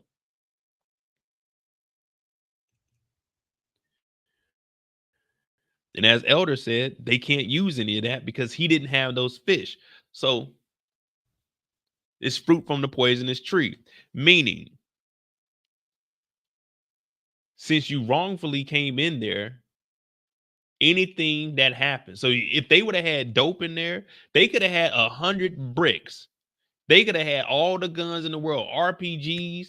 They could have had anything they wanted in there at this point because they came over there under the suspicion that they had endangered animals and they were violating the Lacey Act. So fruit from the poisonous tree means everything that pertains to that arrest is thrown out because y'all lied. It wasn't, well, not necessarily they lied, but in this case, they did lie. So it's the same thing with Young Thug. Like they're trying to say that the guns that Young Thug had in his crib falls from the fruit of the poisonous tree because this RICO is fabricated. But obviously we see that it's not fabricated. This shit's the real deal. So here the lawyer is saying, you don't have anything on my client. We're basically out of here. Now the feds, they are saying, listen, we're the one that invited all of the feds that you see here in New York. That's because of us. Crown Camacho, we know that has something to do with you. All of the dead mob members, we know that has something to do with you. But the thing is, when you have you an airtight alibi and a good ass lawyer and a couple of dollars in your pocket, you can avoid all of this. So basically, he's saying all I do is own a pet store. That's all I do. Same thing. Remember when the feds came and talked to Sal last week? They said, Sal, that there's a hit on you. There's a bounty on you. He said, why would anyone want to kill me? I just own a bowling alley. Now, Raquel, on the other hand, when the feds came and talked to her, well, you know, my business partner, he was in the beef with people and the white boys, aka the Italians, they came and attacked me. So you don't need paperwork. All you need to do is hear somebody say something. And if you put it in context, she told on the Italians, and now the Italians, guess what? Guess what? Y'all said that Raquel didn't snitch. Why the fuck did the feds say that Crown Camacho is on the mob? Why did the feds tell Stefano Crown Camacho is on your hands? Oh, that's right. Rock's business partner. Rock said the white boys was after her because of Crown. Do I need paperwork? I don't fucking need it. Rock said to the feds the white boys was after her because of Crown. Putting Crown Camacho's body on the motherfucking mob. What are we talking about? I do this shit Monday through Monday. And I'm off on Sunday. What are we talking about? Paperwork. I just linked it all together for you. We don't need paperwork. He said Camacho and all of the dead Italians are on you. Raquel told him that the motherfucking mob was after Crown Camacho. Raquel Thomas snitched on the mob. What are we talking about? What are we talking about? I don't need paperwork. I heard it, and I heard the feds got the information. What are we talking about? God, man. Boy. Ooh.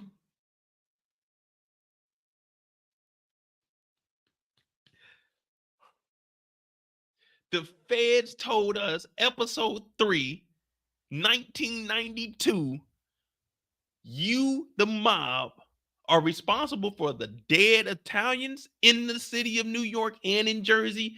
You, the mob, are responsible for Crown Camacho, who was killed by Lulu Thomas in Raquel Thomas's studio. You killed Crown. But he didn't kill Crown. The Thomas family did. But the Thomas family told the feds that the white boys did it.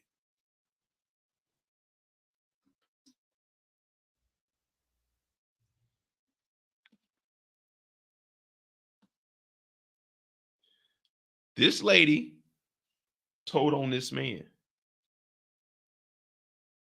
I didn't make this up. This lady told on this man. This lady told on this man. This lady said that these people, Sal, mob boss, Sal's bodyguard, mob member, white boy, they attacked her because of her business partner. Now, we don't have Crown up here because Crown didn't make it to the season, but now the feds are questioning this white guy about shit that she said that happened because of her brother.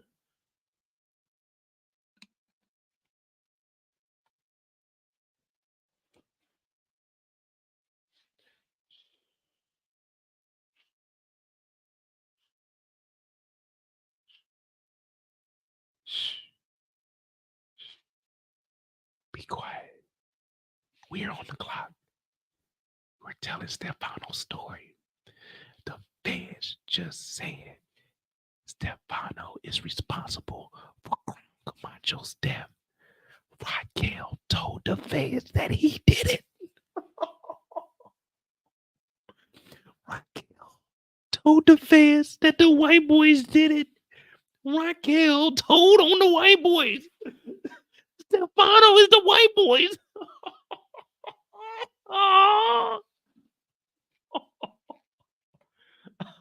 Oh, an habitual liar.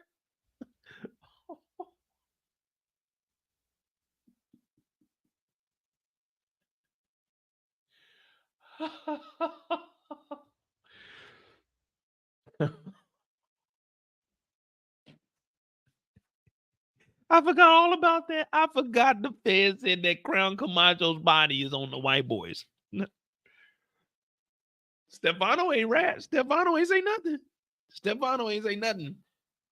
Stefano said, I own a pet store. I don't know nothing about nothing. I don't know nobody. Ain't seen nobody. I don't know nothing. But somebody else said, I got a little bit of information. Gonna, I'm gonna tell.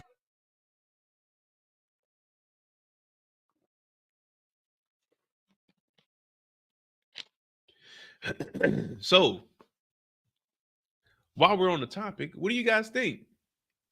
What do you guys think about Raquel telling the feds that the white boys was after her and Crown?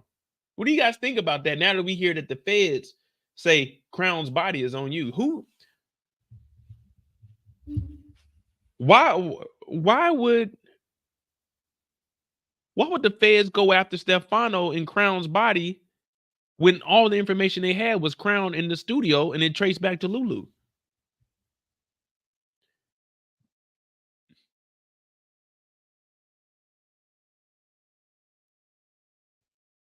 Y'all think Giorgio's the rat? What would Giorgio rat about? What would Giorgio rat about?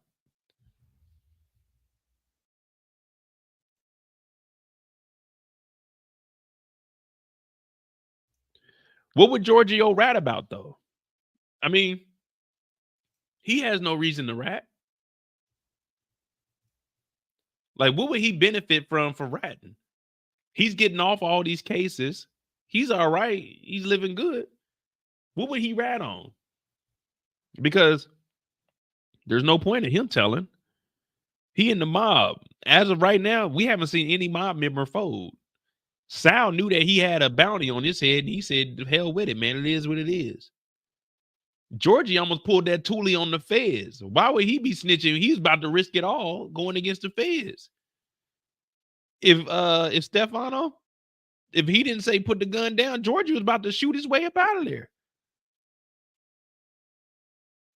Georgie told about the Sal hit. I don't know.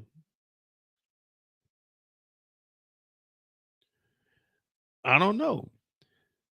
Did Georgie even know about the Sal hit? Because all we seen, because you know everybody talk about like paperwork and all that. All we seen is the only person, hear me out, the only person that knew about the hit on Sal was Raquel.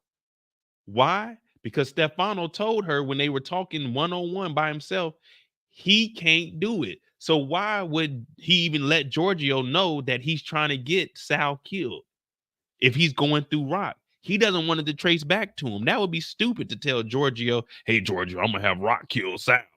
You see what I'm saying? Why would the mob boss talk to the muscle like, hey, I'm going to have Sal killed when he's going outside because he can't do it. They got rules.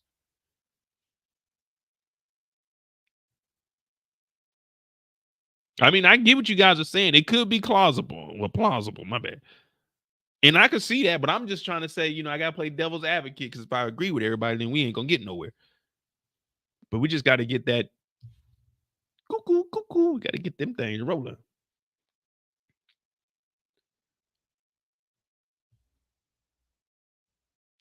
But see, all y'all looking at the wrong stuff, man.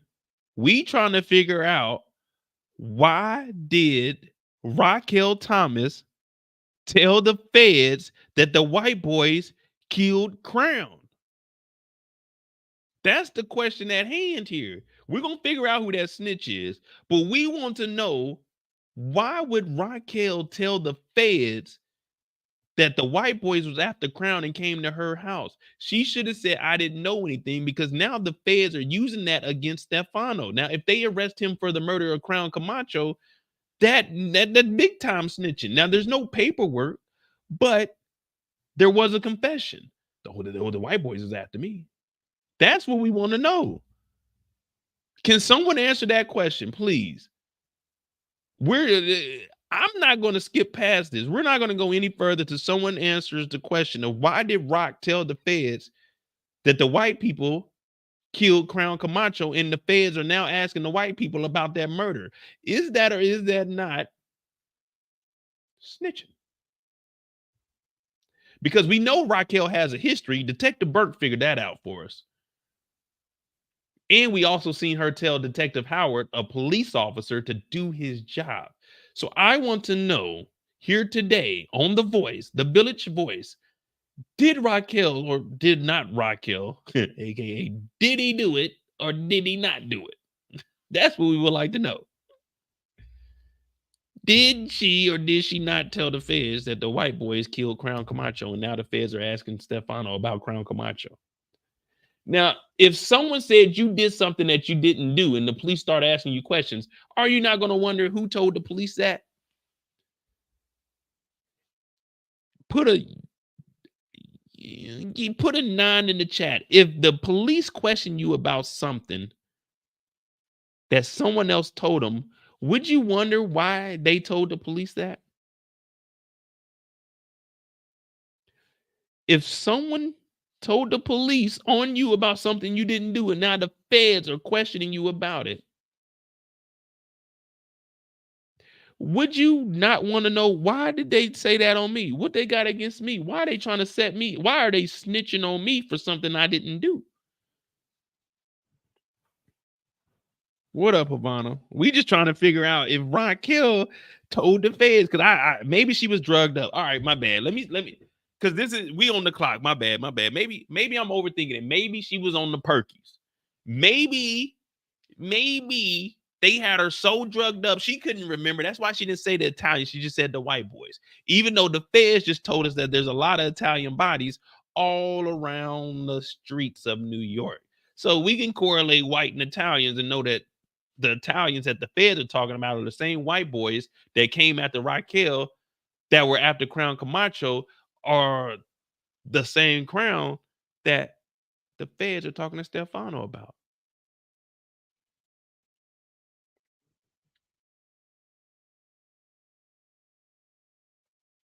My hand, hey, y'all see where my hands are? Gonna, I'm gonna tell. That's not me. We on the clock though. Miss Raquel, you are up next.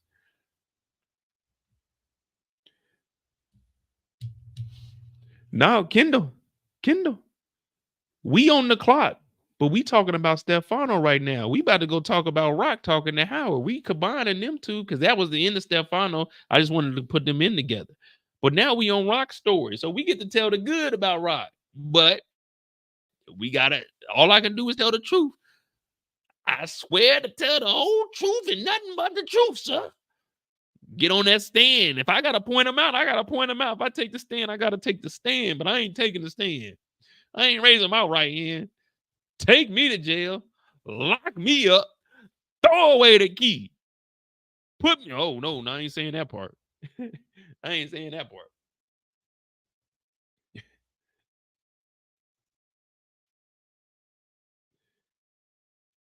Oh, yeah, this season is very good because I can joke around on every character. But see, now we got the Raquel story. And you know, Raquel, she's a G. She's a G. She's a player. Or playette. That's what I'm going to call her. Play on, playette. Play on. Play on, playette. Play on. Well, Howard is supposed to be low-key, man. That's what I don't get about Howard. But that ties into what we were talking about on Unique Story. Raquel, that thing, well, let me tell you.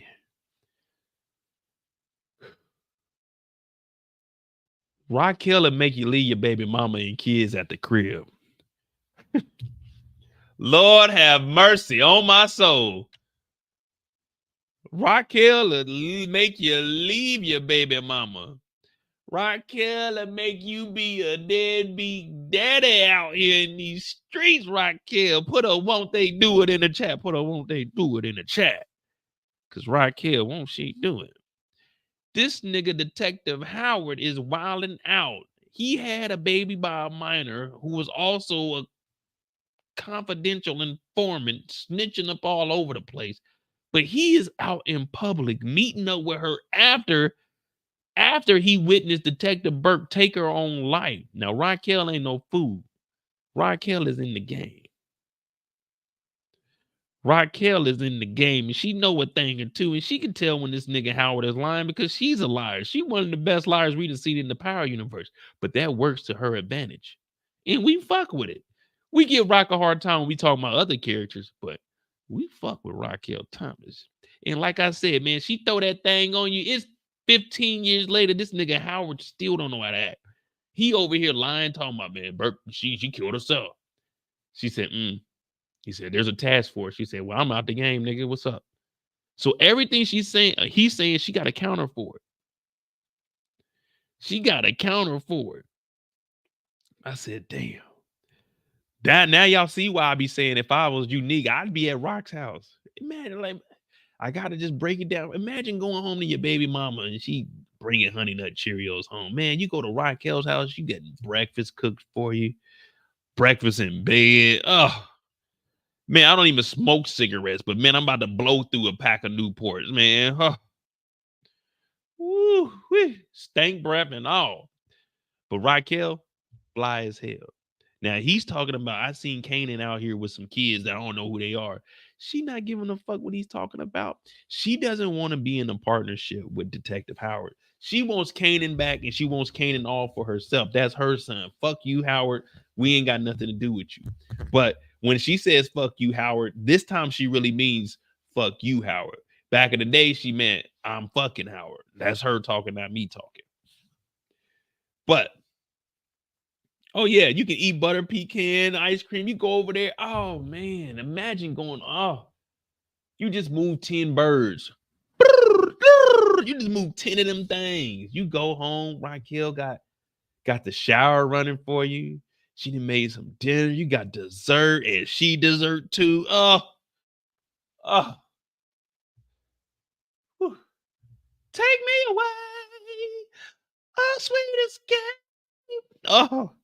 Take me over there. Howard over here. Now Raquel full grown. Pause. That sounds disgusting because we know what was going on. But Raquel full grown right now. And she in the game. She got a nice house. This nigga Howard over here, he mad as hell too. You know when the nigga hating. He don't want, he want that old thing back, but unique over there in that thing doing the shebang bang.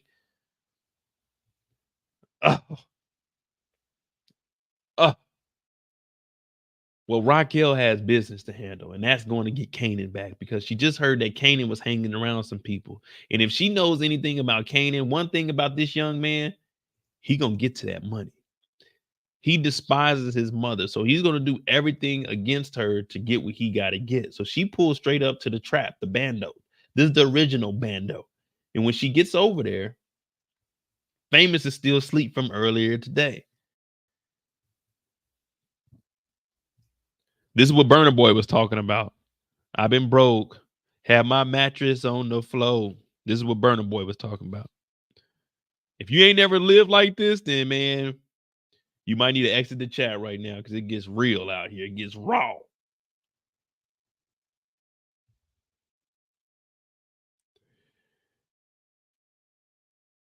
So he's waking up. And remember, he was supposed to go with Kanan over to Simrad, but we'll talk about Kanan in the end. Monet, I'm not Monet. Damn, I apologize, Rock. Rock shows up. Kanan, Famous, I hear you in there. Open up the door. He's, oh, hey, how's it going? He lying his ass off. You know, when you first wake up and, you know, they come in there yelling, hey, get up and do the trash, do the dishes. Well, now we see. So I was going to use this Corvette as a question too, but I was like, that'd be too easy. If I said ZR1, y'all would automatically knew it was a Corvette on the wall. That was too easy, so I didn't even bother. But remember, Tommy had all the maps. Kanan got all the maps, and he's telling everybody to learn the streets. But Raquel, she's just like us. She put on her investigative hat, and she's looking around like, what is Kanan up to? And Famous is saying, well, he's hanging with some new friends. The friends, I ain't know nothing about friends. Well, Rock said he's hanging with some new friends. He's like, friends? I ain't know Kanan had friends. She's like, okay. You want to play that game? You want to play that game? Listen here, Famous. Or should I say Shawn Figueroa? If you need anything, you and Kanan need to come to me. Now, what Rock is doing is the little gift trick. You know, she did the little gift with Jukebox. But someone explain to me what's going on right now. What is Rock doing? What is Rock doing? It's been a while since we mentioned this, but what is Rock doing?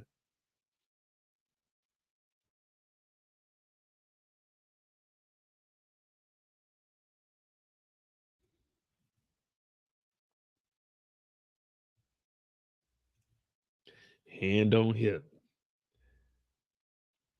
Hand on hip. We all know that hand on hip is you trying to figure out what the fuck is going on. I told you. That's the only thing. Hands on hip means three things. We know number one, you out of breath. Shit. Number two, you trying to figure out what the fuck is going on. So Kanan got friends, huh? You done got bad grades, huh? And number three, you done lost something.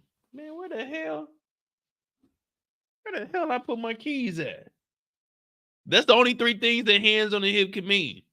And right now, I'm confused. I need to know what the fuck is going on with Kanan. Where's Kanan at, famous? He got some friends, I heard. He's like, friends? Oh, what? Somebody he's hanging out with, they go to school. We didn't see Kanan in the last 2 seasons. He ain't went to school not one time. Talking about he hanging with some kids from school. This is the longest weekend we've ever seen in TV history. Kanan ain't been to school since he been back. Remember they was in Virginia? His mama brought him all the way back to New York. Ain't went to school one day. We ain't seen this nigga Kanan read a book. We ain't seen Kanan turn in homework. We ain't seen Kanan go to school. We seen Kanan on the block. We seen Kanan sleeping on the couch. We seen Kanan in Polymer's guts. We seen Kanan at the house party. We seen Kanan high. We seen Kanan driving a Mustang. We seen Kanan cooking up crack. We seen Kanan selling drugs and making people OD. We seen Kanan shooting niggas. We ain't seen Kanan go to fucking school. This nigga said he's hanging with niggas from school. Rock is like, nigga, Kanan don't go to school. Kanan ain't been in school in years, nigga. You talking about hanging with kids from school? That's the best thing you could think of. Rock said, you know what? You know what? Here goes some money. You see Kanan, you tell Kanan anything y'all need, come to me. Come to me. I told y'all, Rock is in the game. She ain't stupid. She seen the maps. This nigga said he's hanging with someone in school. Kanan don't go to school, nigga. We ain't seen Kanan go to school except for the time when he beat the kid's ass with the damn battery sock. He talking about, there's gotta be some niggas. He scratching. There's gotta be some niggas from school, I guess. You gonna get us locked up.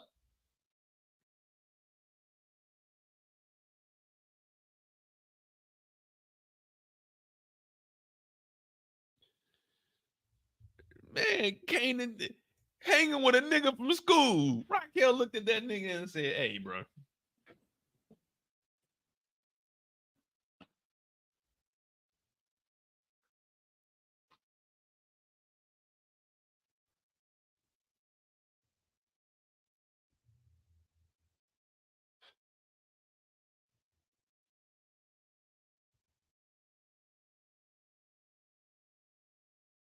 Hands on hip. You see that? Hands on hip.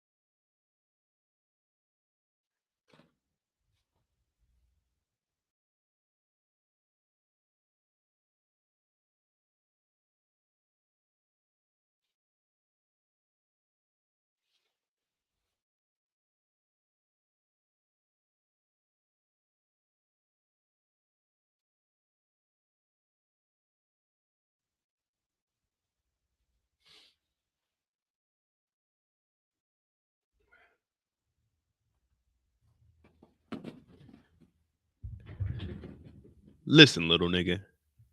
You and Kanan need anything, come to fucking me.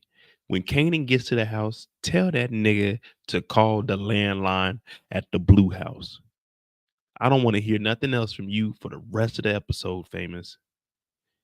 Don't tell me Kanan is hanging with niggas from school when my son doesn't fucking go to school. I haven't seen Kanan in weeks, but I know he ain't went to no damn school. I've been getting attendance slips at the house saying he's been truant for the last fucking month, Famous.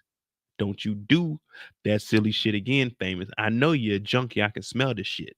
Smells like you been smoking some Bobby Brown. That's them boo-boo.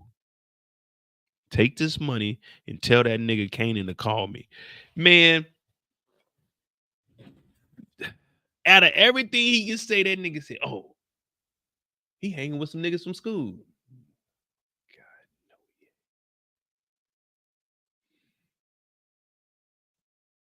no, he ain't. Damn. Would y'all believe Famous? But as she walks out the house, though, and look, as soon as she walks out, we hear Kanan say, when the police is after you, it is what it is. You know what I mean? When the police is after you, who cares? But when the feds is after you,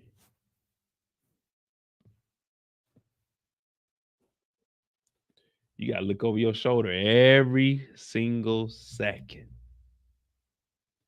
Every single second. Y'all remember way back when we first started having our rants, the feds ain't after you. I told you. There's a difference between the police and the feds.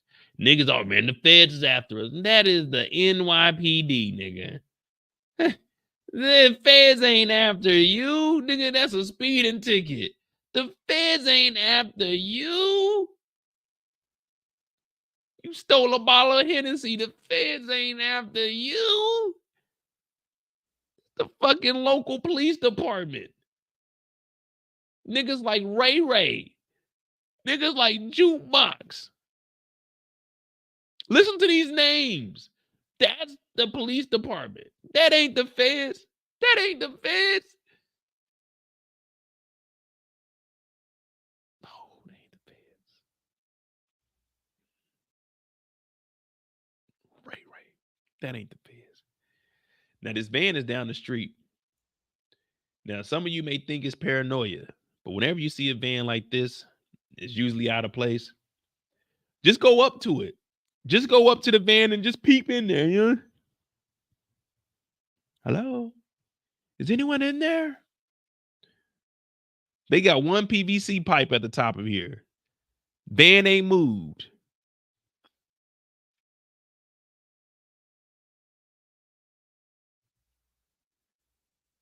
The feds, man. The feds, when the feds are after you, you gotta pay attention because the block is hot. The block is hot. I'm talking about it's hot.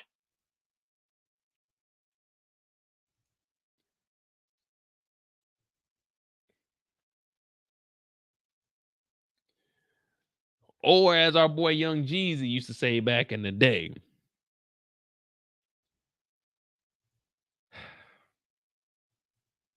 I said, I'm hiding the motherfucker right now. I shoot a dead in this shit right now. They thought I fell off, but I don't see how. Pull up in my car and the bitch is like, wow, it was me and Faye Beezy. He on 3 pills. Renegotiate, I need another 3 pills. Bitch, you better. Can't you see I'm froze? Better Raleigh's. What? Better Raleigh's. Huh? Better Raleigh's on me, so I pause for the pose. Yeah. Better Raleigh's on me, so I pause for the pose. Jeezy told us that back in the day.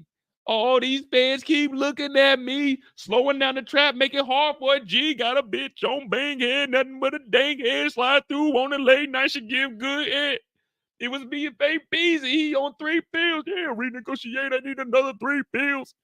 Jeezy told us this. All you had to do was listen to the lyrics.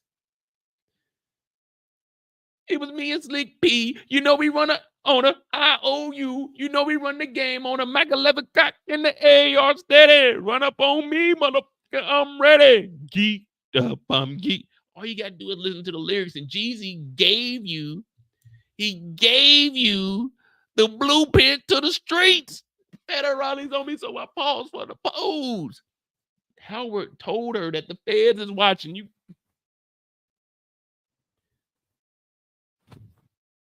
Shit, the feds is ever after me, nigga. I tell you one thing: when they show my picture in court, they be like, "Damn, that nigga was."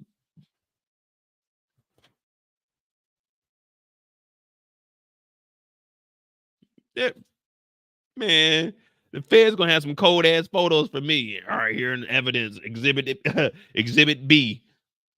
Yeah, man.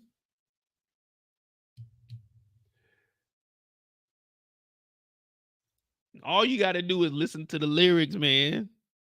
Federales on me, so I pause for the pose. It's really that simple out there, too. Now, Rockton gave that money up, and now she's headed over to see Jukebox. So one thing about Rock, oh yeah, I'm gonna be fresh as hell if the feds watching. That was my song, too. Shout out to 2 Chainz, man. I hope my dog doing good, man. That drunk driver hit his car this weekend, or maybe last weekend. I can't remember. I can't keep up with all that, but yeah, I hope he's good. Oh, it was this weekend. Well, the weekend that passed.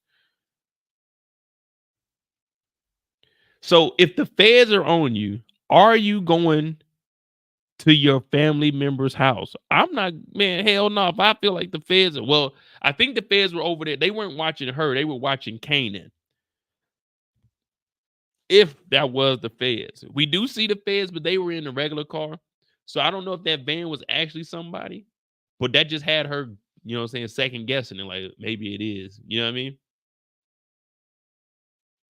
But then she pulls up, and we already know what happened with Jukebox. She came over there to support Jukebox. And we understand that the relationship that they have is kind of, it's her auntie, but at the same time, it's more of like a mother-daughter relationship because Rock does as much as she can for Jukebox. Like I said, they the only 2 females in the family.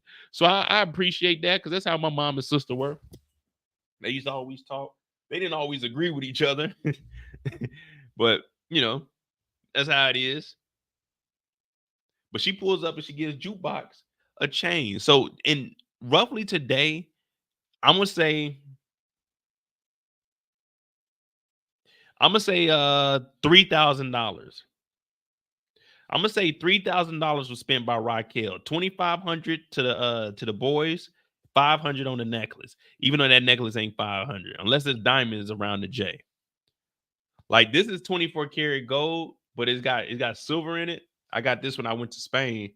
So this was I spent, was it 4? Well, it was 300 and I think 380 euro. So it's 24 karat gold, but then it got silver on it and it's got like this black part. But the black part started to rust because I was in the ocean with it. But I'm gonna get it clean one day. Or I'm gonna have to get the panels replaced on there. But that right there, gold back in the day, you probably got that for about a good 125, $200 maybe. But it look good though. It's clean. As long as it's gold, as long as it ain't, you know what I'm saying? Well, you try not to get hollow. Try to get solid gold. Don't get no gold plated because it's just silver on the inside with a little bit of gold flakes on the outside. I mean, if you want that. So this is 24, and then my necklace, this is 14. No, this one is 10. No. The small one is 14. The big one is 10. And then my grill is 14.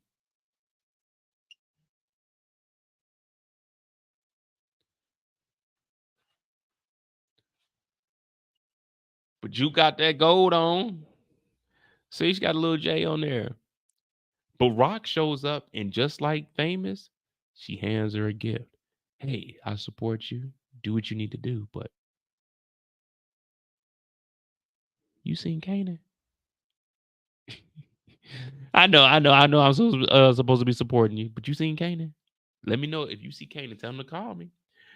Call me. Call me. You better call Raquel. Call her. Tell her you seen Kanan. Come on, come on, come on. So Rock is over here trying to get this information, but from here, She got to keep it pushing because the day just started.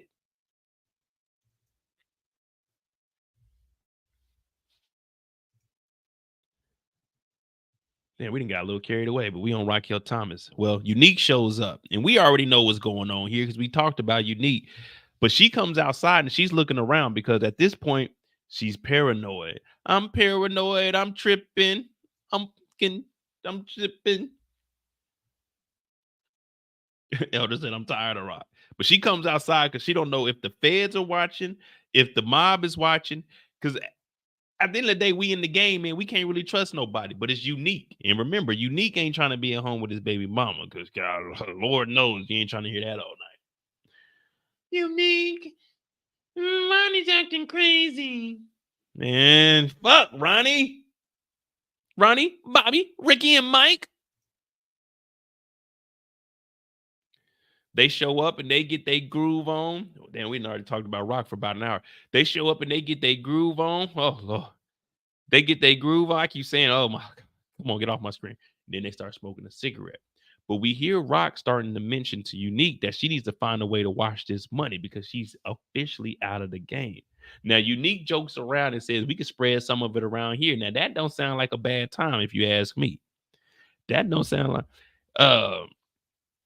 I ain't got that kind of money. So whoever the lucky lady is, you gonna come over here. We're gonna have like $17 on the bed. You gonna come over here. We're gonna have like $17 on the bed. We're gonna have the time of our life. I had the time of my life, and I never felt this way before. Yes, I swear it is true. I only wanna, yeah. You. But she's talking about a way to move this money around so she can officially get out the game, but still generate some money because you can't just walk around with all that cash. You remember the whole debacle when it came with buying the house. Remember she needed to produce pay stubs showing her income and that she was actually making money? Well, that's the same thing now. If she wants to get all that cash, which is liquid, you're going to have to launder the money. Now, when I was younger and I used to hear them say washing money, I legit used to think it was putting it in the washing machine. Now, the reason they put money in the washing machine is when you have new crisp bills, you want to make the bills look dingy and dirty. So that is one reason they put them in the washing machine. Now, you can't, old school style, you can't just put the bills directly in the washer, but you risk tearing them. So what you want to do is you want to put them in like a laundry bag and then throw them into the washing machine. Also, what you want to do is put some coins in there also because you want to kind of beat the money up, but you don't want to tear the money. So if you put like coins in there also, but you know what I'm saying, it'll hit the bills and that'll also make the money look older and look worn. But laundering money is basically taking clean money. I mean, I know we all know this, but I just like to talk about money and shit. So taking this dirty money, we're making it clean. So this is what they mean washing it. You got a legitimate business, which we're about to talk about. Raquel potentially buying the hair salon. So Rock is in at the hair salon, and the girls, they're talking about the owner about to lose his money through a divorce. That's got to be the worst thing ever. Going through a divorce and knowing you about to lose everything. So what you want to do before you get married, because you just want to protect yourself. This goes to male and female. Put your shit in the LLC and just, hey, don't even have your name on it because the divorce court can't deal with business matters. That's going to be a whole different issue. But he's about to lose everything because he thought life was sweet. Well, it was sweet on her half because she's about to get some money. So Raquel is in here and she hears, I forgot the lady's hair, the name that's doing the hair, but she's like, yeah, he needs to sell this because he's desperate. So how we're going to watch this money is just like we see in every other show that we watch. She's going to buy a legitimate business with cash.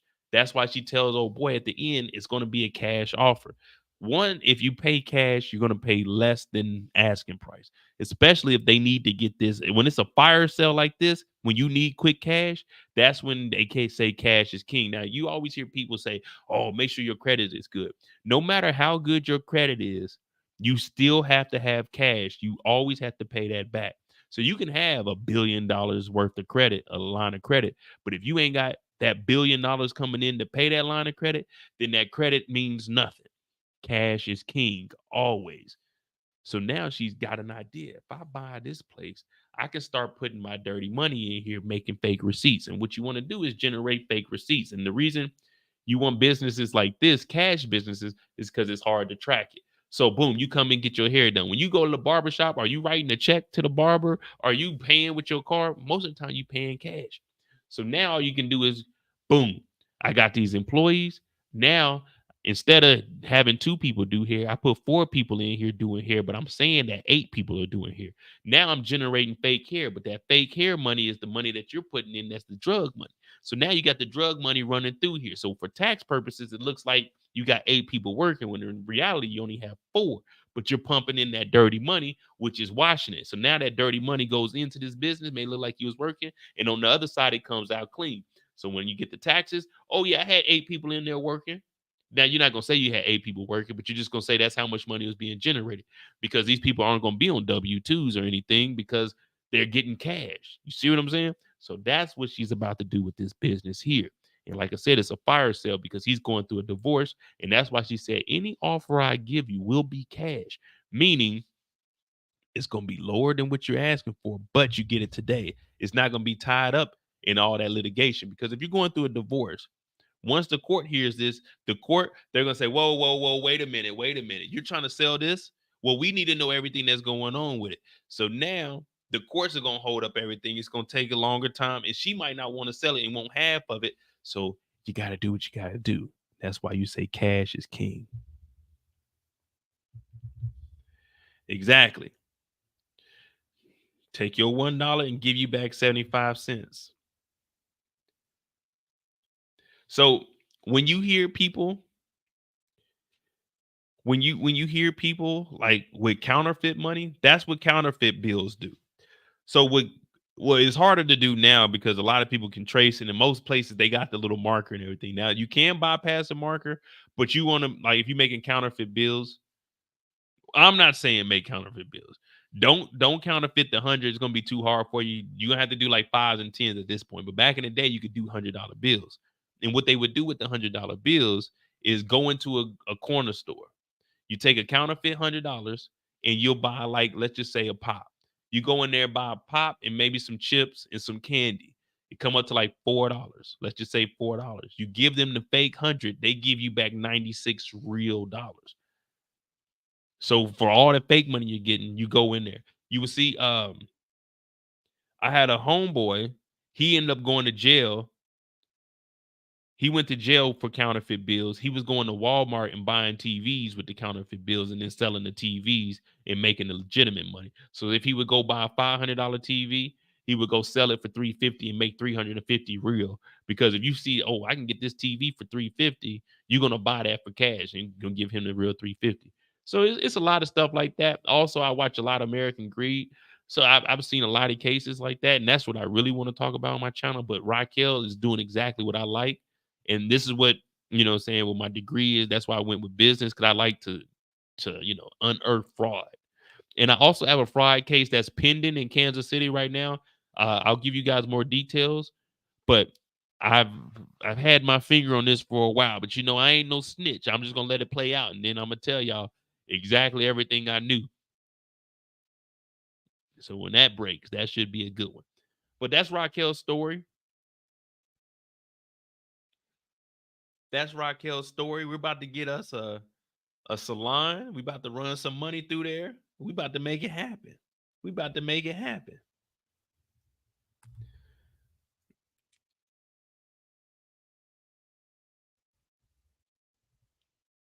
All right, young Kanan. We'll talk about Kanan, and we'll put, like I said, Howard's story was all right, but I mean, it really wasn't nothing. He did go talk to Adina, but that's the same thing he did when he did the funeral. He's lying. If you need anything, come holler at me. Ain't nobody trying to hear that shit. I know exactly where that building is, South 3rd Ave and East 2nd Street, Mount Vernon. See, that sounds complicated. South 3rd Ave and East 2nd Street. I'm used to street numbers, and then they intersect with street names.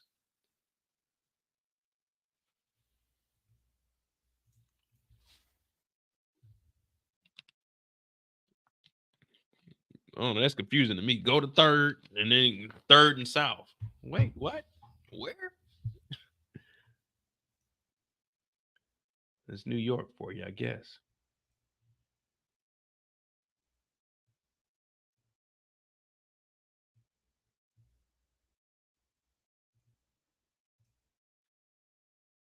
Money earning Mount Vernon. Okay.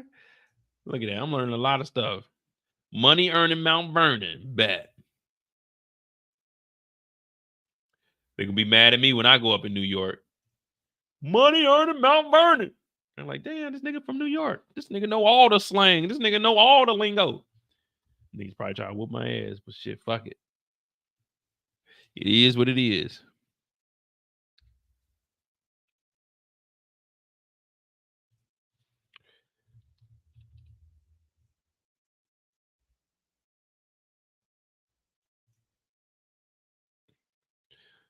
Tamika said, nah, that's Queens. Confusing as hell. Yeah, I was like, wait, so we got to go to South 3rd Ave in East 2nd Street. So is there a North and a West Street too?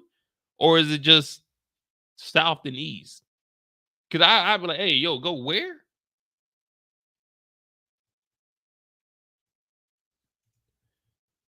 So it's South 3rd and East 2nd Street. So East 2nd Street.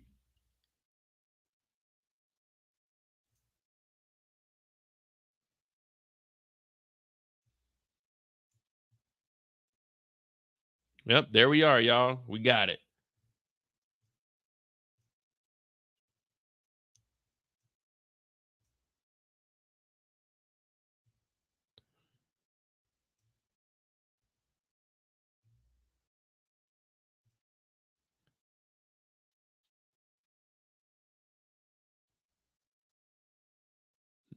Dang, Kiwi Kid wasn't lying. He gave us the exact location. Hey, look at Howard. Hey, look at Detective Howard, y'all. Look at Detective Howard right here. Let's see who this nigga is. Detective Howard going over the rock. Look, he blurred his face out. They blurred his face out. Detective Howard over here trying to buy some Sweet Life candy. Yeah, we got your ass, Howard.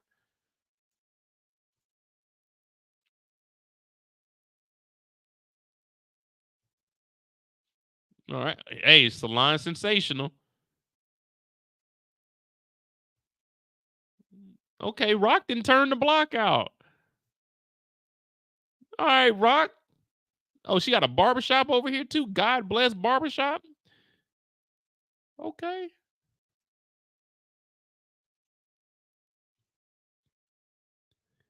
Latoya's Golden Beauty Bar. Damn. So you got the Latoya's Golden Beauty Bar. You got K&L House of Fashion and Tailoring. What does it look like? A trucking company? All Time Fuel. Wait a minute. We got some fraud on our hand. All Time Fuel. Yeah, now hold on. I might need to call them real quick. All Time Fuel. Let me see.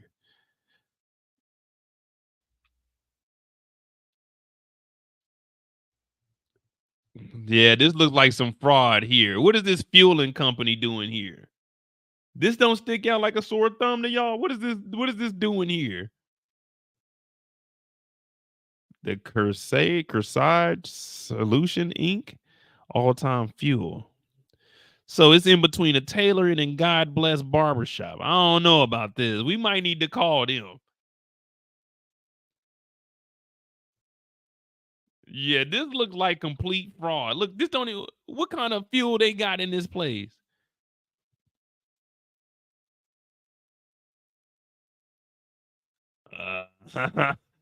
Hey, Kev, is this place ever open? I need someone from New York. Is this place ever open? I mean, this is from 2022, so last year. Is this place ever open? This might be a front right here. We might be on to something like legit.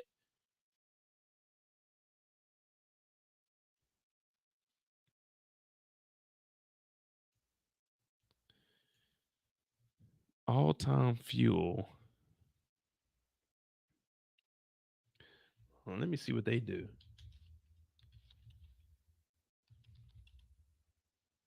All-time fuel solution, Inc., New York.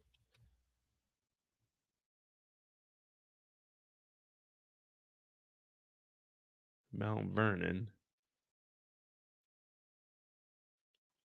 So it says All-Time Fuel is the leading provider of reliable, high-quality fuel in southern Westchester and the Bronx. Our commitment to great service. Well, it's got 5 stars.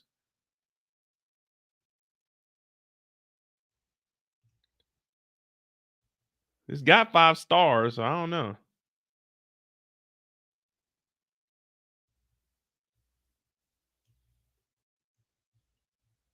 Well, if y'all in New York and y'all need some fuel, oh, here we go right here. It's a gas station. Wait a minute.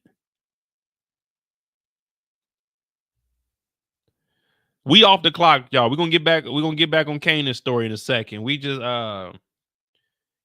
we kind of going down a rabbit hole right now. We trying to see, it says it's a gas station, but I don't see no gas pumps or anything.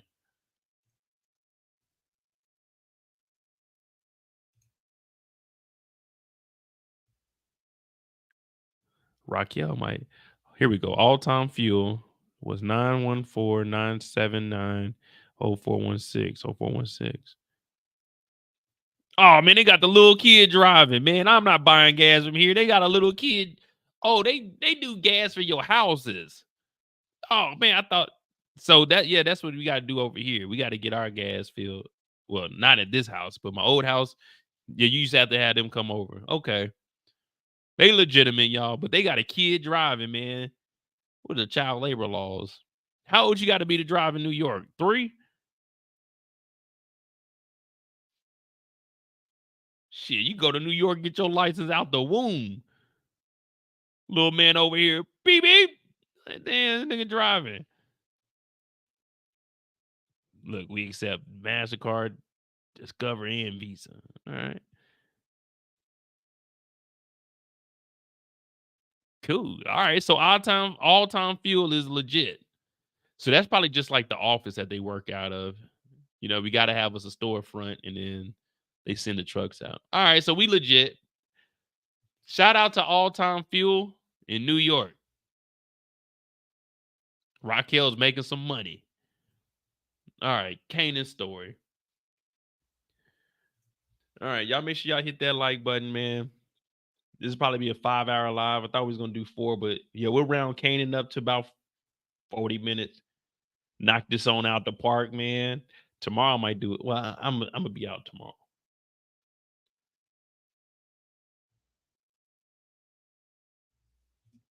I've been driving since 9. Uncle Tommy taught me.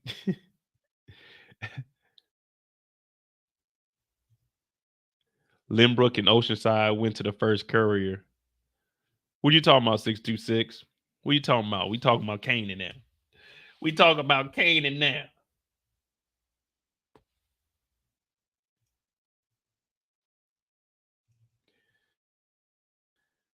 The first time we see young Kanan, he trying to wake Famous ass up. Famous, get up, nigga. We gotta go talk to Simrad, man. We gotta get this money.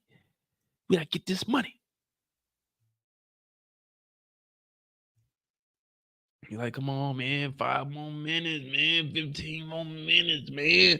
This how it was when my dad knocked on my door this morning. Hey, you gotta be at work at 6? No, nigga, 6:30, man. Get out of here.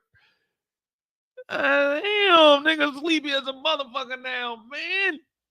Nigga done woke me up 25 minutes early. When I wake up in the morning, I don't get straight out of bed. The first thing I do when I wake up in the morning is stretch. My ankle be tight. I gotta loosen that ankle up. I gotta roll that motherfucker around. I'm talking about my left one, man. I tore that ligament in there. They didn't give me no surgery. It didn't heal properly. Motherfucker still fat like a goddamn tennis ball. Waking up like, I gotta stretch a little bit. You know how you see cats when they wake up in the morning? That's how I be waking up like, damn. This nigga done woke me up 25 minutes early. Now I'm in the bed, wide awake. My alarm going off. I'm like, God damn you, nigga. I felt just like Famous. Felt just like Famous. He talking about you gotta be at work at 6. Nigga, it's 5:45. I had to be at work at 6, nigga. You should have woke me up at 5:30. What I'm gonna do in fucking 15 minutes, man? Get the fuck out of my room. Get the fuck out of my face, Stanley.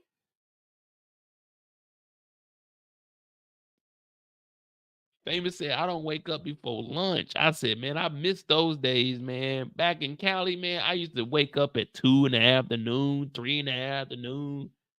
Oh, it was lovely. Now nigga got to get up before the sun get up, man. Oh, hell no. But Kanan, he was like, man, Famous, get the fuck out of here, bro. I'm gone. He goes over to Simrad. Now, Simrad, at first, he was hesitant on giving Kanan that work. He was hesitant on working with either one of them because he knows that Famous is a fiend, a dope fiend. The dope man. No, not the dope man. The dope fiend, nigga. She went from prom queen to prom fiend. Well, Kanan shows up and he's like, listen, Simrat, I got the business opportunity of a lifetime for you now. This investment, I want to talk to you at the ground floor. I want you to get in at the lowest price possible. If you like making money, if you want a better lifestyle for you and little Romero over here, then you want to invest in Kanan shipping. Now, what I have is a couple of couriers, and I'll take your product, put it in the courier's hand, and put the couriers on the road, and money will be made. I'm talking hand over fist money, moolah. Ain't nothing more important than the moolah.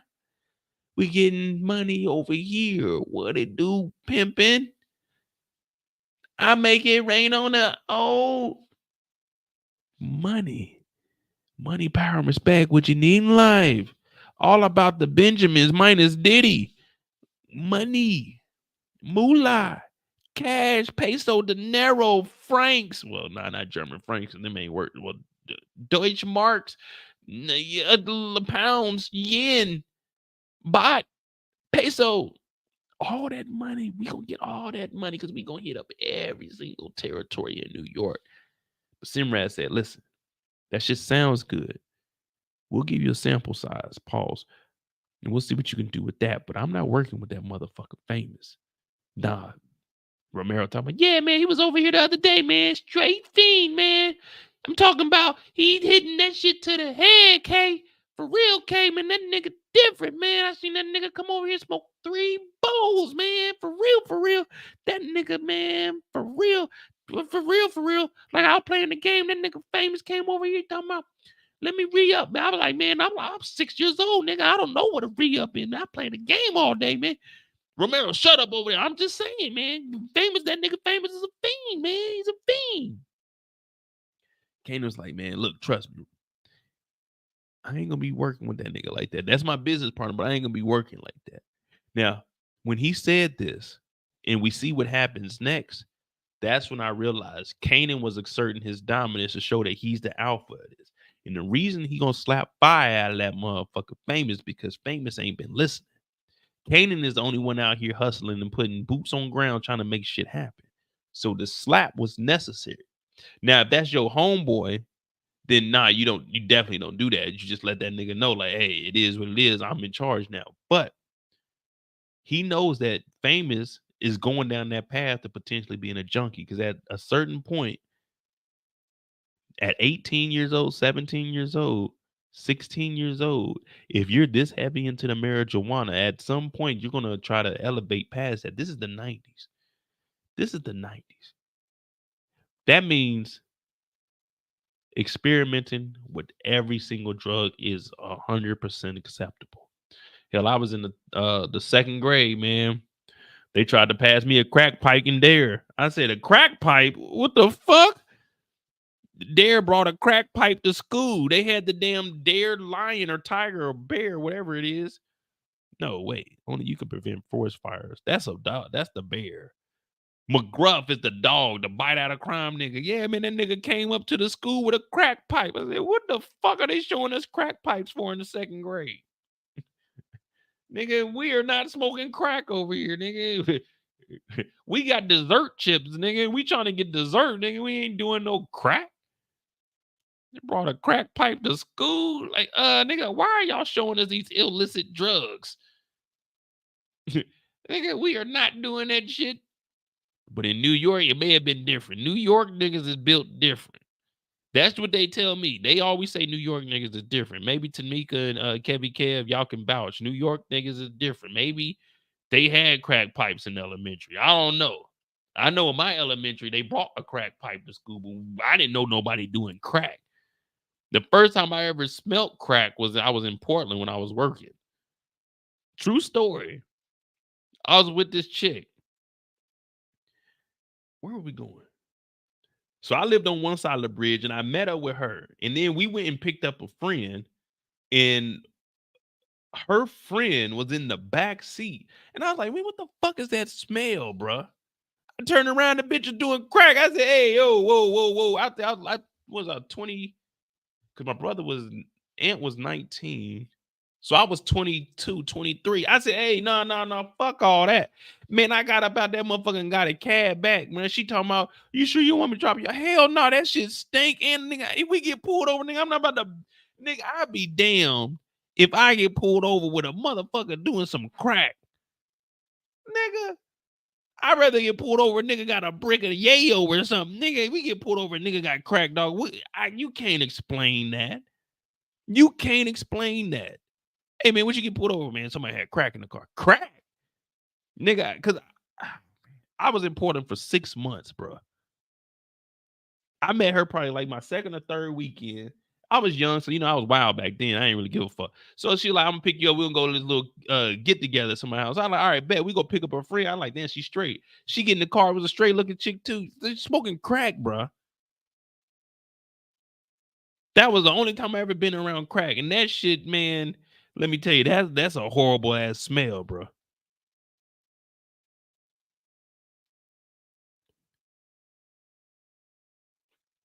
Dog, but you be surprised. In Portland, man, it's a lot of junkies in Portland. So in Portland, when you take the train, you go up under this bridge. Dog, this is the first time I seen this many like bums, bro. Let me see what this place is called, man. I know we talking about Kanan. But shit, we talking about drugs too. Portland Bridge with junkies.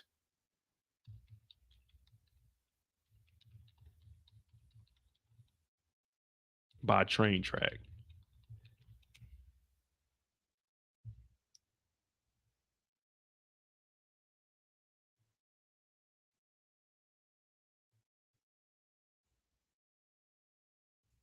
Is this it?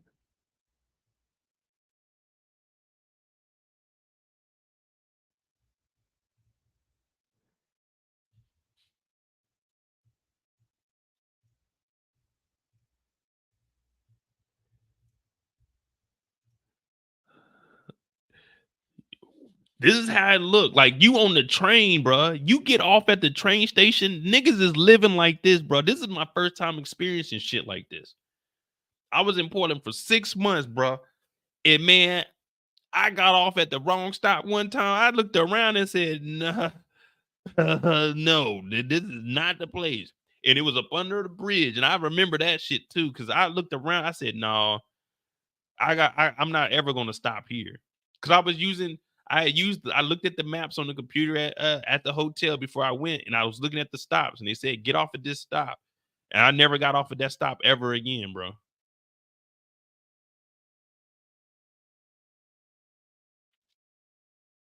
He said you can Google junkie location. No, I just remember that it was a heavy like homeless population there. And that, man, I ain't gonna lie to you. I seen some shit up there. I was like, man, no, hell no.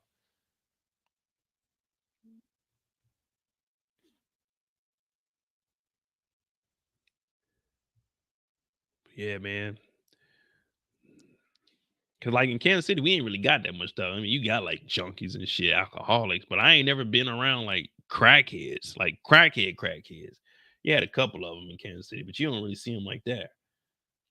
But Kanan's over here, and we know that Famous is a fiend, and Romero, he ain't having it. He ain't having it.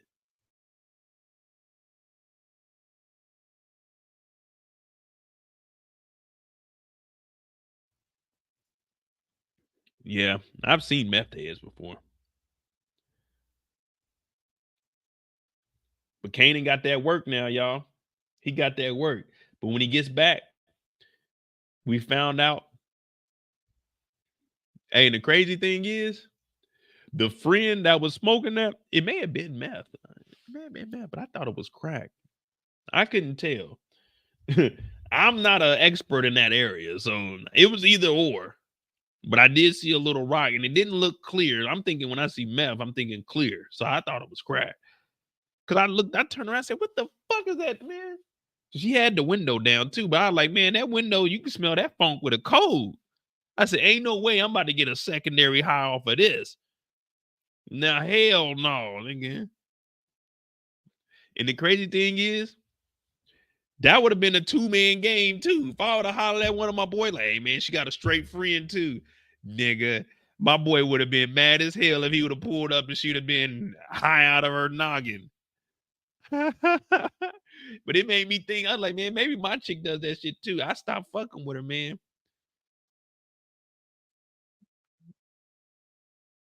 I got hella stories, man. There was a hey, my boy would have been mad as fuck. But it was just me up there at that time. So it was me and this white guy. It was me and this white guy that I used to go out with him, pause. Because we were the only younger ones. And I was like, man, I'm gonna hit the club. So I used to go out there and network and shit. So I would go downtown. But I was with him, but I had the chick and she had a straight friend because she was like, I'm gonna pick up my friend. I definitely wasn't bringing him, man. That nigga scare off the hoes. And plus, like, man, that nigga wasn't about to get on the hoes. That nigga was on some other shit. But you know, you still need someone to go out with. You know what I mean? So you ain't walking around looking like a fool by yourself. But now I'm older. I don't give a fuck. I be out solo by myself and just kicking it. But anyway, what were we talking about? Oh, the money. But there was a time in Montana too. I went out and I met this chick. Well, that's the same place where I met that 31-year-old and I was 19. And I had to help her kids do homework. I was like the stepfather. But they were only like fucking 6 years younger than me, so it was kind of weird, but who cares? Who knows? But yeah, I had this chick and they said that was Mr. Big's girl. I was like, Mr. Big. And I was like 19. No, I was 20 at the time because I wasn't old enough to get in the club, but I had a fake ID. And I had met this chick. She ended up coming back to the crib with us to the hotel. Nothing happened though. We went over to Taco John's and I got a bowl of tacos. Well, I got tacos and I got the bowl of tater tots because these had tater tots. But she was drunk. You know, I don't really like mess with drunk girls like that. So one of the dudes had walked by because it was 6 of us up there. It was 3 girls and it was 3. Well, no, it was 7 because it was 4 guys. Casey, my boy Dave. Dave was our boss, and then me and my brother. And then we had the girl Espy, Cassie, and then this other girl. So we all went out, and then me and this chick, we were cool, we were talking, but she ended up getting too drunk. But we got to the room, a dude that was staying in the hotel, like, oh man, that's Mr. Big's girl. I guess he tried to holler at her. Man, she was like, fuck Mr. Big. This motherfucker took my tater tots and threw them. I said, hey, man. So I kicked her out there. I said, hey, man, because we all came back to chill, hang out. This motherfucker took my tater tots because a nigga that walked by the door said, that's Mr. Big girl. On everything I love, she took my tater tots and threw them. The next morning, well, not the next morning, but like a couple of days later, I went through my bag. Tell me why. It was motherfucking tater tots in the bottom of my suitcase, man. I ain't gonna lie to you. I was pissed. I wanted them tots, man. We drove all around, and Taco John's was the only place open. I got 2 soft tacos, I remember it, and I got a large bowl of tater tots. That motherfucker threw my bowl of tater tots. I said, man, get her out of here. Get her out of here. No, y'all think I'm lying. Y'all think I'm lying.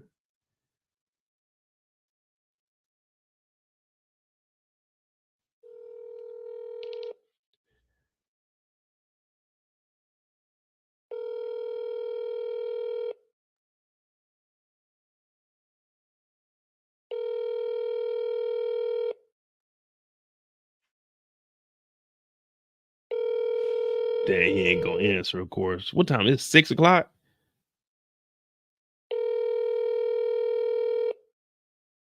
Damn, I was trying to call my brother because he was there. He was like, man, chill. I'm like, nigga, I spent that money on them damn tater tots, man. I wanted them fucking tater tots. That motherfucker took her hand and she gripped the whole money. Now when I'm thinking about it, that's kind of crazy. She had a big ass hand and she could grip a large. She was probably only like 5'5". I'm just thinking about now. That motherfucker took my whole bowl of tots and threw it. I ain't gonna lie, I was so fucking mad, man. That pissed me off, man. My fucking tater tots, bro. Oh, that's Mr. Big Girl. Just fuck Mr. Big. You threw the tots. I'm like, man, the fuck, bro. It was, man. I'm drunk, so I'm like, all right, man, I'm trying to go to sleep. I'm trying to get something to eat. Because we all came out to hang out. And she had her homegirl with her. It was two of her homegirls. It was a white girl, and then I guess the other girl was mixed. And then it was her. But they were all hanging out because they knew our co-workers because they had met them before. So I'm like, all right, bet. We all go chill, man. We get to the room. This motherfucker, fuck Mr. Big, throw the tater tots. I wanted to say, who the fuck are you niggas, man? It was just some random niggas that walked through in the hallway. Oh, this Mr. Big Girl. Man, who the fuck is Mr. Biggs, nigga? I know this nigga Mr. Biggs. If you were watching this live, nigga, you owe me $5. I tell you that. Plus interest, nigga. You owe me $25, nigga. Them tots and the cleaning service, service fees. You owe me $50, nigga. That bowl of tater tots is in my goddamn bag, nigga. It was like 6 of them. Yeah, I remember. We was in Montana, Billings, Montana. I remember it.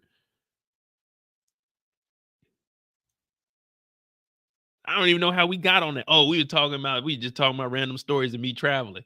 Man, when I used to be on the road, it used to be a lot of wild shit going on. None of that Diddy shit. Like everything was consensual with us.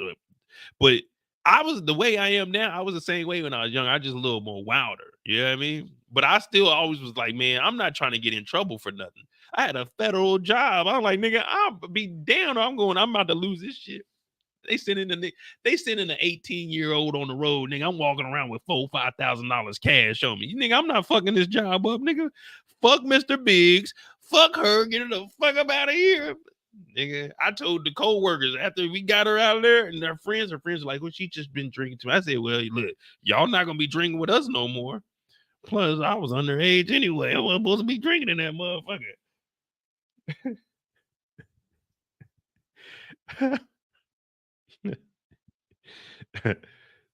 So, man, let me finish up this damn show, man. I was going to tell y'all how I got the 31-year-old, man, but fuck it. I'll tell y'all that story at the end. We got to finish this story. We on the clock. Kanan slapped that nigga Famous. This is what I was going to do to that nigga Mr. Big. Let Mr. Big show up and say that was one of his girls. I didn't even know what they meant. One of his girls. Hey, what, you a working girl? What the fuck you mean one of his girls? And who the fuck is Mr. Big? Nigga, we in Montana. Ain't no Mr. Big up here. You Mr. Regular, nigga. Fucking Montana. Shout out to Montana, though. I love Montana. My first trip was to Wolf Point, Montana, a.k.a. Stab City. That was my first ever trip with my job. But Famous is in here. He going off on Romero.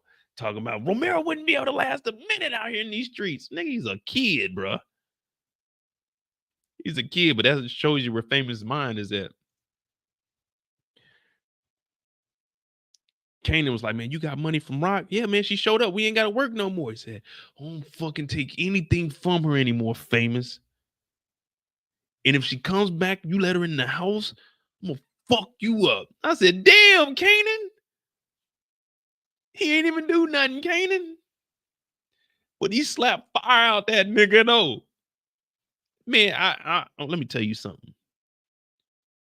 If I'm Famous, Kanan may have whooped my ass, but I guarantee you one thing. As soon as that nigga slapped me, we would have been in this bitch fight. I ain't never been slapped in my life and never reacted with a goddamn combo. Now, I done got my ass whooped a couple of times in life. I ain't no undefeated nigga. But I tell you one thing, ain't no nigga ever slapped me and we ain't get the tussling. I tell you that. That's one thing I can guarantee. I've never been slapped in my life. I've been punched in the face. I got kicked in the face and I got jumped once, but I ain't never been slapped. I guarantee you, nigga, win, lose, or draw, nigga. If a nigga ever slap me, nigga, just reaction is we gotta go at it. You gonna have to whoop my ass now. At this point, we just gotta go at it. But he slapped the hell out of this nigga Famous, and I said, yeah, nigga, get that. Look at this nigga face. I said, yeah, nigga. Yeah, nigga. That's what we've been waiting on. This is the fucking Kanan we've been waiting to see. He slapped the shit out that nigga, said, let Raquel come over here again, nigga. I slap fire out of you, your mama, your sister, anybody Famous. You ain't famous, nigga. You work for me, nigga. This is my band, though, you bitch ass nigga. He slapped the hell out of Famous. I said, yes. We've been waiting to see this whole time. Everybody's been telling me, man, my old Kanan bossed up. Like, no, that nigga ain't bossed up yet. Kanan ain't Kanan. Kanan is just K. Now it's okay? Yeah. Well, back out. Okay, Kanan, I'll listen. Yeah, it ain't just K no more. It's okay, Kanan, I'll listen. That's what you got to do sometimes. Sometimes you got to walk up close to him. Get real close. You don't want to extend your hand all the way out. When you watch those slapping competitions, they not locking the elbow and slapping like that. Now, you want to get real close. You want to get real close so the palm will get on that cheek right there, kind of lodge it up in that jaw, and you get close enough where that elbow is bent right there, kind of, not 90. You might break your elbow. You want to go down. You want to get to about 110 to 120, and you slap fire out of motherfucker. You let them know straight up right then and there. It is no longer K. It is okay, Kanan. What do you need me to do next? That's how you walk up on them. You let them know. You see Kanan slap the money out of his hand. That's when you know a nigga's for real. If a nigga don't care about the money, that's when a nigga is real. I didn't care about the money. I cared about the tots. It was real. I said, give me your phone. Call this nigga Mr. Big. Tell him right now, get over here. It's time to squabble. Nigga owe me some tots, nigga. It is on. Kanan slapped the hell out of Famous. I guarantee we ain't gonna see Famous doing no silly shit no more. Yeah. Nah. He ain't Will Smith. Nah. Will Smith slapped that nigga Chris Rock. Chris Rock got back to talking. This nigga Famous got slapped. We ain't hear this nigga talking till that nigga lit that cigarette up and talking about we getting money over here. Hell no. This is what the Migos say, some straightening. This nigga Famous ain't say nothing out of that. He said, I'm gonna fuck you up. Don't let her over here. Don't take none of that money. Now, this ain't no Will Smith. No. Chris Rock was still standing. Chris Rock went on to host the whole show. This nigga Famous ain't say nothing else. He just said, fuck it. You right. That's on me. Yeah, that's me. That's me. I fucked up. Hey, y'all. Players fuck up. Players fuck up. But that's what we been wanting to see, man.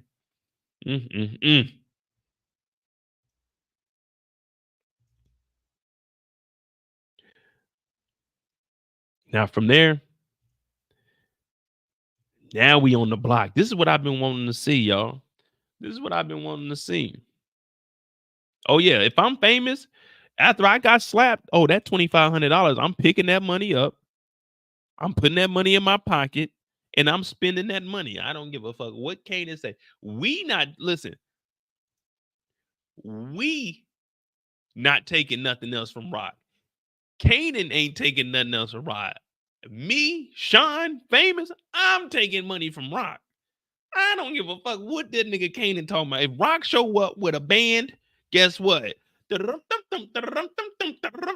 I'm in the band today, then, nigga. I'm taking that motherfucking band. I ain't seen Kanan miss Raquel, but I'll let you know.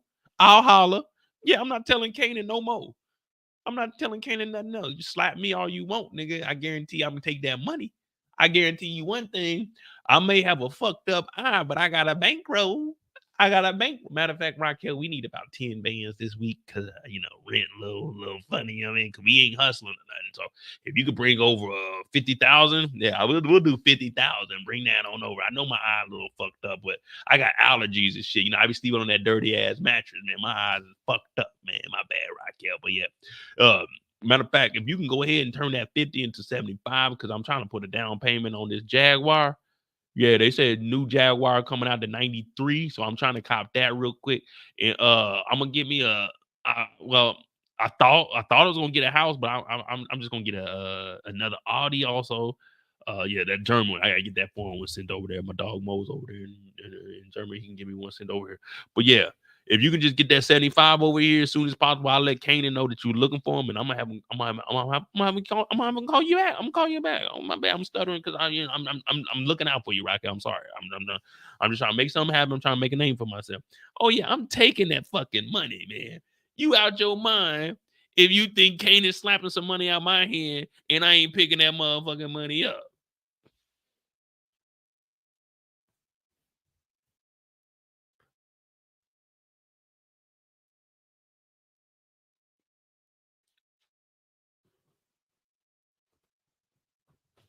Man, please. Nigga, I'm taking that money, nigga.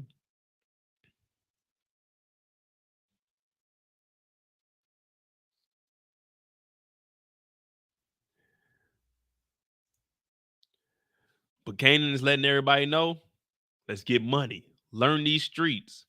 Learn the ins and outs because they were giving us a foreshadow. If you watch the trailer, then you know what we're talking about. But right now, we're talking about Kanan's story and what's going on right now. He said, look, this is what y'all got. And if y'all need to re-up, y'all should be good for a day or two. But if you need to re-up, come back. And also, remember where Simrad's house is because I'm not writing it down. Kanan is smart enough to know not to document anything. But then Kanan goes and documents everything. But if you guys wanted to know, what is the number for Lynbrook in Oceanside? What is the number for Lynbrook in Oceanside?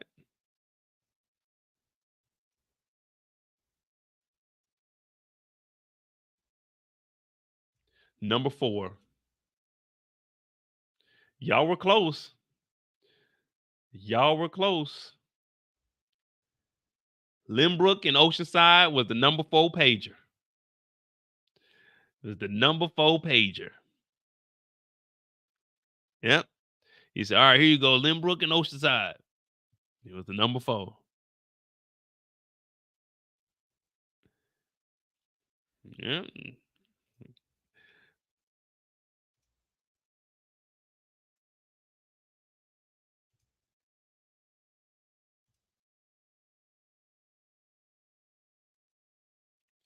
Yeah, no, that's not Ghost and Tommy. Ghost and Tommy, they in elementary at this point because Kanan's what, 15, 16. So that they like 10 years old. Yeah, that ain't them.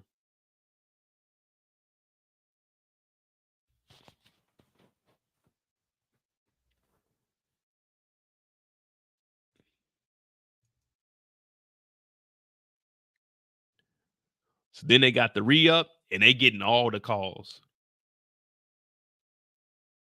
Getting all the pages. Hey man, we need more. We need more. We need more. Kanan looking around like, damn. We getting money over here. Now I wanted to see if we can get some eyes on. You know I had to do it. Hold on, let me see. Let's see if we can see anything on here. Anything worth noting.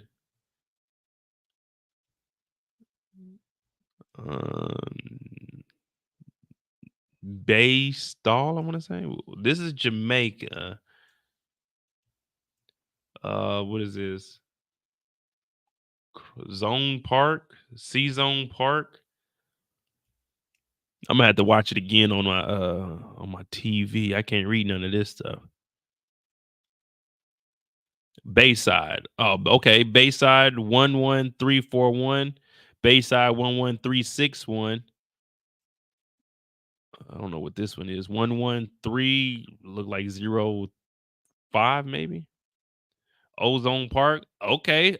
We got Ozone Park. We got Jamaica. We got 2 Baysides. Corona.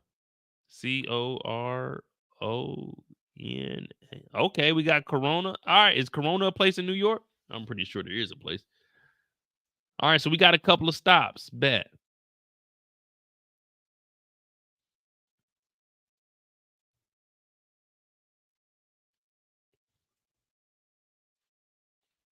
All right, cool. So this is the second page. I'm gonna go back and try to get a screenshot of the first page and just see if there's anything we can. Well, let's see. Maybe we can. Oh no, we can't see nothing on this one.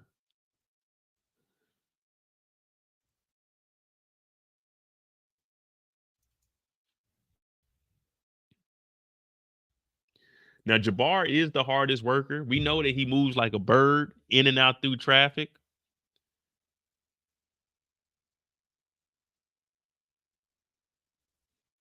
And they see that Ronnie is watching. Now, Kanan does know who Ronnie is, and that goes into our theory of maybe Ronnie being Breeze.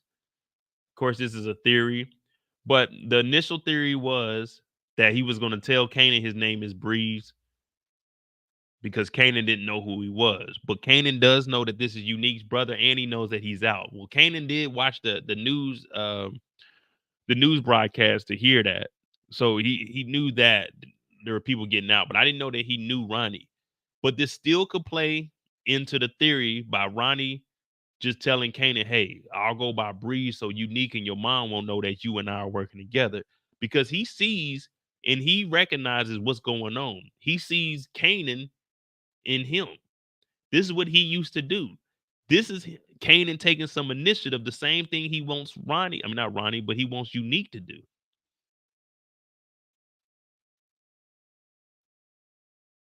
So he may seem weird, but Javon, not Jabbar. I thought they said the nigga name was Jabbar. When we gonna keep calling him Jabbar. Javon is too hard to remember. Jabbar. I remember Jabbar because Jabbar used to be with Soldier Boy.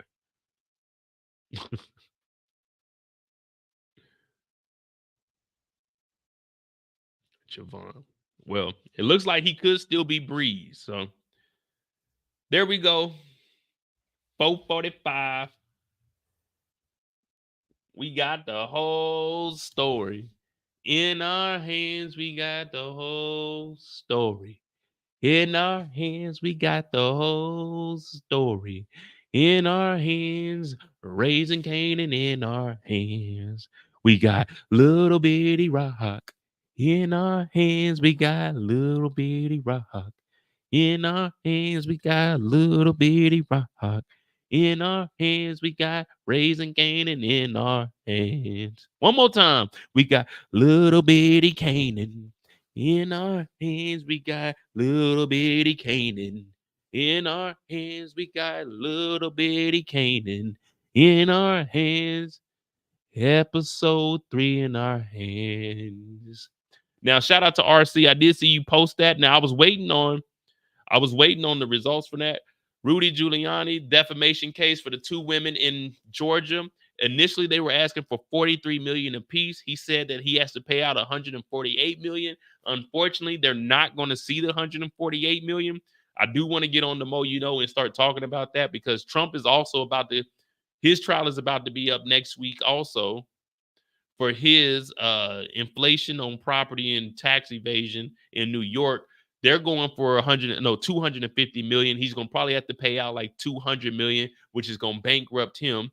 Rudy Giuliani is already going bankrupt. So this 148 is going to bankrupt him, but they're going to probably try to appeal it and knock it down to something reasonable. So 148, they're going to probably say around like 60 or 70, going 30, 35 a piece. So I do want to keep up on that because we're slowly but surely watching all of this unravel in front of us. This is American history. Whether you like Trump or not, I don't personally have a dog in the fight. I don't give a fuck. But to me, I do find it very intriguing that we're watching a former president go down in flames. Like, this is American history. It's amazing. You're never going to see this shit again. So, regardless of where you stand on your political standpoints, me, I just like to look at the facts. I mean, the nigga was lying. He's already been found liable. We just got to figure out how much you got to pay. So let me look that up real quick. Yeah, I do like the pocket watch, but it's not pocket watching because this is so for Trump's inflation case in New York is up to 250 million. The DA wants 250 million. So that's how much he'll be able to pay. And also Trump, depending on what the judge decides, won't be able to do business in New York. So after this case, he probably won't be able to do business in New York ever again. So on top of the $250 that he's going to have to pay for the inflation, he won't be able to do business. So every Trump building that you see in New York, it's got to come down. Well, they've already been tearing his name off his shit. The dude's a crook. You know what I'm saying? It ain't a legend no more. The dude's a crook. But let me see. Before I get into all of this, because I'll do this on the Mo You Know, because it's more like business stuff. But what y'all got for Raising Kanan? Anything else? Anything else? What up, Brillo? Hey, I'm about to drop the link. Brillo, join real quick before you do your live. Or if you're going to do it live. See what Brillo got to say about it.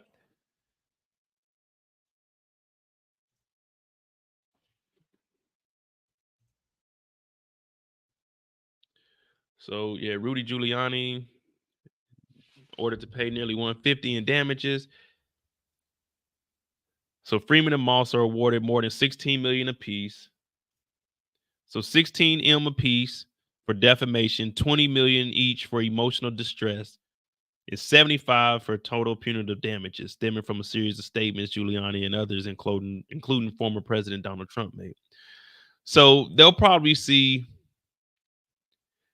They'll probably, like, on some real shit, they'll probably see about $2 million a piece. They're not going to get all this other money, though. It's unfortunate, but I mean, that's just how it is. He ain't got that kind of money. Now, hopefully the judge will tell him that he can't file for bankruptcy. Even if he does, he still has to liquidate everything that he has in order to pay this. Here we go. Verdict in Giuliani case joins other high-profile defamation payouts in recent years. D.C. jury on Friday ordered Giuliani to pay more than $148 to 2 Georgia election workers for the harm caused in the defamatory statements he made in 2020. All right. So Alex Jones, we knew about him doing the $1.5 billion that he had to pay out, but they settled for $85 million because you're not. Of course, it's on paper. Y'all always talk about paperwork.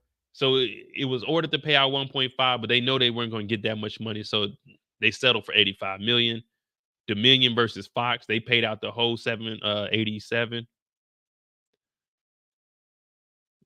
That right there, they definitely had to pay that out. But Amber Heard, Johnny Depp, well, we don't care about that.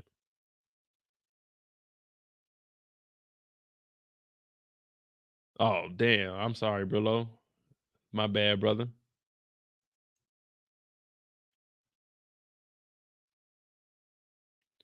It was one of your students? If you don't mind me asking.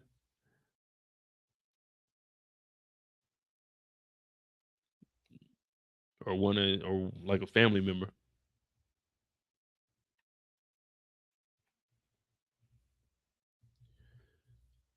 Either way, my condolences go to you, man. Damn.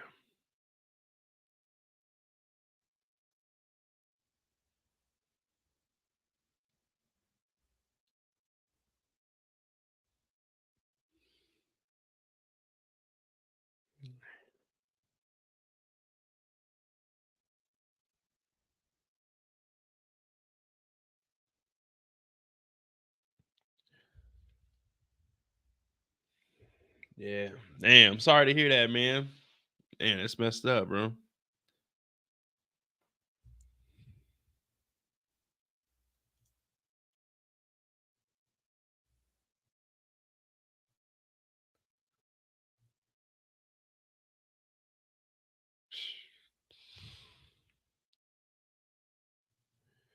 Let me hear what this fool Giuliani got to say. Give me a second, y'all. This is free time, so if y'all got any questions or anything, it's basically just because it's 1 o'clock. Yeah, if y'all got, let me hear what this fool got to say.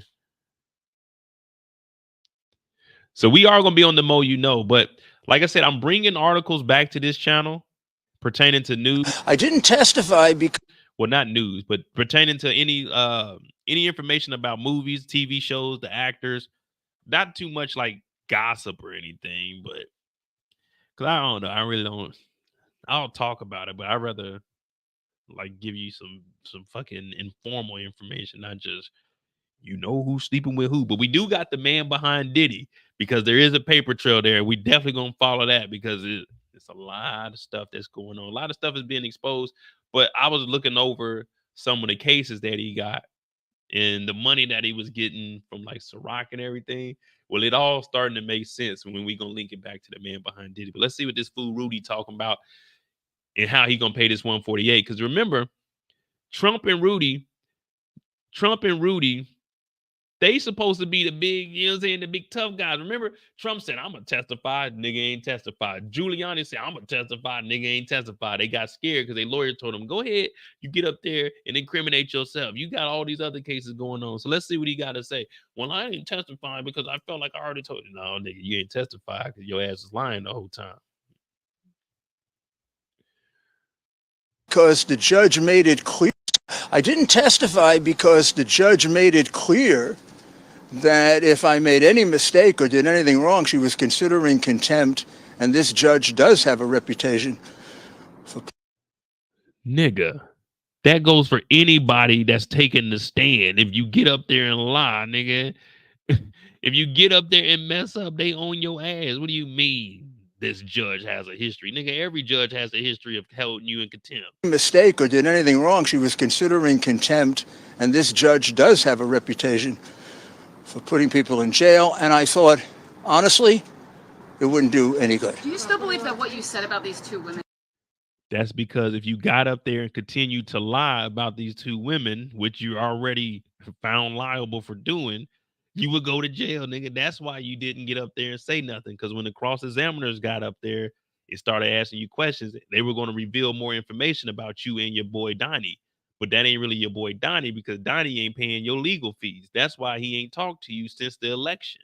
Now you're in all this shit because you thought you was going to stick up for Donnie, but Donnie turned his back on you, and Donnie continued to scam his followers by collecting money through fundraisers. This is alleged, but I read the whole thing, and we seen that if you don't read the fine print, your ass will get charged 3 times within the span of 2 weeks.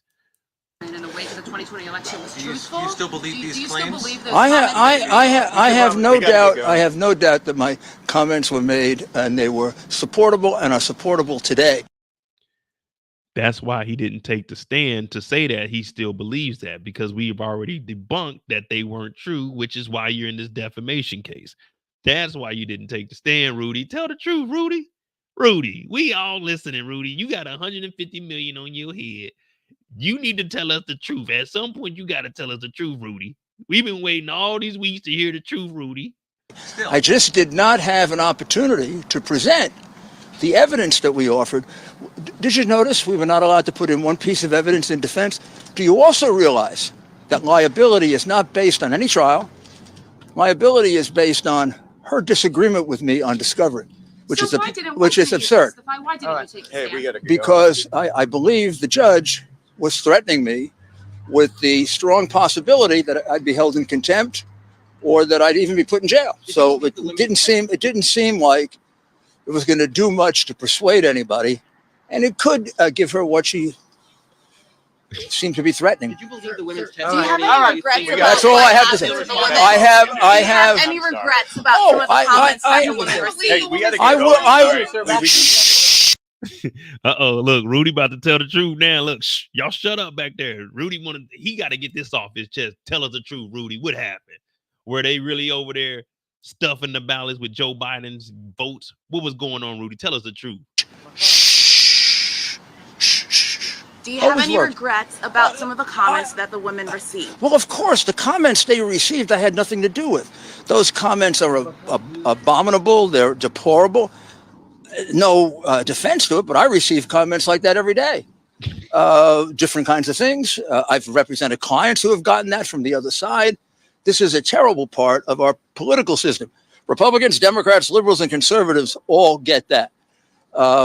My comments weren't that. And I think that was also a very unfair part of it, because my comments had no connection at all to those. There were thousands of things in the press about this, of which mine were a small amount.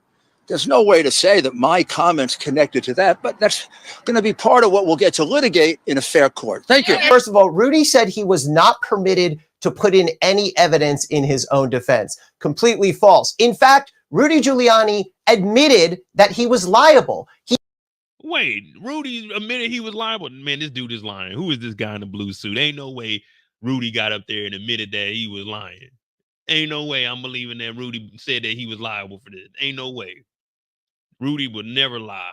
He gave up his right to have that portion of the trial. An unusual move, but he said, yes, he and his lawyer put in papers saying, we're not contesting, this was defamation. That was his own choice. Then, in the trial we just had about damages, he had ample opportunity to put in evidence in his own defense. He did put in some evidence in his own defense. He just chose not to take the stand, which I guess brings me to point two. He came up with this convoluted explanation that the reason he didn't take the stand is he was afraid that menacing him with threats of contempt and prison. I mean, that's all in his mind. The judge said nothing to indicate she was going to imprison Rudy Giuliani. That is a complete fantasy world. And finally, one point that Rudy Giuliani said, he said, well, they got these threats, but I get these threats every day. Republicans, Democrats, people get these threats every day. I mean, first of all, that's not true. The threats these women received were particularly vile, racist, and virulent. But the other thing is, all right, that's enough. Rudy ain't paying that 148. Rudy, call me. I got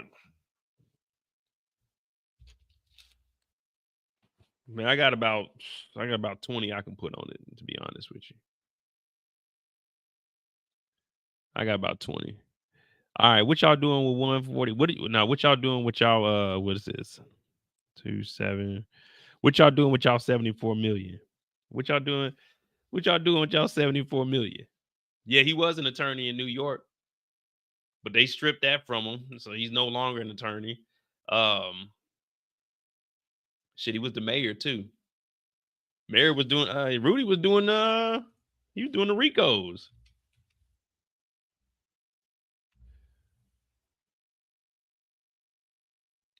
Yeah, Rudy was behind the Ricos. He was the pioneer.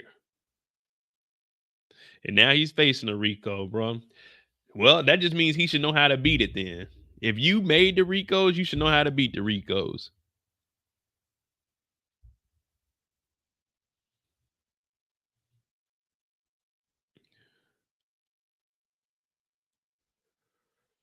Oh, man.